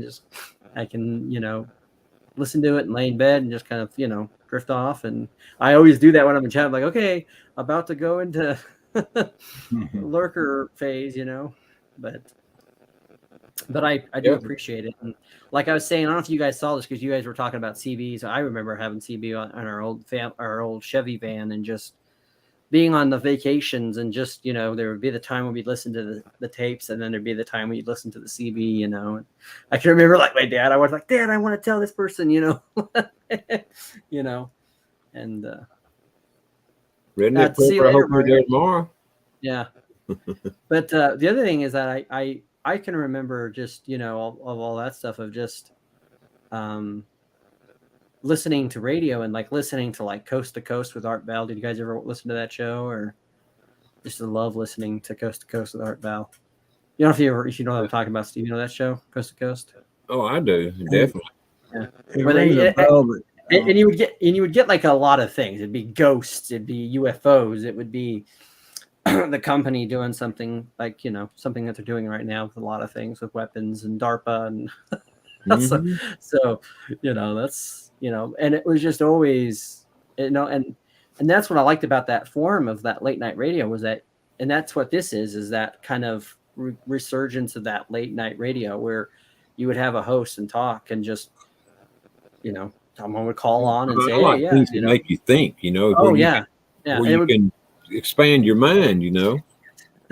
That's what I love when it'd be like a variety show, and it wouldn't just be exactly, because I will say this, even though I lean to, I am in the kind of in this kind of moment of like coming out of where I normally would be politically.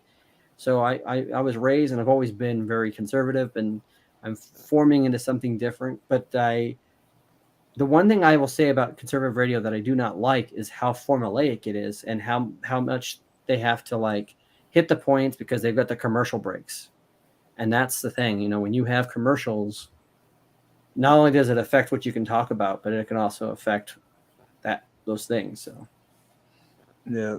And unfortunately, the last person that could really do that well was Rush Limbaugh. And, you know, there will never be another Rush Limbaugh. I mean, no matter what your view on politics is, that you can never replace that. That man was an icon. That's for damn sure. Old Rush was head and shoulders above everybody in the. That's always my favorite. Is when in the beginning when I started live, when someone's like, "What's the topic tonight?" and I'm like, "We'll find out." Yeah, like, you know, there is no topic. It's whatever comes up. Yeah. Peace, everybody. Oh, everyone's kind of leaving there. It looks like so. It's yeah. It's time in the immortal words of Willie Nelson, one of the great American songwriters. The party's over. The light. Turn on the light. Turn off the lights. The party's over. Exactly. You know? Turn off the lights. That's sung by Dandy Don Meredith at so many Monday Night Football games. Yeah. When the score got out of reach, he'd say, "Turn out the lights. The party's over." Because somebody done got their ass young sang it, but a lot of people don't know that Willie Nelson wrote that song, just like they don't know that Willie Nelson wrote "Crazy," that Patsy Cline song. Mm-hmm. So, yeah. It's crazy because I went over 9 hours last night. So it's crazy. You got to quit your day job. I'm telling you, it's getting hard on me because I still got bills to pay. Yeah. But like I said though, it's hard to stop when the conversation is so good. Like, you know, if I could, I'd do this like 12, 14 hours a day, literally. Yeah, I know. Be like, well, I'm going to make it a little easier for you, and I'm going to go ahead and sign off, and hopefully maybe you'll get your butt off and get in bed too. Yeah. But I don't know. I still got office work to do for my plumbing business. I got to send out some invoices. Yeah, because it's like what? It's like what? Like 6 or 7 o'clock there? 9 p.m. Is it 9 p.m.? I thought there was like. Oh, that does make sense, right? Because it's like 1. My brain's still thinking it's like 12 or something. So. What happened to the clock you had back up there behind you, Steve? Is it? Oh, it's still up there. Because when Nina comes in, I see it. Nina's shorter, so she comes in. I got you. Okay. There you go. 12, 11, 10. Well, Western Colorado Citizen Press, it was nice meeting you, man. Nice meeting you as well. Great talking with you. Yep. And Steve, thank you, brother, for having me on again tonight. As always. Randy, thank you, brother. Well, I'm going to see you tomorrow. Yeah, you guys are gonna do it again, right? You're like same bat channel, same bat time. Ronnie's channel tomorrow. Yeah. Yep. Nice. But I might be a little bit late just because I still got to go do plumbing work during the day. Still? And because what are you still doing that for? You got YouTube. What else you need? I know I'm making like $7 a month on ads, so I almost got my phone bill covered. Yeah, every time. It's interesting, and I don't know if it's the same down there in Hawaii, but I know here there's just a huge plumber shortage, and so. Oh yeah, same here. And so like one of my relatives owns one of the well, he's kind of like he's like set up to own it, but he's like the general manager of it, and he's like, but he was telling me like they're like paying people like $22, $23 with no experience to just come in and work, and they'll show up for one shift and then leave. So. It's a horrible thing too, because and it's the same way here, but that's the thing, because like I was saying the other day, I don't have a lot of overhead, so my prices are cheaper. Yeah. But we were talking about how I got to raise my prices, because then they're going to call a big company. They're going to pay twice as much, but they're going to get some guy that doesn't know what the hell he's doing. Right. And it's going to get all jacked up anyway and not get done right. So, yeah. Well, good night, guys. Good night, Ronnie. But yeah, tomorrow night, Ronnie's channel. Wait, was it 8:30? 8:30 Central Time. Yep. And yep, I'll be there, and I might be 15, 20 minutes late, but I'll be there. Oh, that's cool. I got a few things to go over with on anyway, you know, and so I mean I can do them with. He's got the monologue. He's got his monologue. He's got the raw dog monologue. Oh, no, Raw dog monologue. Among other things, yeah, that'll be part of it. Good night, guys. Love you guys. Right. Y'all Love have you, a great Ronnie. peace, y'all. And you have a great day, and God bless, brother. Well, thanks for having me on. And like I said, it's, you know, I know it's always an iffy thing whenever you bring someone on that you don't really know. Because you never know. It's like, is this guy good? You know? So hopefully I talked to you in chat a few times, and yeah. in the communities that I've been in for a long time. So yeah. Well, like I said, hopefully I didn't take away from anything or. No, not at all. That's what I was saying about how when people say, "What's the topic?" It's like, we'll find out. Yeah. That's. And I always tell people they go, "What's the topic?" I said, "I have lots of topics. I can tell you." Right. Yeah. It's like, do you want me to write every one of them down, or people will ask me questions, and I always say this: don't ask me a question if you seriously don't want the answer, because I will take my sweet time giving you that answer. So, you know, it's like, yeah. So, yeah. Well, anyways, I'll get going too, and you get some sleep, and aloha, and you know, I have to brush up my Polynesian. Right. I picked up one time when we went to Hawaii. Nice to meet you too, V. When I picked up, they had like the Polynesian dictionary, you know, so in the Hawaiian dictionaries. Don't worry, I've been here 14 years, and I still. Yeah. I still don't know any. My wife's Filipino, and I still don't even know the. Yeah. I don't even know how to say the word Yeah. Tonga, whatever. Yeah, 14 years. Yeah. So, yeah, I pay attention. Yeah, I mean, I don't pay attention. Well, yeah, like I said, it's cool. One of these times I'll have to have an email with you about, you know, some of the places that I've been to in Hawaii, because I'm sure you've been to those places and seen those places too. And on the weekends, me and my wife Nina. So like during the week, this is my channel. And on Saturday and Sundays, it's me and Nina, and we use our phone, and we're out playing tourist, basically. Oh, cool. Okay, yeah. So we do like sunsets and food trucks, and every Saturday and Sunday, it's kind of like an IRL kind of thing, yeah. On the scene kind of thing. And then hopefully you run into somebody that's like, "Why are you videotaping me? Are you putting that on the tube? You know, like I know it's happened more than once, but there's one particular time that I can remember, and she wasn't rude about it, but at the same time she was, because she was like, "Why are you recording?" And then I'm like, well, I wasn't recording you. But now that that's always a fatal flaw if someone does that. Like, why are you recording? I'm like, oh, now don't record me. Okay. When you tell someone not to do something, they're going to do it. You know. It's like, oh wait, I would imagine that most of Hawaii is not too bad because of the whole hang loose philosophy, right? Right. Yeah. The living with aloha. Yeah. There was one more. The guy that was on the panel earlier, as if it's your business. He was in the chat, and this was months ago. This was the best one. I'm gonna have to go back and watch it. I can't remember, but we were in Kailua, and Nina went inside a grocery store to grab something, and I was out in the parking lot. And then this chick starts like going like this, and I'm like, I'm looking behind me. I'm like, I don't know. And she's just like getting, and then she comes up to me and she's like, "Are you videoing me?" And I'm like, oh, huh?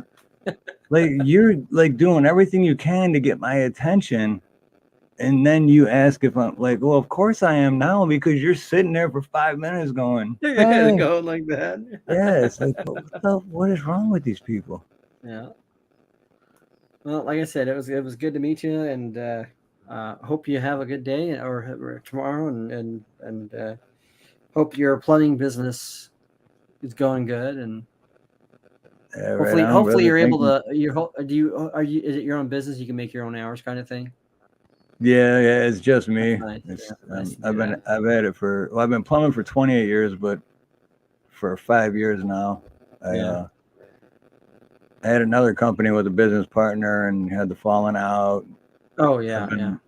So And I used to work with family and I'll tell you, and even with a friend, and the family and friends you should not work with. That's like a boundary you should not. that's what my last one was.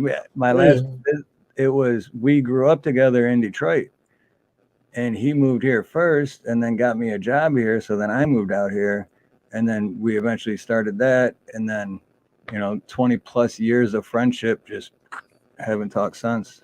Right. I'm sorry to hear that, but I think honestly, I'm going to go and like I said, I don't know if best I'm going thing to that find ever an happened. Audible book, but I'll definitely find or YouTube. But just hear something. It's just like, although the other thing that also puts me to sleep too is the sound of cars, like just traffic, just driving, being in a car driving. Oh That yeah, sound is just, if you like the air conditioning and that, so those ASMR like videos like within a car, those are some of the best videos for me. Like most of ASMR, I'm like, this is weird. Why do people like this? Like especially the ones like on eating. Like to me, I don't know how the sound of eating comforts people. I mean, I know why eating comforts people, but the actual act themselves of eating, but the sound of it, I don't. It's like I don't want it. Why is hearing you chew on a Cheeto? That's funny. We were talking about that last night, because I always have to have a fan going. Oh yeah, me too. Just got to have that white noise, but yeah, but the sound of cars too in traffic, or even just like that distant noise of like people talking or whatever. Like if you're in a crowded place, but yeah. Well, and I live off of a highway, and so I you can just hear the whoo, and it's just kind of like nice. Except for like there's always like the hot rodder motorcycle guys that come in around like 1 o'clock, 12:30, and just dude, that's right as you were saying that. That's hilarious, man. Right as you were saying, there's a wah. Yeah, I know. See, that couldn't have been planned if you tried. That was weird. See, this is more stuff that it's weird that I just tap into things. It's really weird. I've always had that thing. Like, I can remember like I'll be out somewhere and I'll just like all of a sudden I'll see a cop car or I'll see a siren. And it's not like I've seen that and then that triggers a thought or a memory. It's this thought out of my head, out of nowhere comes. And then like I'll turn like on the street and there's a cop right there. And it's like what? It's crazy stuff how that happens sometimes. But alrighty, well, I am going to get going and get back to bed. And like I said, I enjoyed the conversation and appreciate coming on. And hopefully, I appreciate you coming on. in the future, we'll maybe do a couple others, and. No, absolutely, yeah. I got you. We got you. We have each other's email, so Yep. I'll definitely. Awesome, man. And like I said, you can tell with the books that there's a lot I can tap into.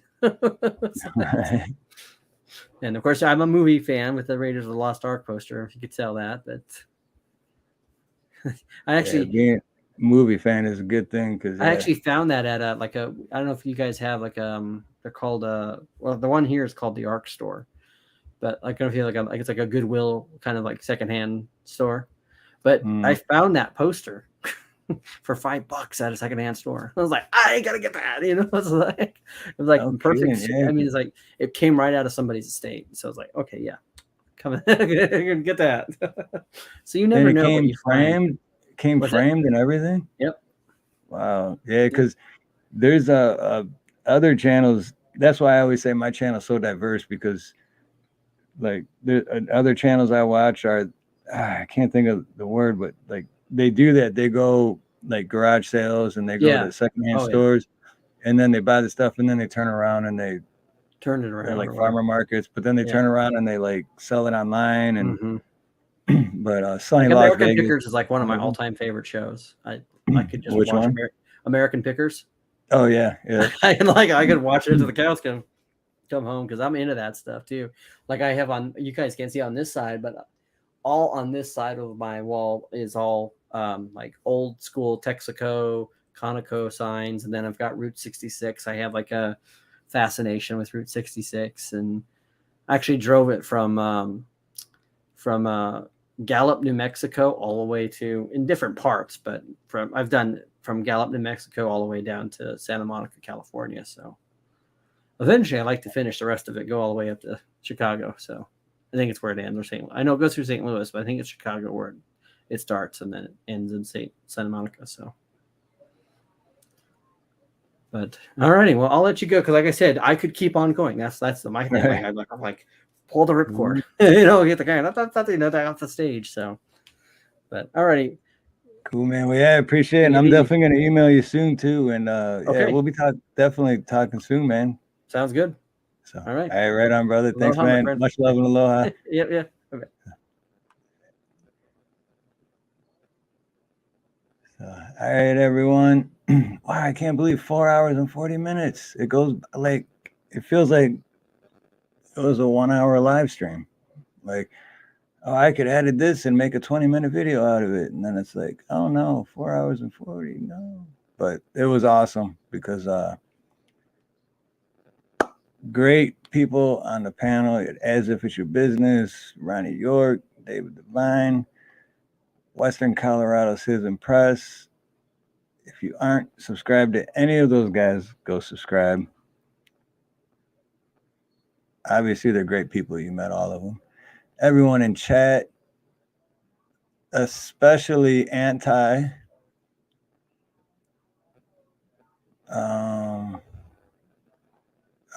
Yeah, Anti. I don't know how to. Yeah, but yeah, for sure. Simone Watchman, Indy, Beautiful V, everybody else, Cara Bree, Redneck Prepper. I'm gonna have to scroll back, look at everyone's names. Salty, Aussie, YouTube Turns, especially YouTube Turns. If you guys aren't subscribed to YouTube Turns, you go sit your ass in the corner and think about what you did. You got to subscribe to YouTube Turns. But all right, everyone. I love you guys. Saturday, me and Nina will be doing a touristy trip, possibly to the Dole Plantation. So that's going to be a lot of fun. Tomorrow, I will be on Ronnie Yorker's Ronnie Cash's channel. And until then, did I get everything? Yep. Until then, have a beautiful morning, a beautiful day, a beautiful afternoon, a beautiful evening, a beautiful night, whatever it may be where you're at. Much love, much aloha. God bless.